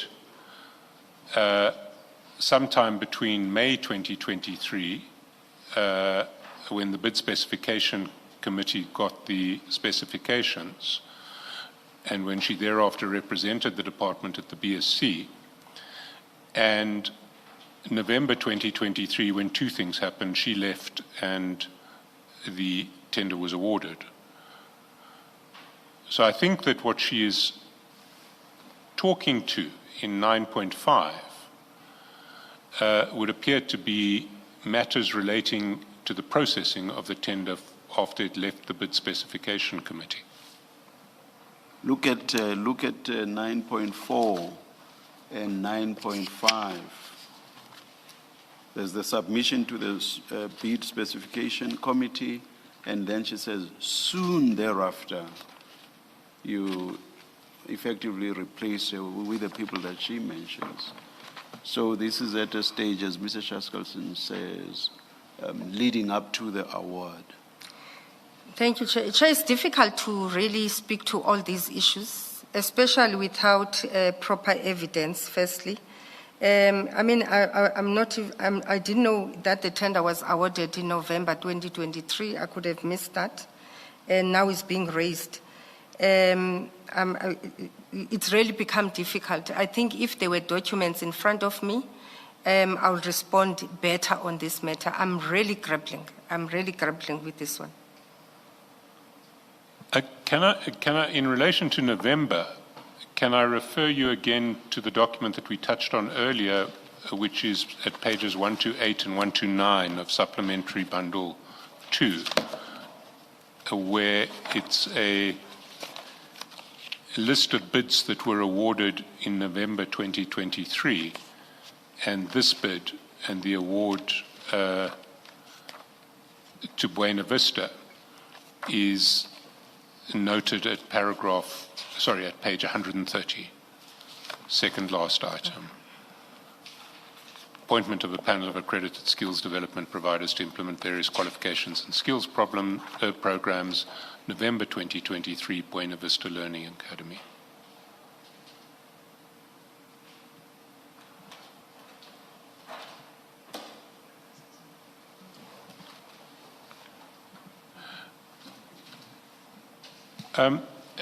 What she does say in 9.6 and 9.7 is in this letter to which she refers, she says that you categorically removed her involvement in the training tender, albeit same being in her unit, and the handling of the training tender was thus moved, she says, from my functional ambit and located in the office of the head of department, Ms. Linda Gxaleka. She had absolute control over all HR processes that ensued. Would that be correct? It's not correct, Chair. I'm going to reiterate. I was not involved in the BAC, in the BSc, and the BEC. That cannot be. In fact, she's bluntly lying here. I've said earlier on, I haven't seen an HOD who go and present his or her tender at BSc, at BEC, and BAC. I'm refusing this. I'm refusing this. I think we are just being implicated here unnecessarily. It doesn't make sense what she's saying to me. And if the tender was only awarded in November and she left, how would then been taken away from her? Because between until November, it would have gone to BSc, it would then go to BEC, after BEC go to BAC. It only comes back now to me to start having a control in terms of the shared, equitable share after November. So I'm refusing, Chair, what she's saying here. I think we are just being played with here. Thank you, Chair. Well, can I ask you this question? In paragraph 9.5, there are 4 people who she says you designated to run with the tender. Do you recognize those 4 people? I do. And are they in the office of the head of department or in the training department, in the office that was run by Ms. Makamba? They are under, 2 of them are under training department, and then 2 of them are in the service department. I mean, service division. So they are also in another division. That's the division that deals with budget, finance, contract management, and even when you are tendering, they will vet the document. They support you from you starting the tender to its completion. Hence it's called support services. So they will always be involved, not specifically for the tender for training, that is the wife of Madlanga, but they will be involved in all these other tenders. And would the department not have some representation in the BEC and the BAC, even if it's not you? They would. So when she says that the training tender was moved from her functional ambit and located in the office of the head of department, it's quite possible that that would be the case if the people from the department who were designated to the BEC and the BAC were people who reported to you and not to her. Chair, in other processes that, other tender processes in HR, Those two people he has mentioned from support are always there. One thing she has said that is correct, she is a project manager. But on top of that, there's other people that you work with to assist you to conclude this process. And they've always been in any tender process, you'll find the support people in that space. Those two people she mentioned, they were very good in handling of how the tenders are done.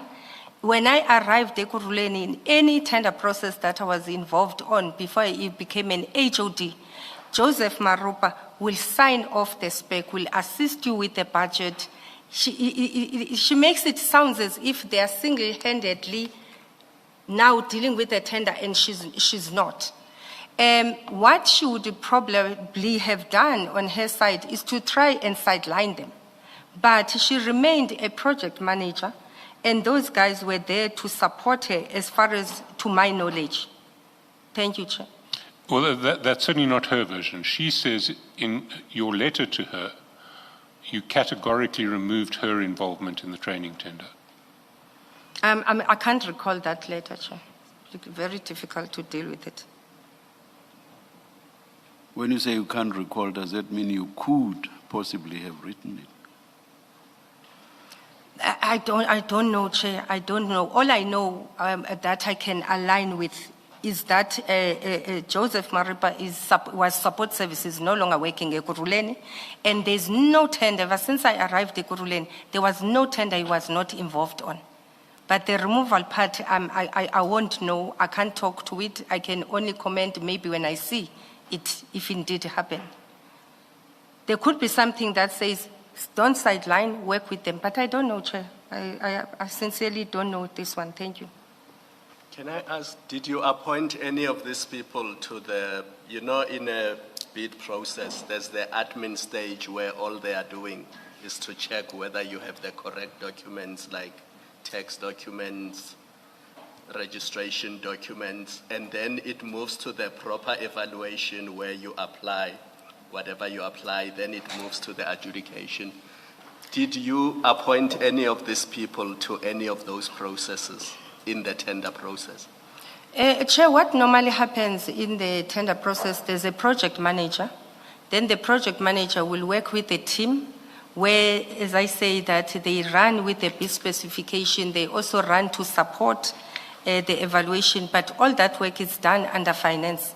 And Joseph has always been the person who is running with these processes. So appointing, I'm not 100% sure, but it's always been people who are assisting with tender processes.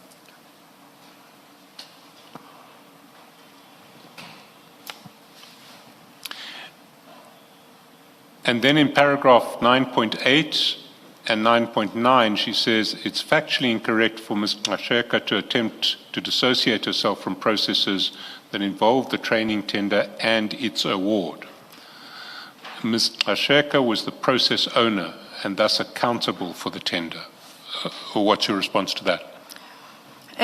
Chair, I'm going to repeat what I said. I don't see it in the bid specification. I've said my role was to say add formal education, mostly degree, masters and so forth. That was my comment. BSc, I've never went there. Bid evaluation, I was not there. Hence I said maybe get attendance registers, if possible, also get minutes of what transpired in those processes. Chair, I doubt you will not see my name. You will not see my name. I doubt that. I was not involved. Clearly, this is somebody who just wants to leave everything to me instead of allowing that the key stakeholders who ran with the tender must account. I don't agree with what she's saying. I was not fully involved, and I didn't award the tender. It will be irregular for me. Just to clarify what she's saying and what she's not saying, I don't think she's ever suggesting that you sat on the BEC or the BAC. But what she is saying is that the people in the department who sat on the BAC and the BEC reported to you, not to her. What's your response to that? I've already responded, Chair. there's 5 divisions at that time, if I can recall, in HR. It was the support services, it was her division, strategic HR, and talent management. And it was HRBP, and it was LER and others. And those people are coming from those divisions. If you see the structure of HR, the only people that are reporting to me is the divisional heads and the PA and the coordinator. So it's not proper what she's saying, that those people were reporting to me. It's not true reflection of what is happening in the city of Ekurhuleni. Thank you very much. I don't have any further questions. I do. Mr. Chaskalson, you moved too quickly for me and left the promotion topic to deal with this statement. I don't have the document that you shared with us, the promotion, the interview panel. The interview panel. If you would, It's pages 58 onwards of the Mr. Mashazi. The Mashazi bundle. We don't have You don't have Mashazi it? file, no. Oh, can we display it? Yes, please.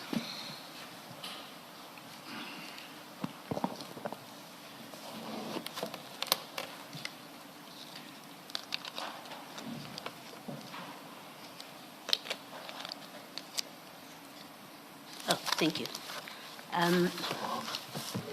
Mr. Gxaleka, you have in front of you there that summary that we discussed earlier.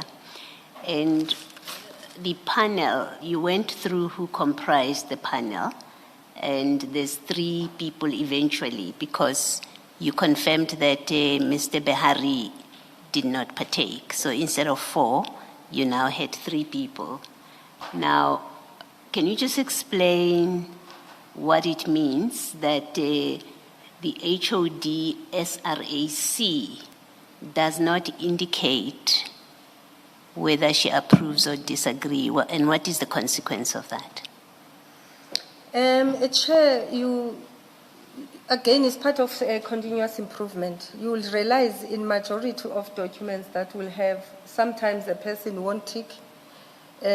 Sometimes you will find out it ticks, doesn't even put a signature. But sometimes when we audit, we follow those things up. But one thing I can tell you, it didn't mean that she was not recommending the candidate.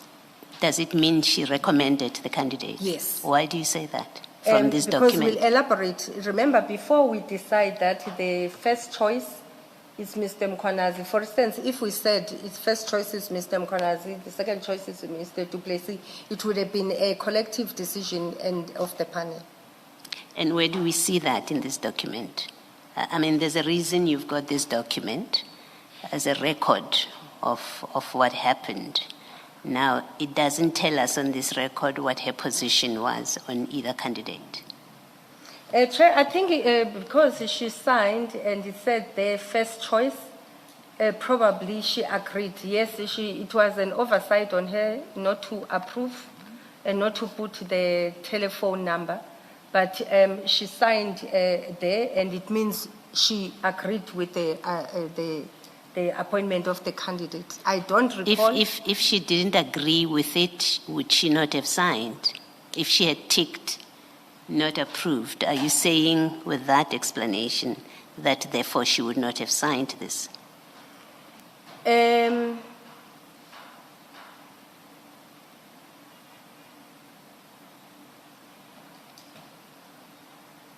I get what we're saying, that she should have put approved or not approved. No, she didn't put that. Yes. You say her signature signifies that she approved. And I'm saying the inverse, if you're correct, then the inverse would be true, which is if she had disapproved, she would not have signed. Is that what you're saying? Chair, remembering the events, we all agreed on the recommendation of Mr. Julius Mkhwanazi, according to that document. If why she didn't tick, I think, and not put her date, it's one of those sometimes errors that people will make. And in the inferences on balance of probabilities, I'm talking on the probability, Chair, that Julius's name is there. And if you check the scoring, Chair, Isaac Mapia scored Mr. Mkonazi 21, Ms. Zanele Katembo scored Mkonazi 20, I scored Mkonazi 21. Okay. So you can see there, and then Duplessis, Zanele scored Duplessis 17. Yes. So on balance of probability, Okay. should have agreed here. I think that does answer me, your Thank you. reference to the scoring. Now, a different question relating to this promotion. Brigadier Mkonazi was being promoted to obviously a senior position with different responsibilities. You're nodding? Yes, it will be. Okay. And do you not, when I say you, I mean the city, does it not conduct competency assessments for now he's moving to a completely different position? Is that not part of what you do? For the divisional heads, and the deputy chief of police is also at a divisional head, Chair. And we do conduct psychometric assessments, and they were also conducted for Julius Mkonazi. Okay. The evidence that we have is none was conducted. Chair, I did see that. I think in the chief statement or one of the statements, they did say that.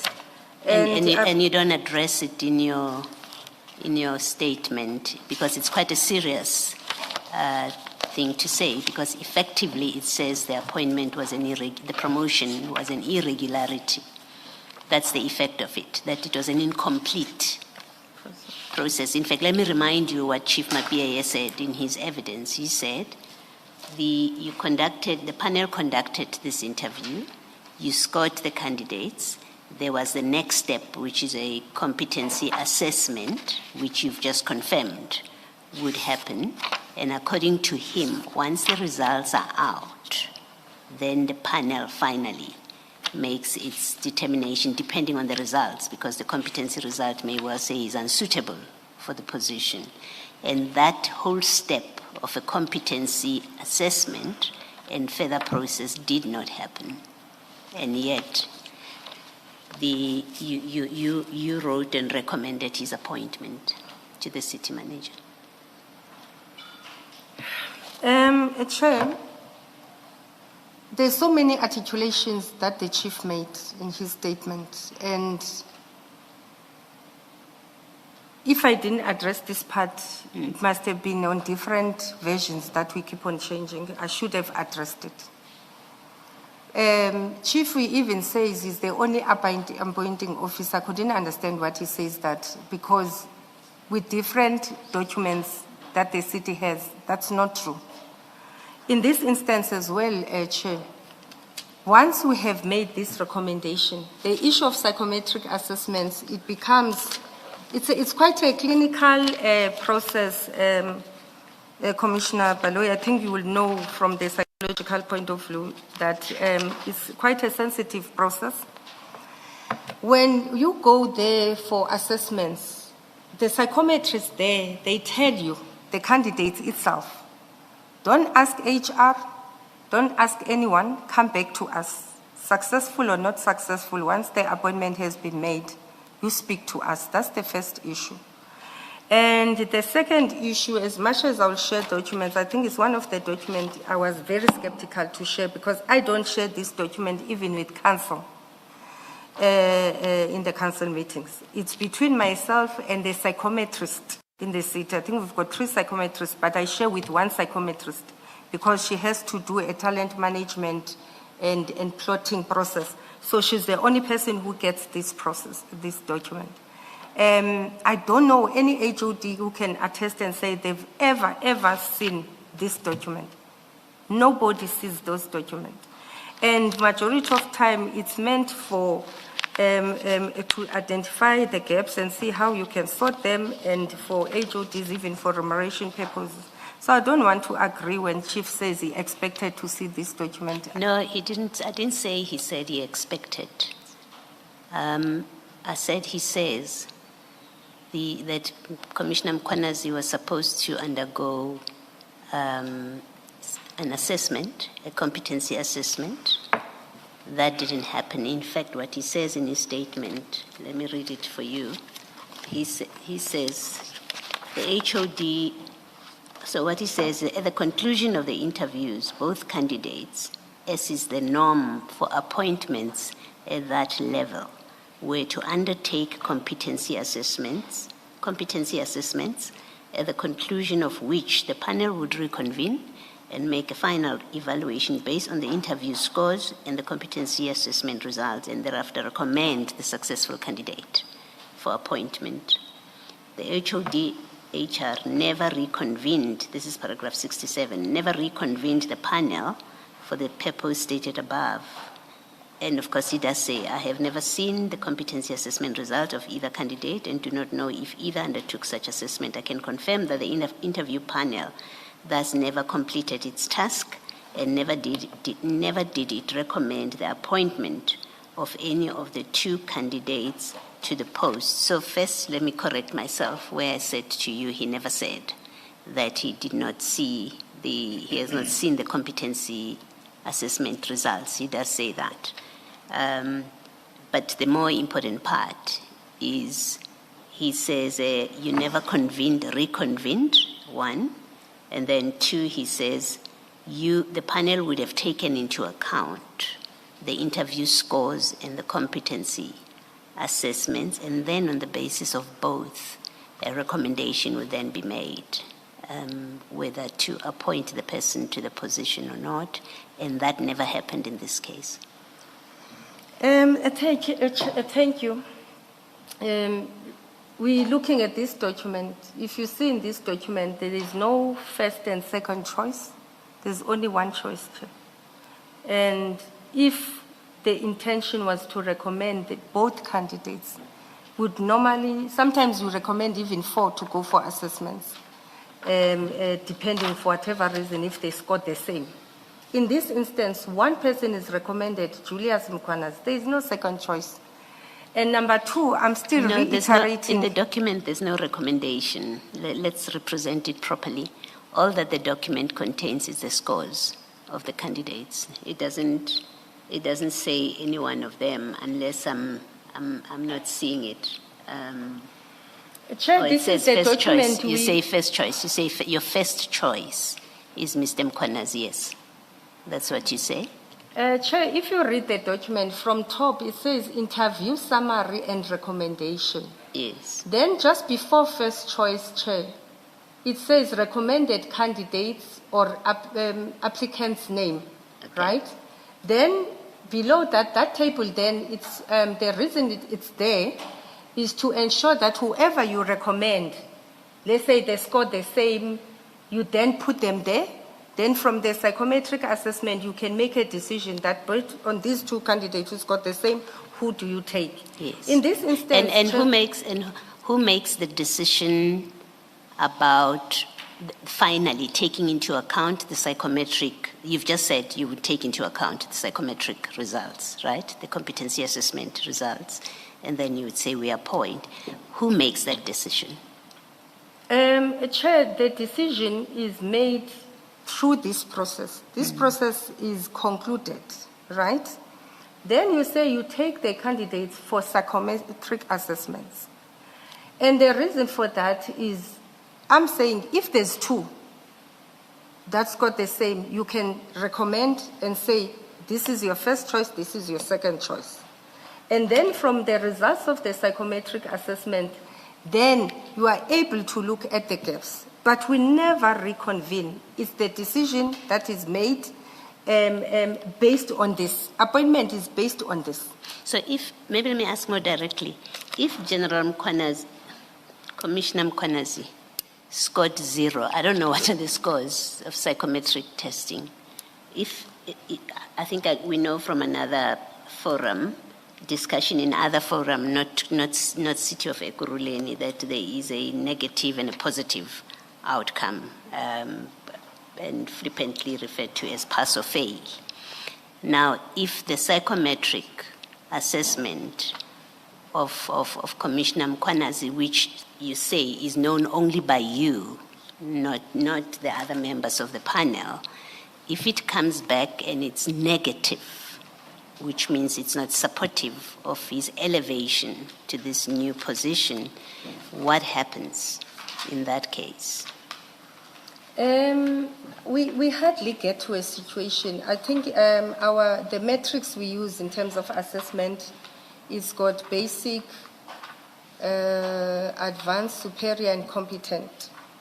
When you score basic, majority, they are, I've spoken to this matter even at the mayoral level. You do get candidates, even at an HOD level, who score basic. But what we do, we check your strength and we check your weaknesses. And then the reason I transfer this document to the psychometrist lady, she's the one who will then develop your individual development plan so that it's aligned. So we do appoint people out of all those 4 categories. It's just that even when they have scored basic? Yes, it's just that when they score basic, that's where you must force that the IDP, the development plan of that individual must be aligned now with this. If you score competent, you then do your own development plan. We don't focus on it. Whether Commissioner Mkwanazi scored basic, which you say is the lowest, or not, only you would know. Only That's me what and you're the saying. psychometrist will know. No, I'm saying for purposes Yeah, of it's me. recommending Yes. a promotion. Yes. So we would have to rely on you having been satisfied Yes. that he should be promoted, whatever the outcome of that score Yes. is. Okay, that's fine. So you deny that he never went for an assessment? Chair, as I say, it's a sensitive document. I can just show you the first page and the second page. That's all I can show you. And they that's the should- result of his assessment? Yes, Is that and what you're the saying? psychometric house, I don't know if they will still have it or they can even release it, but it's really not true. Hence, I'm saying no HOD I give this to. Hence, I didn't even put it in the pack. Okay. And that is part of the documents before us? No. I think it has to be because serious allegations have been made. We do have a system of redacting the information, but I'm going to ask the evidence leaders to get a copy of that document so that we have it in our records. Chair, on that, because as I say, we don't share this document even with council, what I normally do, I will share with you the certain pages, not the ones that, for instance, describe the employees' certain assessments, but page 1 and page 2 I will share. Also the page, I hope I won't get into trouble on this, and then also the page on the competency. Ms. Gxaleka, Profile. let me try and be helpful to cut it short.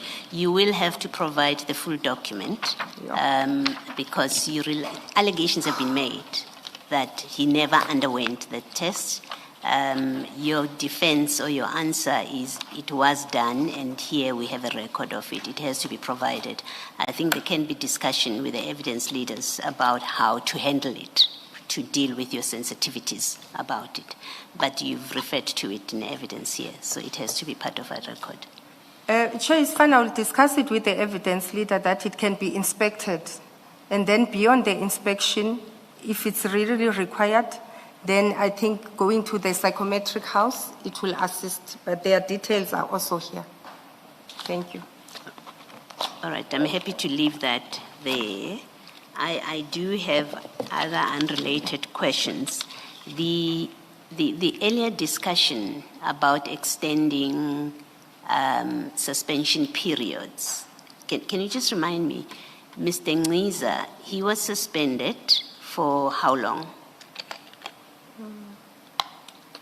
I can't remember, Chair. Did you ever have to extend his suspension? Yes, You did? yes. Okay. And what was the reason that you extended his suspension? We were looking at the allegations of the labor His relations qualifications. cost. His qualifications. No, it was the labor relations cost-related cost, labor cost, basically. Yes. Yes. And why couldn't he be at work? And maybe let me first explain that the reason I'm clarifying this for the record is because you did not extend the suspension of Commissioner Mkwanazi, even as Chief Mabie responded and said he will interfere with witnesses. You have told us how fearful you became when you were told about him, and you didn't extend his suspension, and yet another employee you extended his suspension, and the 3 months, 6 months debate that you were having earlier on, that you were starting, doesn't seem to have been a relevant factor. So maybe just explain what on the face of it appears to be an inconsistency and feeds into the suggestion by witnesses that in fact you were terrorizing and harassing witnesses who wanted to act against Mkwanazi. And then this is one of the references that you for no reason, no valid reason, extended the suspension of Mr. Ngqiza when it was unnecessary to do that. Commissioner, can you respond? There's a witness who says I was terrorizing them. You were part of Dr. Mashazi's scheme to harass witnesses and to harass Ngqiza, Mabie, and Spies. But in this case, we are talking about I would like to see that, Chair, because I want to refute that. Yes, you can refute it. I'm putting to you what the complaint is. The complaint is Mr. Ngqiza makes a number of instances where he says that's evidence of you harassing him, sending EMPD vehicles to his family to deliver documents when it was unnecessary. And when he asks, why do they come in 4 vehicles? They say it's Mr. Sheka's instruction that when we come and serve at you, we must bring all the might. We must come in 4 cars. He says that. And then when you sent him your termination letter or something, there were drug enforcement people that came to deliver documents at his house. All of it unnecessary, but meant to intimidate and harass him. That's the sum of his evidence. So, thank you. So my conversation for now is confined to the extension of his suspension in circumstances where someone else facing far serious charges, who is very close to the city manager, that you say you got scared when they spoke about, you did not extend his suspension. Yeah, Chair, I'm not sure now if I must complain formally. Initially, when we briefed yesterday, and there was an agreement here that certain allegations would not be, implications won't be dealt with. When I wanted to deal with the issues of Mr. Ngqiza, I was cut short here. And I did say that it did look bad outside. But I still complied when it was said cut short. That implication, if I'm not mistaken, is a separate implication. And from evidence leader and from the commission yesterday, there was an agreement that we will not deal with that. And it was concerning Commissioner that it was not dealt with because I really wanted to deal with it. Okay, because you are reminding me now of the implications out there.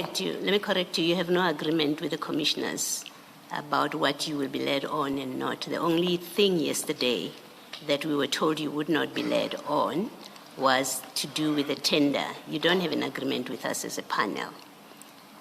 Having said that, allegations were made against you. I would expect you to be happy that I'm putting this to you to answer.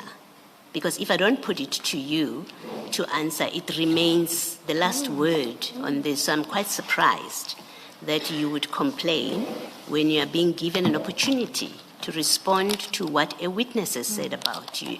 Absolutely don't understand it. I'm happy to leave it at the accusation. If you don't want to respond to it, I'll leave it at what Mr. Ngqiza said. You can choose which one you want. I can leave it. Chair, as I said, I was fully prepared to deal with this matter yesterday, and I was told I don't need to focus on it. In terms of that implication, I think he quoted 40-something cars or 86 cars that were taken to his house. And when I give an instruction to be served or request to EMPD to serve, I give to one person, and majority of the time it was Dion. I'll say, Dion, go and assist to serve and come back. In my statement, I said... Can you please use the surname? Dion Singh. In my statement, I said, I asked Mr. Ngqiza way before that when you are serving, because I'll pick it up when they serve HODs, when they serve juniors, I wouldn't necessarily know how they serve it. And I asked, why are you using police to serve employees? Why don't you use your ER officers? And he then said, ideally they're supposed to use sheriffs, but it becomes expensive to use sheriffs. That's why he's using EMPD. And the reason being that they can trace employees down. There are employees who run away who don't want to be served. And therefore, I'll never take and say the whole crew must go to somebody's house. There he's bluntly lying. If it happened, it was not by my request. At EMPD, I request majority of the time, the maximum number, of the time of the people who will arrive in my office is 2, maximum. Most of the time it's 1. If they see the address is far or they can't find a person, it would be 2. Let's say you did an intention and then the person gives you run around, they would want to go to. It's not true that I've sent so many cars at Ekurhuleni's house. He's just exaggerating. If it happened, I wouldn't know. Maybe he's not exaggerating. Okay. On the issue of Extension. of the What was my extension, question? yeah. Yes. I was Chair, about to we've check. discussed this. I was still to check whether you remember what my question was. My question was about the extension. Extension we've discussed for 2 days. I'm talking about the extension of Ngqiza. Remember the extension we have discussed is the suspension of Commissioner Mkhwanazi, right? I'm not talking about that. I'm talking about the extension of Mr. Ngqiza's suspension. Because when we were discussing Commissioner Mkhwanazi today, the extension of his suspension, you said, well, 3 months, 6 months, the city manager had an option we could have done, it's the end of 3 months, he must go back to work, or we could extend for 6 months. You don't seem to have made the same consideration when it came to Mr. Ngqiza. You extended, and that's why I'm asking, why did you treat him differently? Thank you, Chair. In my response, even yesterday, I've been very consistent in my testimony. Before you didn't have to probe me. I said yesterday, in some instances, we do extend. In some instances, we don't extend. And the reason... The question is why... No, don't answer generally. Remember... I'm going to come to Mr. Ngqiza. Yeah, I'm asking a very specific question. I think, take it we know that your prescripts, because we've had that evidence, that you can extend beyond 3 months. We understand that. And take it that we understand that you may call an employee back before the end of the period of suspension because you have completed your investigations. Take that as a given. I'm asking you specifically about Ngqiza to try and understand, to make me understand what appears to be different treatment of employees. The one accused of very serious misconduct, his boss says he may interfere with witnesses if he comes back to work, but he's allowed to come back to work. Mr. Ngiza, on the other hand, is not allowed to come back to work. He's extended for another 3 months. Can you just explain? And I was just giving you the context in which my request for an explanation is made. It is the accusation or complaint is this was part of the campaign of harassment of people who are seen to be chasing after Mkhwanazi. That's the context in which I would like to understand why him you seem to have treated differently. Chair, I've said earlier on here, if maybe in the beginning, the matter of Mkhwanazi was never taken to Dr. Mashaz, maybe we won't be here. I did say that. The matter of Mr. Ngiza was fully managed by myself. Hence, even other matters in other departments are managed by the department. We don't necessarily have this challenge. If there was no interference on instructions that are given differently from Mkhwanazi in comparison to anybody else, maybe we won't be here. So normally departments, they decide through our guidance to extend or not to extend, depending on the circumstances. So in this particular manner, I was fully involved, and therefore I made that determination. I didn't need to consult anybody. One mistake we're learning from this, probably me and Chief of Police, is when you are given delegations, fully deal with them. Okay. Chair, it's highly possible, even if you were, maybe Chief of Police didn't go to the city manager, she might have still heard about it and she would have still intervened. But at least one thing we must learn, when we are given full delegations, run with them. All right. Until we are stopped. Another question. Why did you become involved in the Chief of Police decision to redeploy Commissioner Mkhwanazi when you lifted his suspension? His boss, who we understand is in charge of deployments and promotions and movements in his unit. Why did you become involved with that? I've said in my testimony from yesterday and today, if you read, I think the first or second sentence of that upliftment, I said it came to my attention.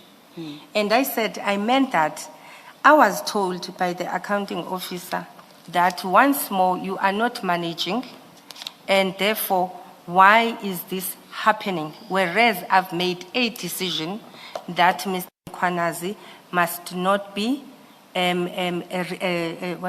his suspension is uplifted. Why you are not following this? Okay, so the city manager instructed you to intervene here and make sure that Commissioner Mkhwanazi is returned to his substantive position. Is that how we should understand what you've just said now? Yes, that's how it happened. Okay, all right. And then my last question, I think. Yesterday, there are two things, in fact, to it, and I think they are unrelated. I'm going to ask very quickly and hope to get a quick answer. You, yesterday, and in your statement, you say that, I don't have it in front of me, you say something to the effect, we must look at city of Ekurhuleni with a fine eye. You remember you say something like that in your statement? And then in your oral evidence, you said what we have seen or heard is the tip of the iceberg. Now, taking into account our terms of reference, you know what we are investigating, like infiltration of criminal syndicates, cartels into law enforcement. What do you say we haven't heard, which makes you say so far what we have heard is the tip of the iceberg? Chair, because, and I ask you not to put you in a spot, but because we are that commission that is tasked to investigate this, and you spoke in different in different terms. You said we should look at this carefully. Chair, I've made examples, and firstly, I want it to be recorded. In the absence of the risk threat analysis not being taken serious. I don't want you to have escalating statistics here. It will be a very sad situation that by the time the commission is concluded, the statistics of how certain lives are managed out there have increased. But because I've put the issue in the commission, I've said, firstly, there's about 20 to 40 forensic that are not yet brought to the fore. When I said... And they are relevant to our terms of reference. Remember, Chair, I said, because others, I don't think they are relevant, I said before I suspended to the OCMOL, that they must look at having perhaps a mirror task team that would look with issues of Ekurhuleni, where they can give every HOD an opportunity to come and raise their challenges. In the absence of those 40 documents and not forensic reports not being brought to the fore, it's concerning. And people were doing runaround. After doing runaround, I was then ultimately suspended when I keep on pushing that bring these files, let's see them, and where possible, let's close them. There's so many media engagement information that is being shared out there, especially Jeff Wicks and I think News 24, that this commission should be aware of. And because they have not been brought here, Chair, hence I said from the OCMOL, and if they take it up, in fact I was reprimanded when I said that. They said I'm out of order. If I remember, one councillor said,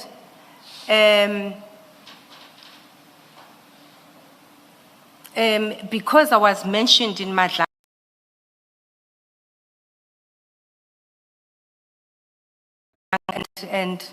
and protest against me. So I'm being out of order to say there must be a task team. Those were articulations, those minutes are available where I was reprimanded.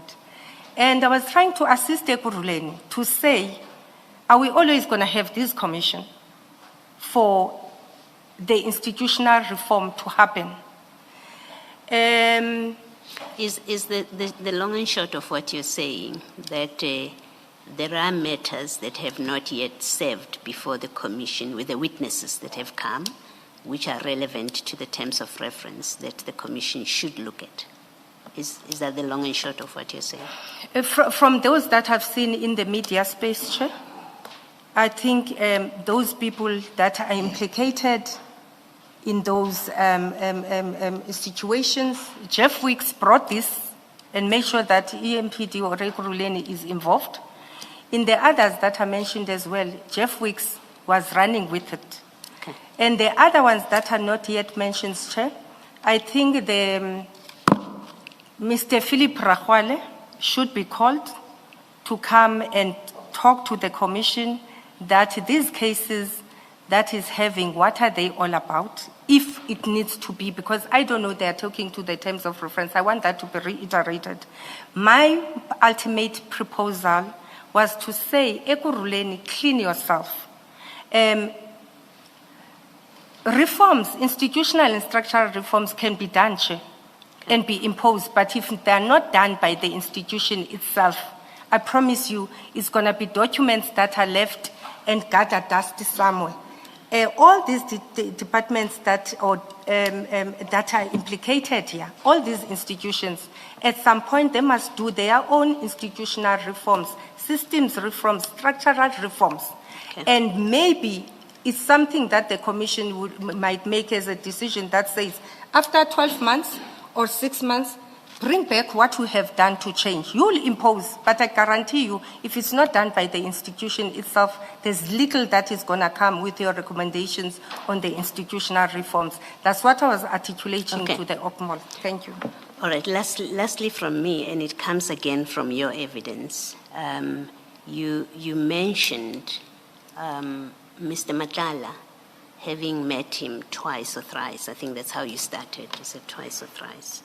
And then you said one of the times was he had come to you about a woman who had been assaulted or something, to come and speak to you about that.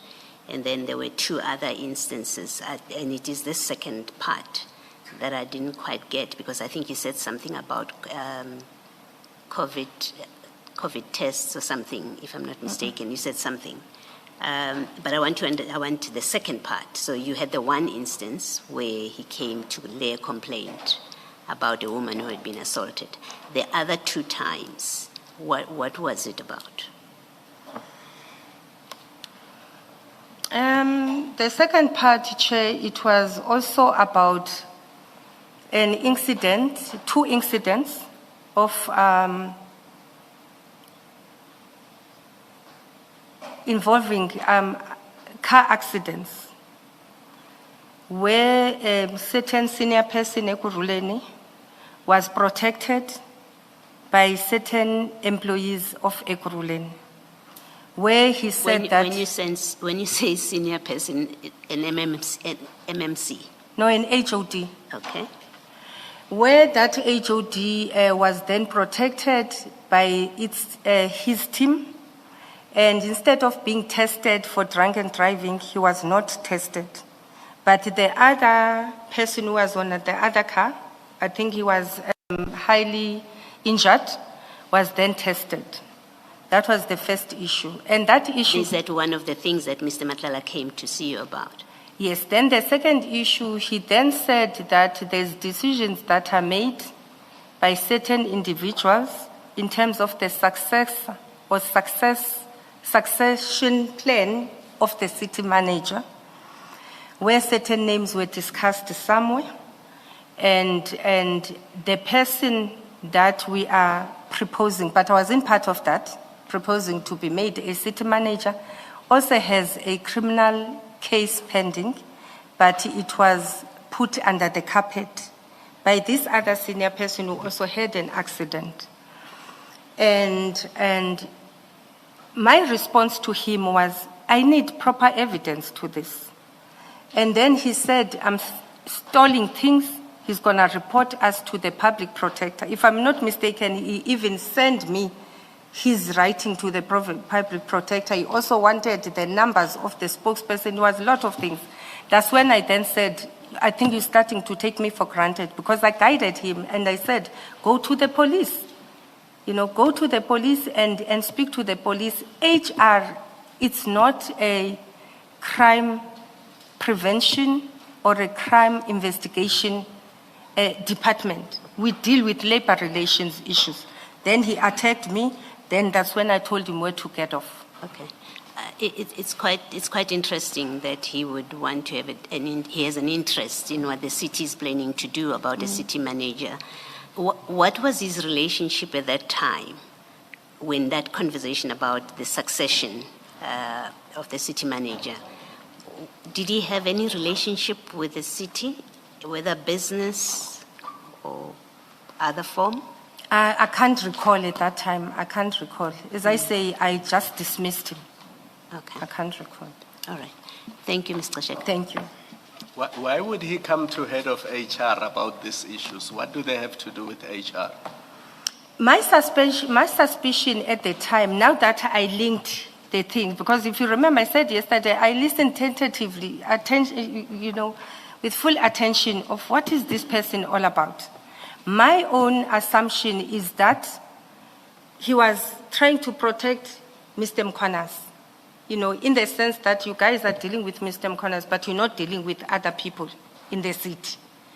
That's when I told him where to get off, and I said, go and do what you need to do. And more or less, when was this?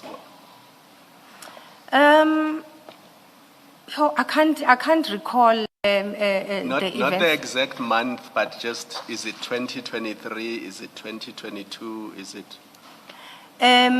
It was around December 2024, if I'm not mistaken. Thank you.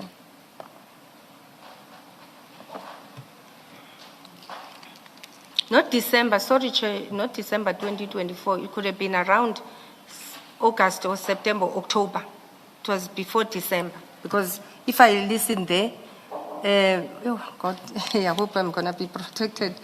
And I'm listening there, I said, yo, this guy, I tell him where to get off. After that, he gets arrested. You know, because he even said to me that I have drones.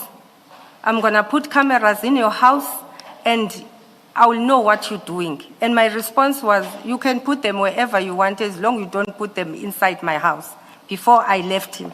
So it won't be December if he was arrested in December, because I said, yeah, he was dealing with me and life dealt with me, but was not involved in his arrest. I never followed it up. Even in the 3 or few occasions I met with him, it was just casual and then pressing on these issues that I said must refer to the police. Mrs. Gxaleka, in paragraph 131, or rather from paragraph 131 onwards, you deal with the vetting question, that is the vetting of members of the EMPD. I do not see you directly dealing or categorically dealing with the issue that was raised by Chief Mapie, I think Commissioner Spies as well, to the effect that, I think mainly Commissioner Spies actually, to the effect that a vetting process, that is the vetting of all the police officers within the municipality, a vetting process was conducted, and that Brigadier or Commissioner Mkwanazi and all the police officers falling under his command refused to be subjected to that process.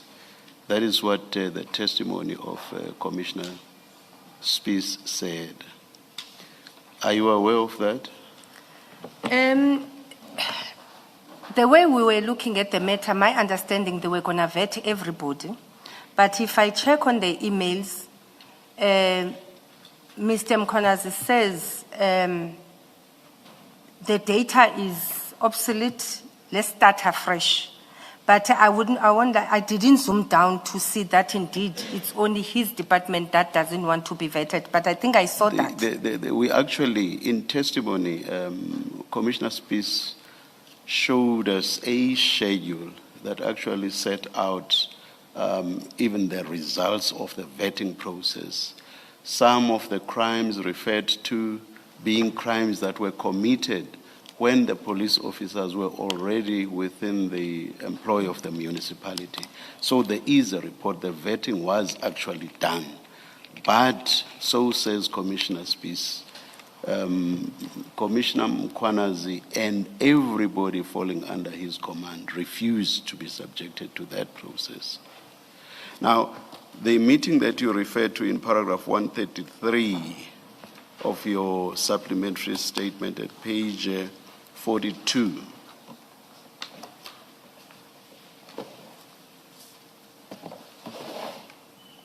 Did that meeting not deal with this subject?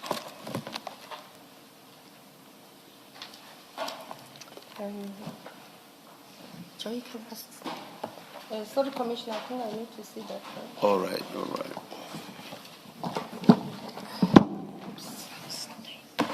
A supplementary statement. Yes. Paragraph 133 at page 42. Paragraph? 133, page 42. You say you were invited to a meeting by Chief Mapie.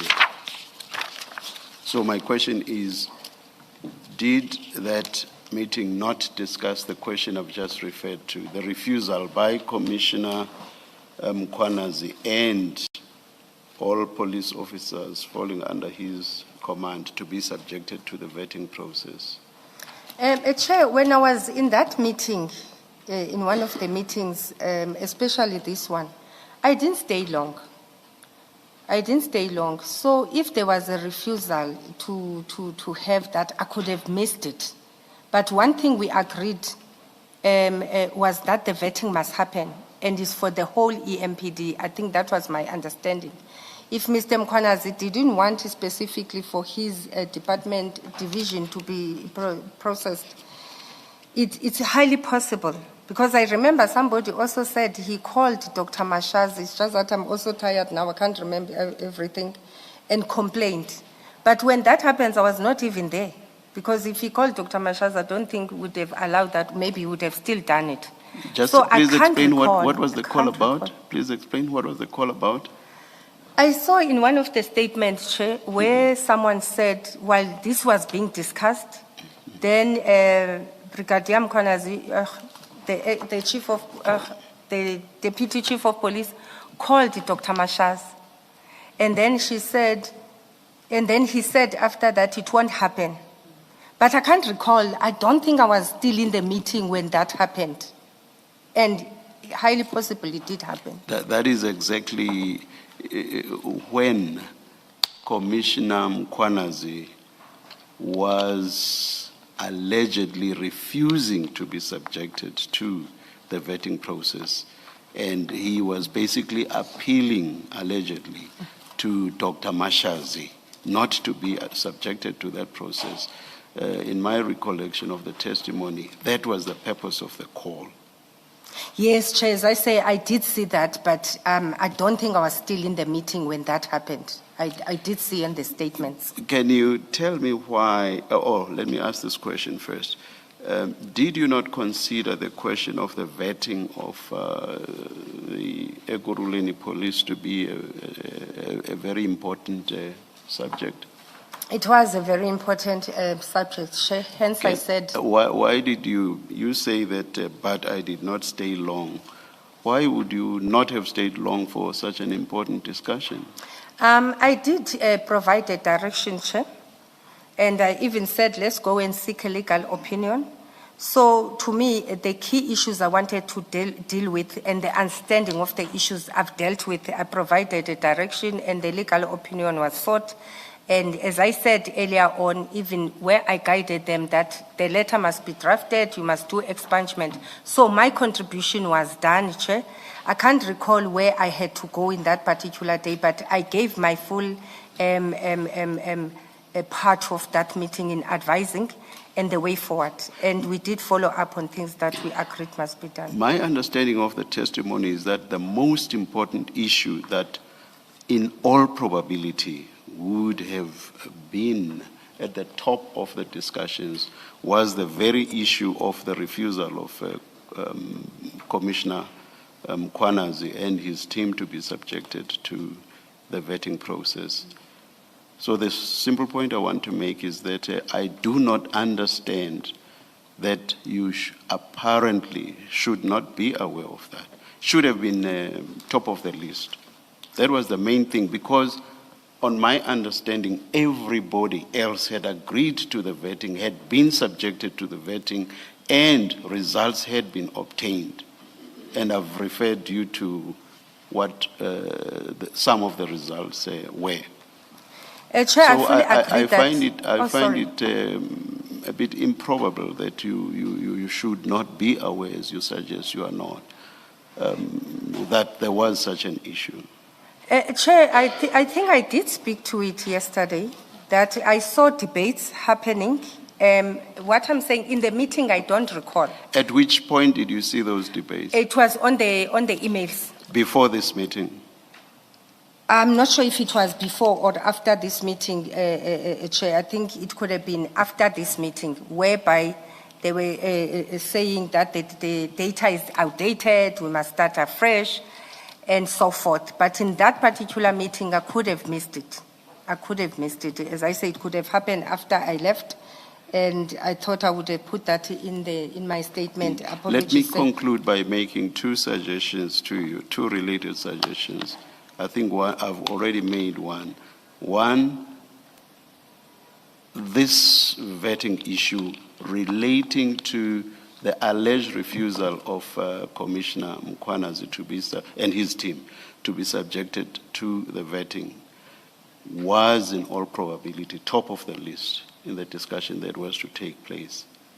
And secondly, it is very strange, I suggest to you, that you should have left the meeting, or you should, as you say, not have stayed long at that meeting when it was to discuss such a serious issue. Apologies, sir. I did leave capable people. My team was capable. That's why even when Lefu followed up on the legal opinion, I responded there and there and said, thank you for following it up. And we continued with it. Indeed, I should have stayed until the longest time. I would have picked it up if there's a resistance. But I felt that I left a capable team. And indeed, we did follow it up and make sure that we get the legal opinion. I kept on following it up. And issues of Mkhwanazi Chair are managed by a senior person who seems to be protecting Mkhwanazi. And it's really a pity that we are also seen to be Why was there a need for a legal opinion? I don't understand this. All other police officers have been subjected to the vetting process. And that vetting process has revealed criminality, basically. And not only criminality that was there before the police officers were employed, but criminality that was committed when some of the police officers were already employed by the municipality. That's very, very serious. Now, Brigadier Mkhwanazi or Commissioner Mkhwanazi and his team cannot be an outlier, the sort of outlier in respect of which there could not have been similar findings.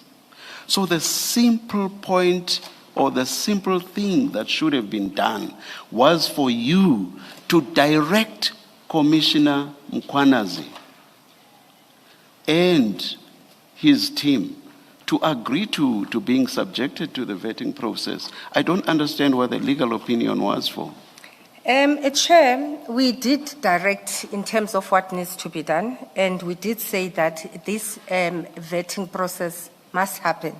At what point? At what point? Because you keep referring to the legal opinion and having left a team that you had confidence in, and then you refer to the legal opinion afterwards. At what point did you direct? In terms of the emails on that document I shared today, I did explain, Chair, at what point I said they must conduct the process. At what point would this have been in relation to Chief Mapia's meeting and the opinion? At what point would this direction have been? Because I believe that the direction should have been immediate. If there are allegations that they have refused to subject themselves to the vetting process, the direction should have been immediate.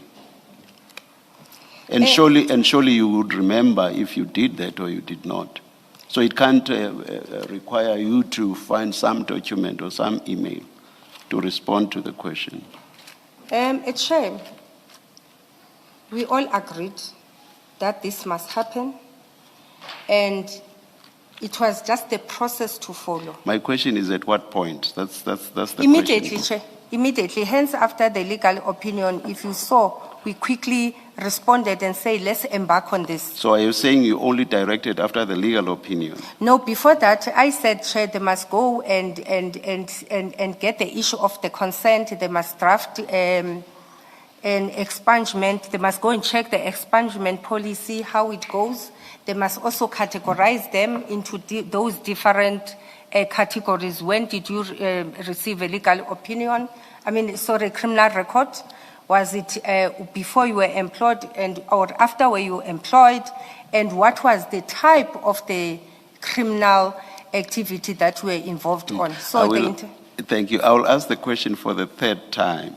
At what point in relation to Chief Mapia's meeting did you give the direction that Commissioner Mkhwanazi and his team should subject themselves to the vetting process? I'm asking it for the first time. For the third time. Yes, Chair, in that meeting, it was very clear that everybody must be subjected to a criminal record, to the vetting process.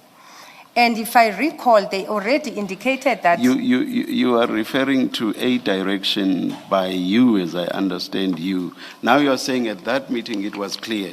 I'm asking you about your direction. When did you give your direction? In that meeting, Chair. At that meeting, you gave your direction. Yes, then I said, Chair, in doing it, let's follow a certain process. Yes. That's what I said. So when I'm saying let's get a legal opinion, we all agreeing that it must be done, but there's a way of doing it. Then I said, let's get a legal opinion to see how best to do it. And hence I said, let's have categories. Well, when did you get it and so forth, because there could be issues of fraud.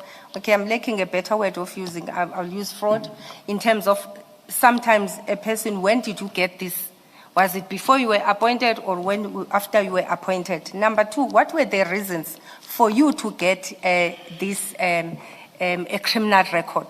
So I've directed in that meeting, Chair, before I leave, that let's do this vetting. Was it at the point of your direction that Commissioner Mkhwanazi called Dr. Mashazi? No, I wasn't there, Chair. I wasn't there. As I say, I'm not sure when did he call Dr. Mashazi. But I agree, highly possibly it did happen. In my side, I said everybody must be vetted.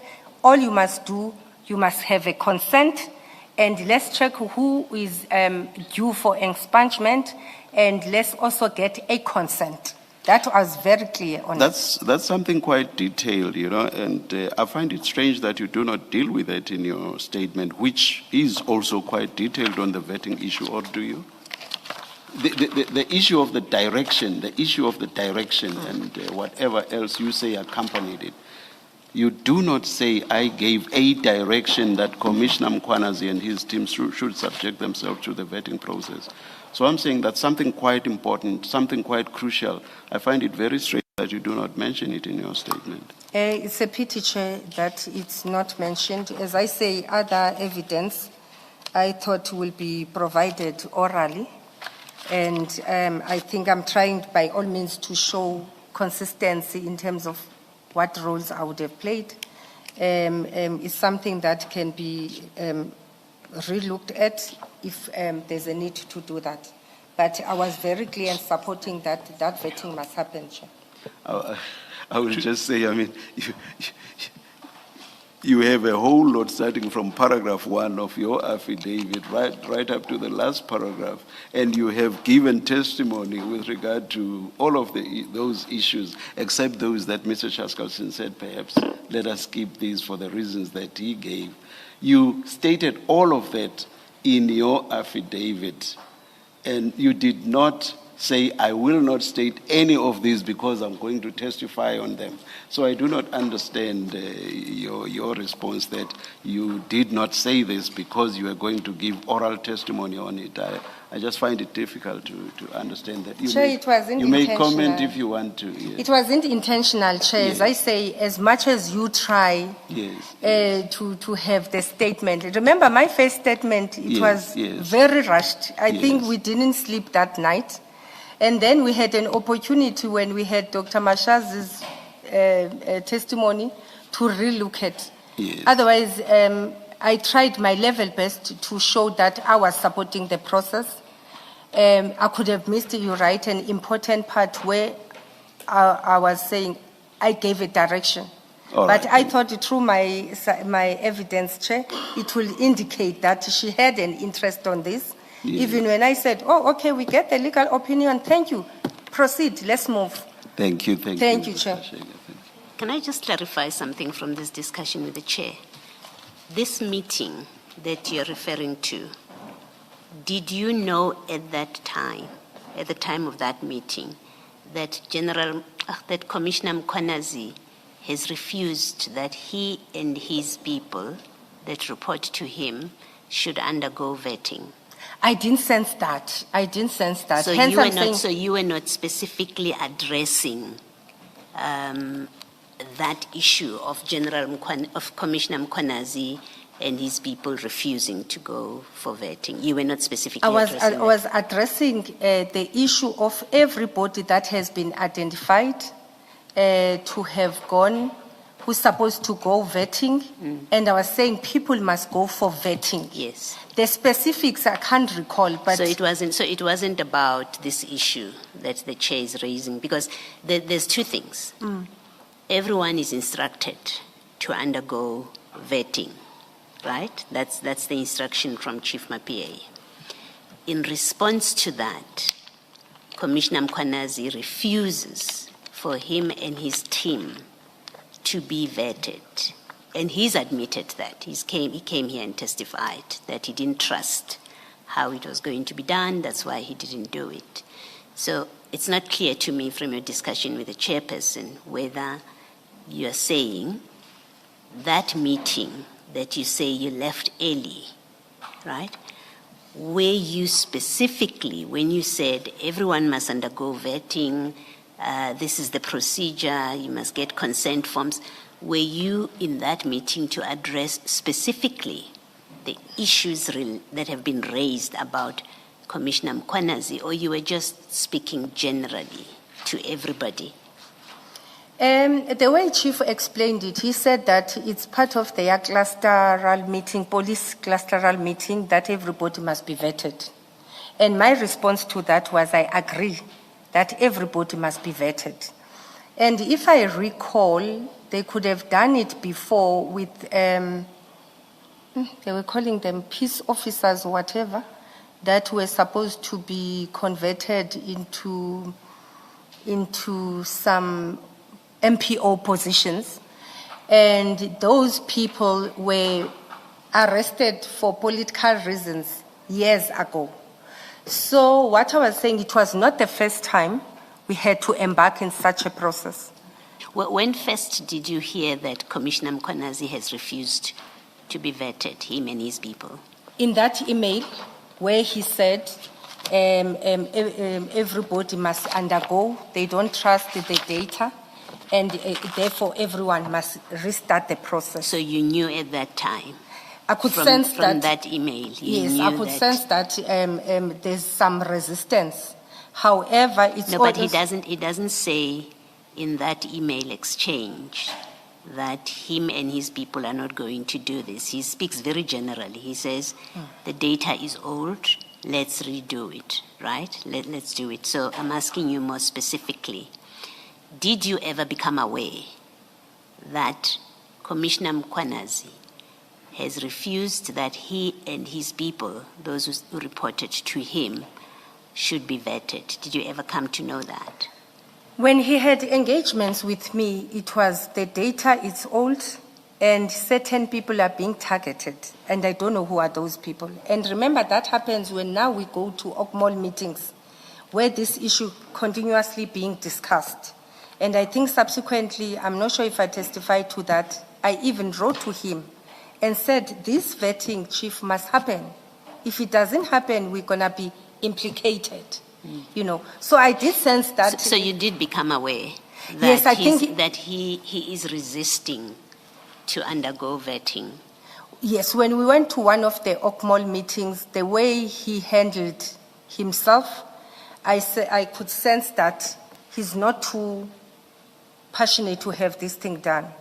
And I don't know. And wasn't that something that you should take action about? To make sure it happens, because I guided him, Chair. I guided him and said, Chief, please ensure that this vetting takes place. Remember, I think by that time, Chief was not even there when we were getting pressure from OCMOL. That when is this vetting happening? Because the allegation that was out there is that now there's people who have criminal records here. Is there a reason that you did not start a process of disciplinary processes for him and whoever else that was refusing to be vetted? When you became aware that Mkhwanazi is not submitting to vetting, instead of the email that you later send and say, Chief, this is what the councillor was talking about, we better do this, otherwise they will come for us. HRNE MPD, there is that email. Okay. So I acknowledge you sent that email at some point, but I think the question is something else, which is, that's all you did. Why did you not, because it's such a serious matter, at least to us outsiders, that you have people who are not vetted, some of whom have got criminal records. We have a long report that Commissioner speaks with numbers of people who have cases of rape against them, of assault, and. When you learn that Commissioner Mkhwanazi, in whatever way you learn, and however it was presented to you, when you learn that he's refusing or resisting to be vetted, and that his people be vetted, why do you not institute disciplinary process about it? Because it's a simple matter. The rule says you must be vetted. You've provided guidance that they should be vetted. When you realize it's not happening, why are you not instituting disciplinary proceedings? Chair, it's in our discussions, and I could have shared it in the emails. I said it's their capability to have that process done. For the whole city, it's done by them. And EMPD is the same people who says to me, today intervene, tomorrow don't intervene. And I keep on saying here in the commission, my role is to advise them. They keep on writing to me and tell me Section 64C doesn't allow you to be involved in our space. All I keep on doing for EMPD is to advise them. And I think it has been discussed here through other people's evidence that me and the Chief of Police were equals. All I can do is to advise. He has demonstrated, even Chief of Police himself, many times that stop interfering. What I've learned that's not always correct, though. I was about to say. You've lifted the suspension of Mkhwanazi, who is in EMPD. You have told Chief you must return Commissioner Mkhwanazi to his substantive position. So you do get involved with HR matters. So it's not always true that you don't get involved with the MPD human resource issues. Indeed, Chair, I do get involved, Commissioners. And even in this instance, I was fully involved in the sense that I did guide them throughout the process. You know, for them, they take my instructions or it's up to them. Sometimes they do, sometimes they don't. I agree with you, and I think my testimony and evidence is very clear that I do get involved. But you get involved to a space that is not clear. Hence, I said earlier on that one of the communications from Dr. Mashazi to Chief that says, Chief, draft a policy into this confusion. You know, if maybe that policy gets to be realized, it will also assist the city to stop the confusion. And hopefully, by the time everything is sorted, we can also realize the HRBP model so that we have somebody who's fully involved in that department. But I agree with you. I do assist them. I do try to make decisions, but ultimately, they decide what to do or not what to do. Thank you. Thanks, Thank Mr. you. Mashaka.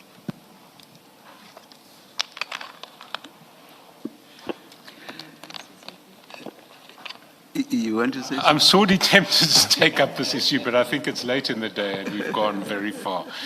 So I won't. But I do. Sorry, I can't resist this. It seems to me that the chronology is very important. The meeting is on 2 April. The opinion is distributed on 5 April. On 5 April, you send a message to SPIS and to Mapiyeye saying, deal with these different categories. That's 5 April 2024. What then happens is not the chief, but Julius Mkhwanazi takes it upon himself to respond to your email and say, no, let's start the process afresh. And then nothing happens for a year. What did you do in a year?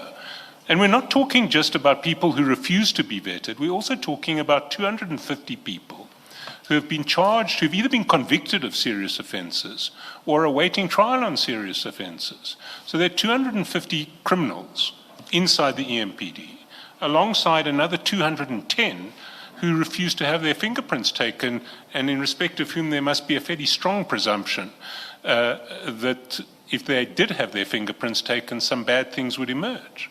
What did you do for a whole year?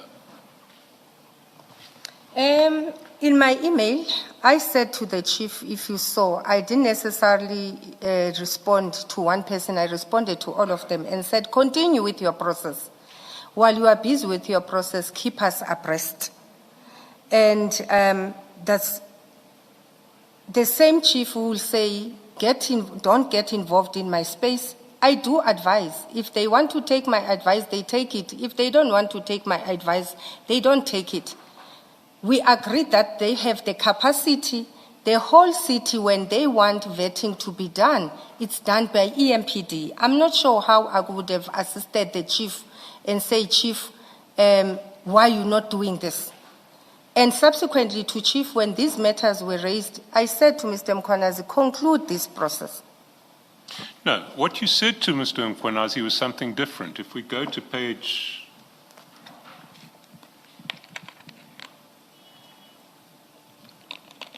2063. A year previously, literally a whole year previously, to the day, 6 April 2024, he had written saying, we must start this process afresh. There is no communication between you for a whole year. And then on Sunday, April the 6th, 2025, at 10:22 p.m., you forward him your message from a year ago, from Saturday, April the 6th, 2024, and you forward it under a message saying, this is the issue the councillor is referring to.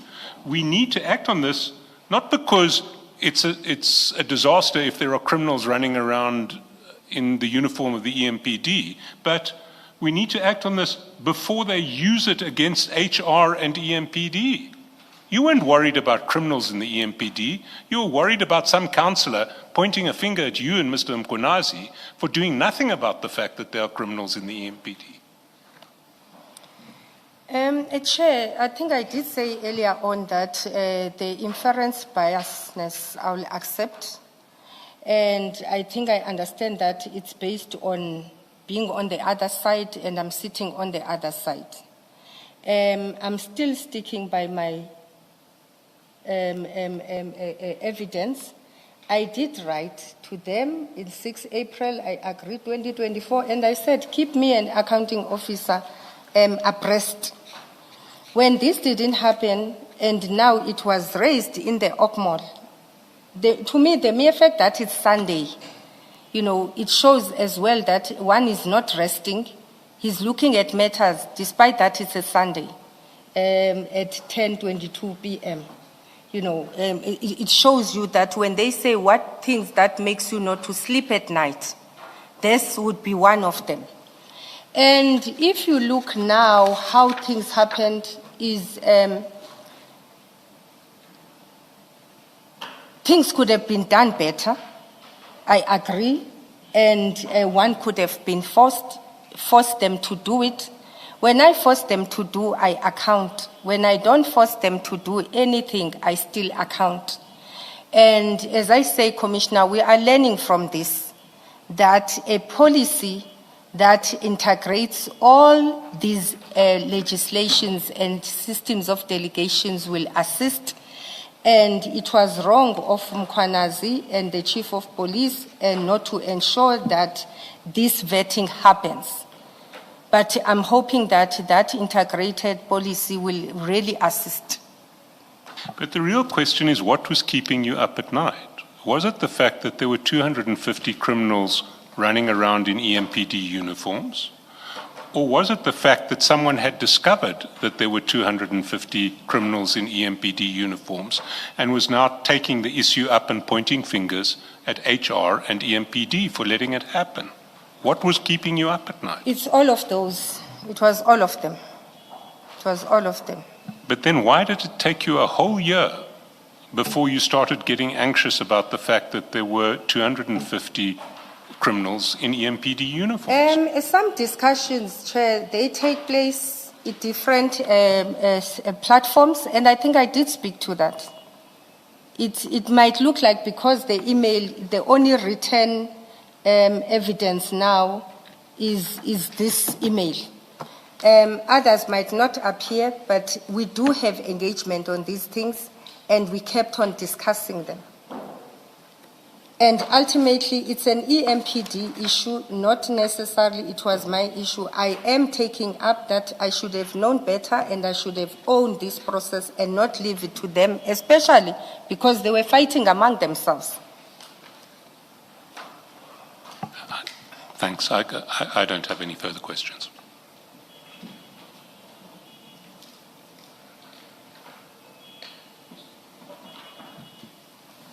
I think we have reached the end of the testimony. Sorry. Oh, okay. Mr. Chaskalson, the request for an affidavit to do with that medical report, was anything done about it? Was it addressed to the legal representatives? No, but it will be. Okay. All right. Thank you.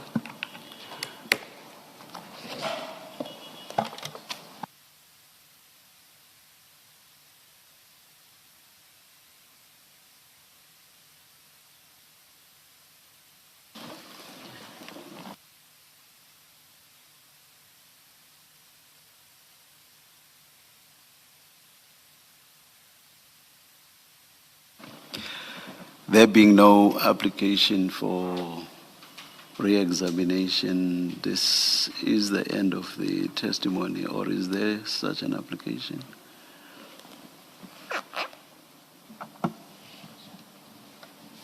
Yes, Ms. Magula. Mr. Chairman, Yes.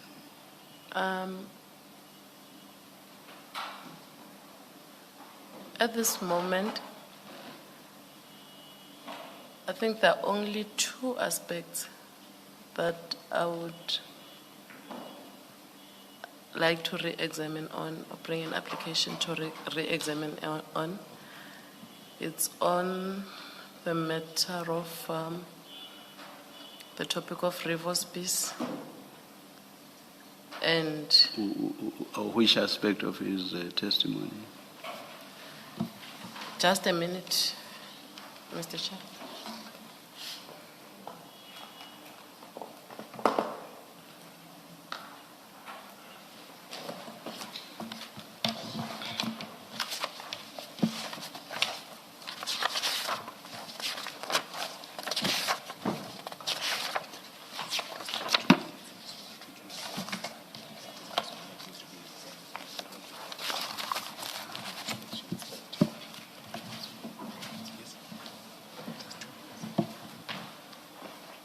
The first one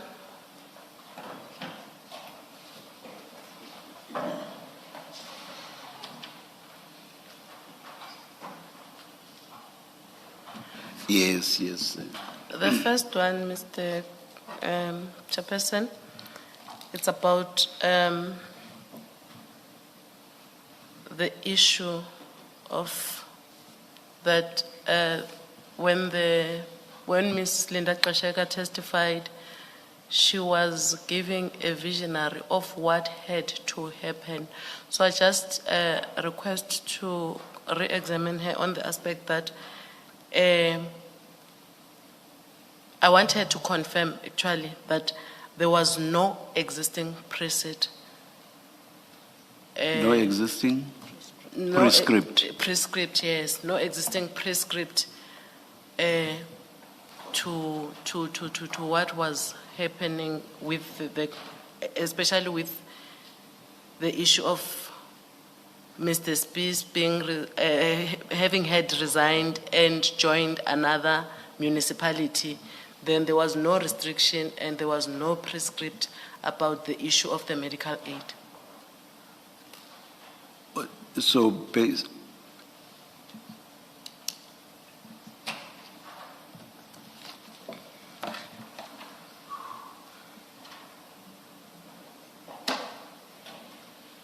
yes, all right, we'll allow that. And what was the other issue? I think you said two, yeah.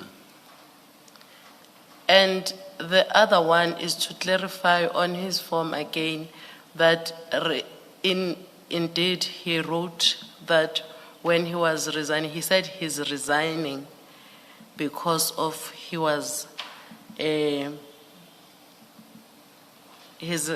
resigned or he took an early retirement. And if he took an early retirement, is there anything that was preventing him to join another precinct? All right, To be please, re-employed. Please go ahead, thank you. Do I have to repeat the? No, start with the re-examination. Okay, thank you. Ms. Gxaleka, would you clarify to me, especially about the issue of Rivers Peace, as I've already testified, you did not have any policy or there was no prescript in Ekurhuleni which prevents the action that was taken by Rivers Peace?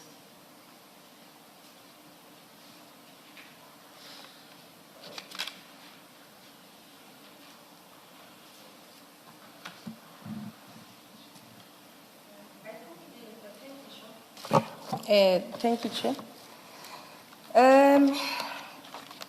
In terms of I think the memo that was read here today and his exit form, the exit form talks to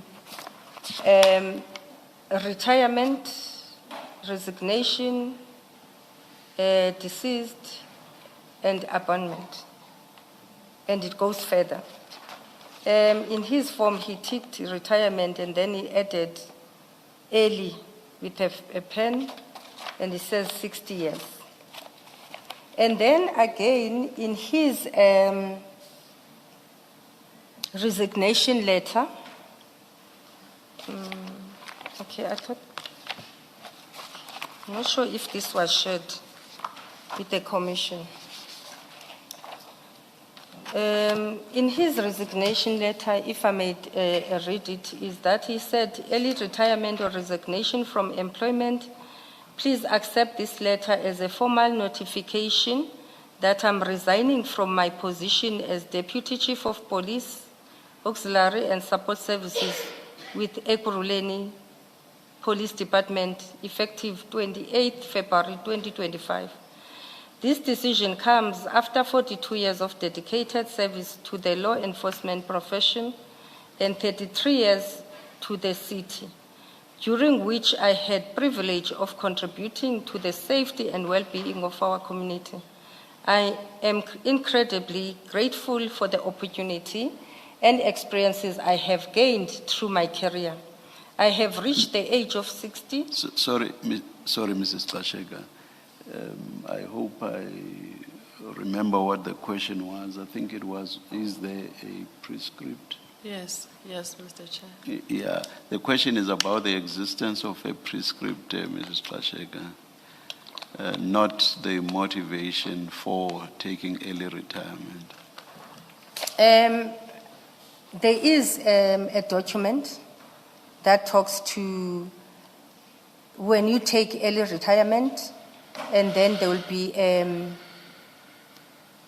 you will contribute, the employer will assist you to contribute towards your medical aid until upon death. There is a mayoral or council resolution to that effect. So that document, does it state as to whether if maybe you get employment somewhere else whilst you are on those benefits, the previous employer will stop its benefits that it has given to you or awarded to you?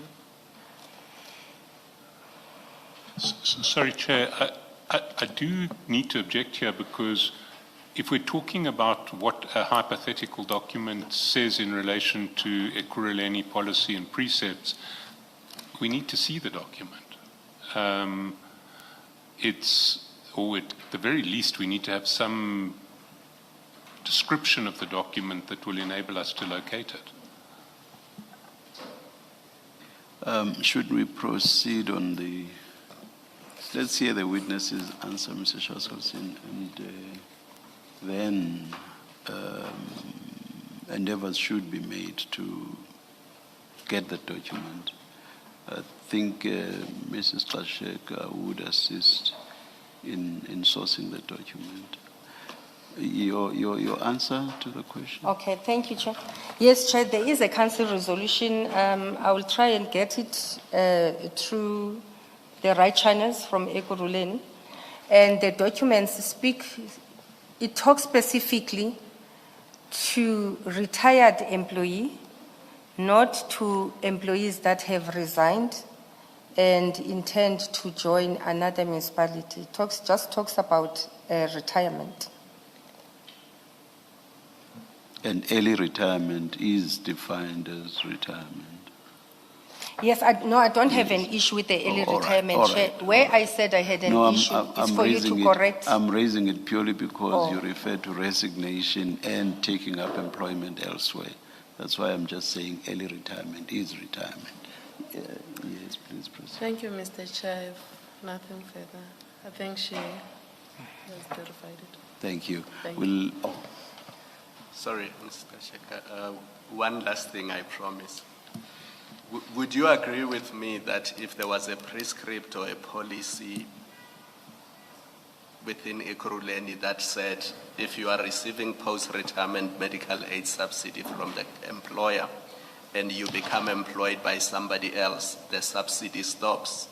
If there was such a policy, then all Ekurhuleni has to do is to enforce its rights in terms of that policy. Chair, what I said earlier on, or yesterday when I was testifying, was that that policy, it was meant for early retirement or retirement and so forth. I think even the memo that we read today, it mentioned those who qualify. And I said my concern with Rivo Spies is, I've changed and said he intended to mislead here. Because in his resignation, he says, I'm reaching the age of 60 during November 2024. I've decided to pursue early retirement to dedicate it to my time, you know. And I think the debate we had yesterday was he can take early retirement today and decide tomorrow to go and work in another municipality. Then I said it's something that as the city we need to look at, because clearly there is a misconstrued or a misleading situation here. There's two people that I've heard of that have done that thus far. And to avoid it continuing beyond those two people, we have to revise the policy. I think I was very clear in my testimony. And when I said because I've changed my wording and said he has misled the council, I further said the reason that made me to be concerned is that a person could be receiving a what you call this, a benefit that he should not be receiving, Ekurhuleni. If I can go, Chair, even the definition of an early retirement versus a resignation. In early retirement, it's a planned departure often before a standard age requirements, whereby an employer consent and allow access to pension fund benefits with favorable to tax treatment. But on the resignation, my definition I managed to have is that it's a unilateral decision to leave and often... Again, I'm very sorry, Mrs. Gxaleka. The question is, if what Mr. Rivo-Spies did was against whatever prescript, if there be, would it not be within the municipality's power to exercise his rights against him? That's the question. I think it's an easy yes or no question. Once the policy has been corrected, I think what I said... No, now as matters stand at present. It can be done, Chair, in the sense that if there's a benefit that is happening at Tswane, you can't have a double benefit. I don't think it's fair. And we're spending a lot of money in terms of those post-retirement employer contribution. So it's something that can be looked at. Thank you, Chair. Ms. Gxaleka, I think in fairness to Commissioner Spies, who's not able to speak for himself because he's now testified, when you say he was misleading, I note that you withdrew your statement that he committed a fraud and corruption. You withdrew that. Now you use different terminology. You say he misled. What misleading are you saying he committed in this case? I'm saying, Chair, in your resignation letter and in your termination form, you're saying you take early retirement, knowing very well that you are going to another municipality. You know. Is there a rule, whether rule, law, policy, and I tried to get this with you yesterday, that says on taking early retirement, an employee or a former employee of Ekurhuleni is not allowed to take other employment after having taken early retirement? Chair, what I've said is Mr. Rivospis, he left Ekurhuleni still getting 5,700 every month. My question. And he went to Tswane immediately after leaving Ekurhuleni. You're repeating what you said yesterday. It doesn't make it any more cogent just because you say it many times. You know that. I'm asking you a straightforward question. Is there a rule, a policy, a law, a collective agreement, whatever, when your counsel speak of a prescript, is there anything that is written and that is binding that precludes him, not just him, any employee, even the other two that you are referring to, on taking early retirement from assuming employment after that? Is there anything? And I expect your answer to be a no. I do. I expect the answer to be a no, because if there was a prescript, you would have said that yesterday. You would have said it. You would have given me that straight answer now, a second ago when I asked you the same question. So I'm putting to you, and maybe let me reformulate what I'm saying. It might be easier for you. I'm suggesting to you that there is nothing, as matters stand now, there's nothing that precludes any employee of the city of Ekurhuleni, and therefore Commissioner Spies, from taking early retirement because they have met the threshold, the age, qualification, and then after that going and working elsewhere. I'm suggesting to you there's no rule that says that cannot be done. Do you disagree with that? Chair, in terms of I think the Pension Funds Act is very clear that when you retire, what do you do?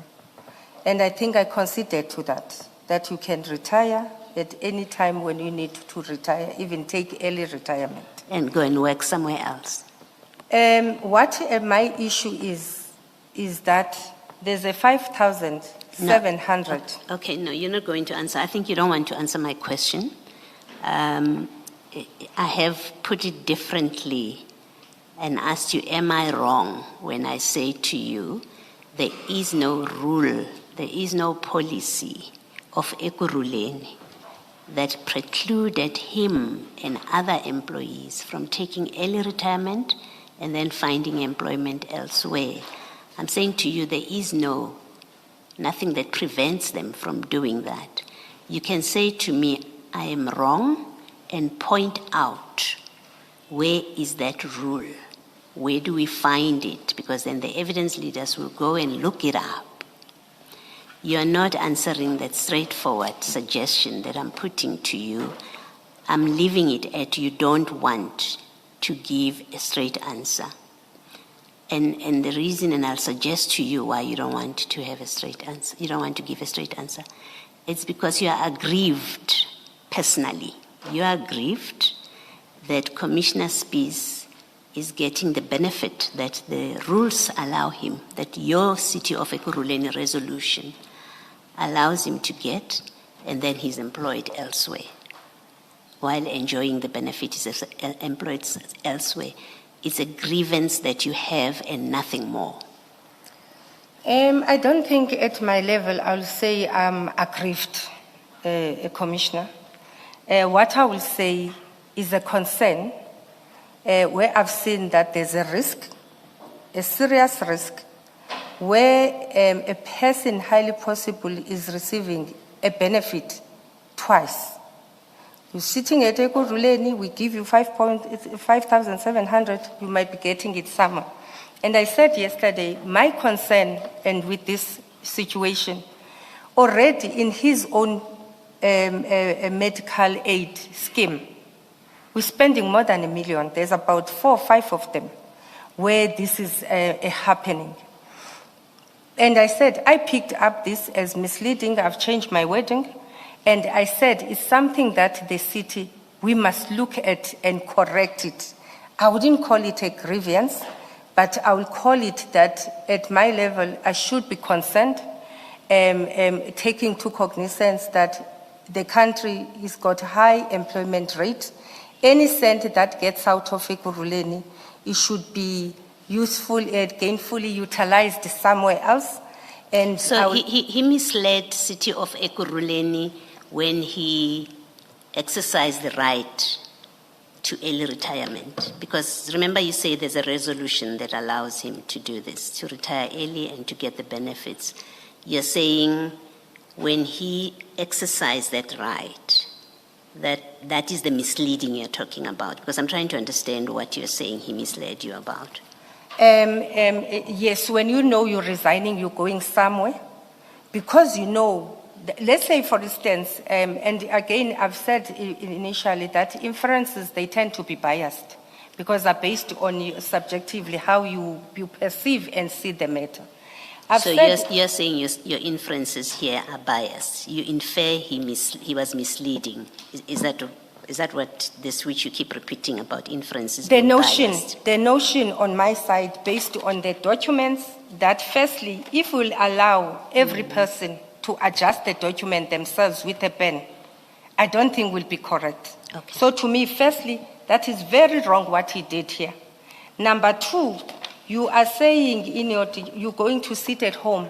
I guarantee you, and you're right, I'm saying it's my notion, and it's a concern that if it's not corrected, highly possible, if there was not this issue, you'd have just said, I'm resigning, I'm going somewhere, So it's a concern that I have based on my inferences that they need to be looked at. And before I left the city, I was in a process of revising that particular policy, because if it's not looked at, Chair, we're going to have people that are leaving after 55 and go somewhere else and work, and we keep on bearing the cost unnecessarily.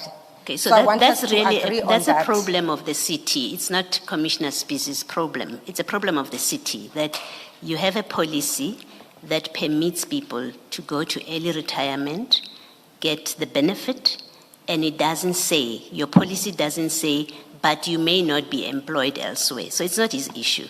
It's your issue, and an issue that you as HOD should be addressing, not make it the employee's problem. And that's what I'm debating with you, that it seems it is in fact grossly unfair on employees who act in accordance with what your policies allow or do not preclude, and then you come here in front of the public, you accuse them of fraud, corruption, and then you water it down, it becomes they misled the municipality. Fix your policy. You're head of HOD. Change your policy so that it says, if you take early retirement, you may not be employed as well anyway, otherwise we'll take our benefit back. That's a city issue, it's not a space issue. Chair, through you, I did say that I accept it's a risk that I've identified and that needs to be corrected. because the risk that I've identified that employees now are starting to create this fraud. And I took it It's after... not a fraud. No, Oh, no. apologies no, with that word. Mr. Kesha, Apologies it's with not. that word. I think what keeps on confusing me, Chair, is him correcting the form. I think that's why you're not supposed to correct the form to suit what you want. And as I say, if we were to allow that, we all adjust the forms to suit us, it would be wrong. But Chair, I'm changing that the form, it's corrected when it should have been. It was misleading. And the letter as well, it was talking about early retirement. Mr. Kasha, my problem with you is saying he was misleading. It's a very serious statement. I don't know if you appreciate the consequence of what you are saying right now, that he misled his previous employer. I've asked you point out where he misled, and we shouldn't allow you to say things that are not backed up by your documents. You've told us council resolution allows people to go on early retirement and to get these benefits, right? You've said that. 2, you haven't pointed out a council resolution or policy or rule that says they may not be employed after that. So you've got a gap. I accept that. You've got a gap, it seems, given Yes. your view about it. There's a gap, and I'm saying to you, you cannot say, and it's actually wrong and offensive to employees who use a benefit that is given to them by the city without restriction to say they commit a fraud, they commit corruption, they are misleading. That you use the word misleading doesn't make it any less serious. So I'm quarreling with you for that reason, that no employee who takes this benefit, which by law, your law, being a resolution, they are entitled to, which doesn't say they cannot find employment anywhere else, they go and get employment elsewhere. You cannot say that there was any misleading by them. And it's simply wrong for you to do that. Chair, as I said, we are learning. I will withdraw if I need to withdraw on this in the context of what I've shared with the Commission. Thank you. Thanks, Mr. Gxaleka. I think it's a fair concession that you make. Thank you. I think we've reached the stage at which we should adjourn until 9:30 on Monday. Let's adjourn.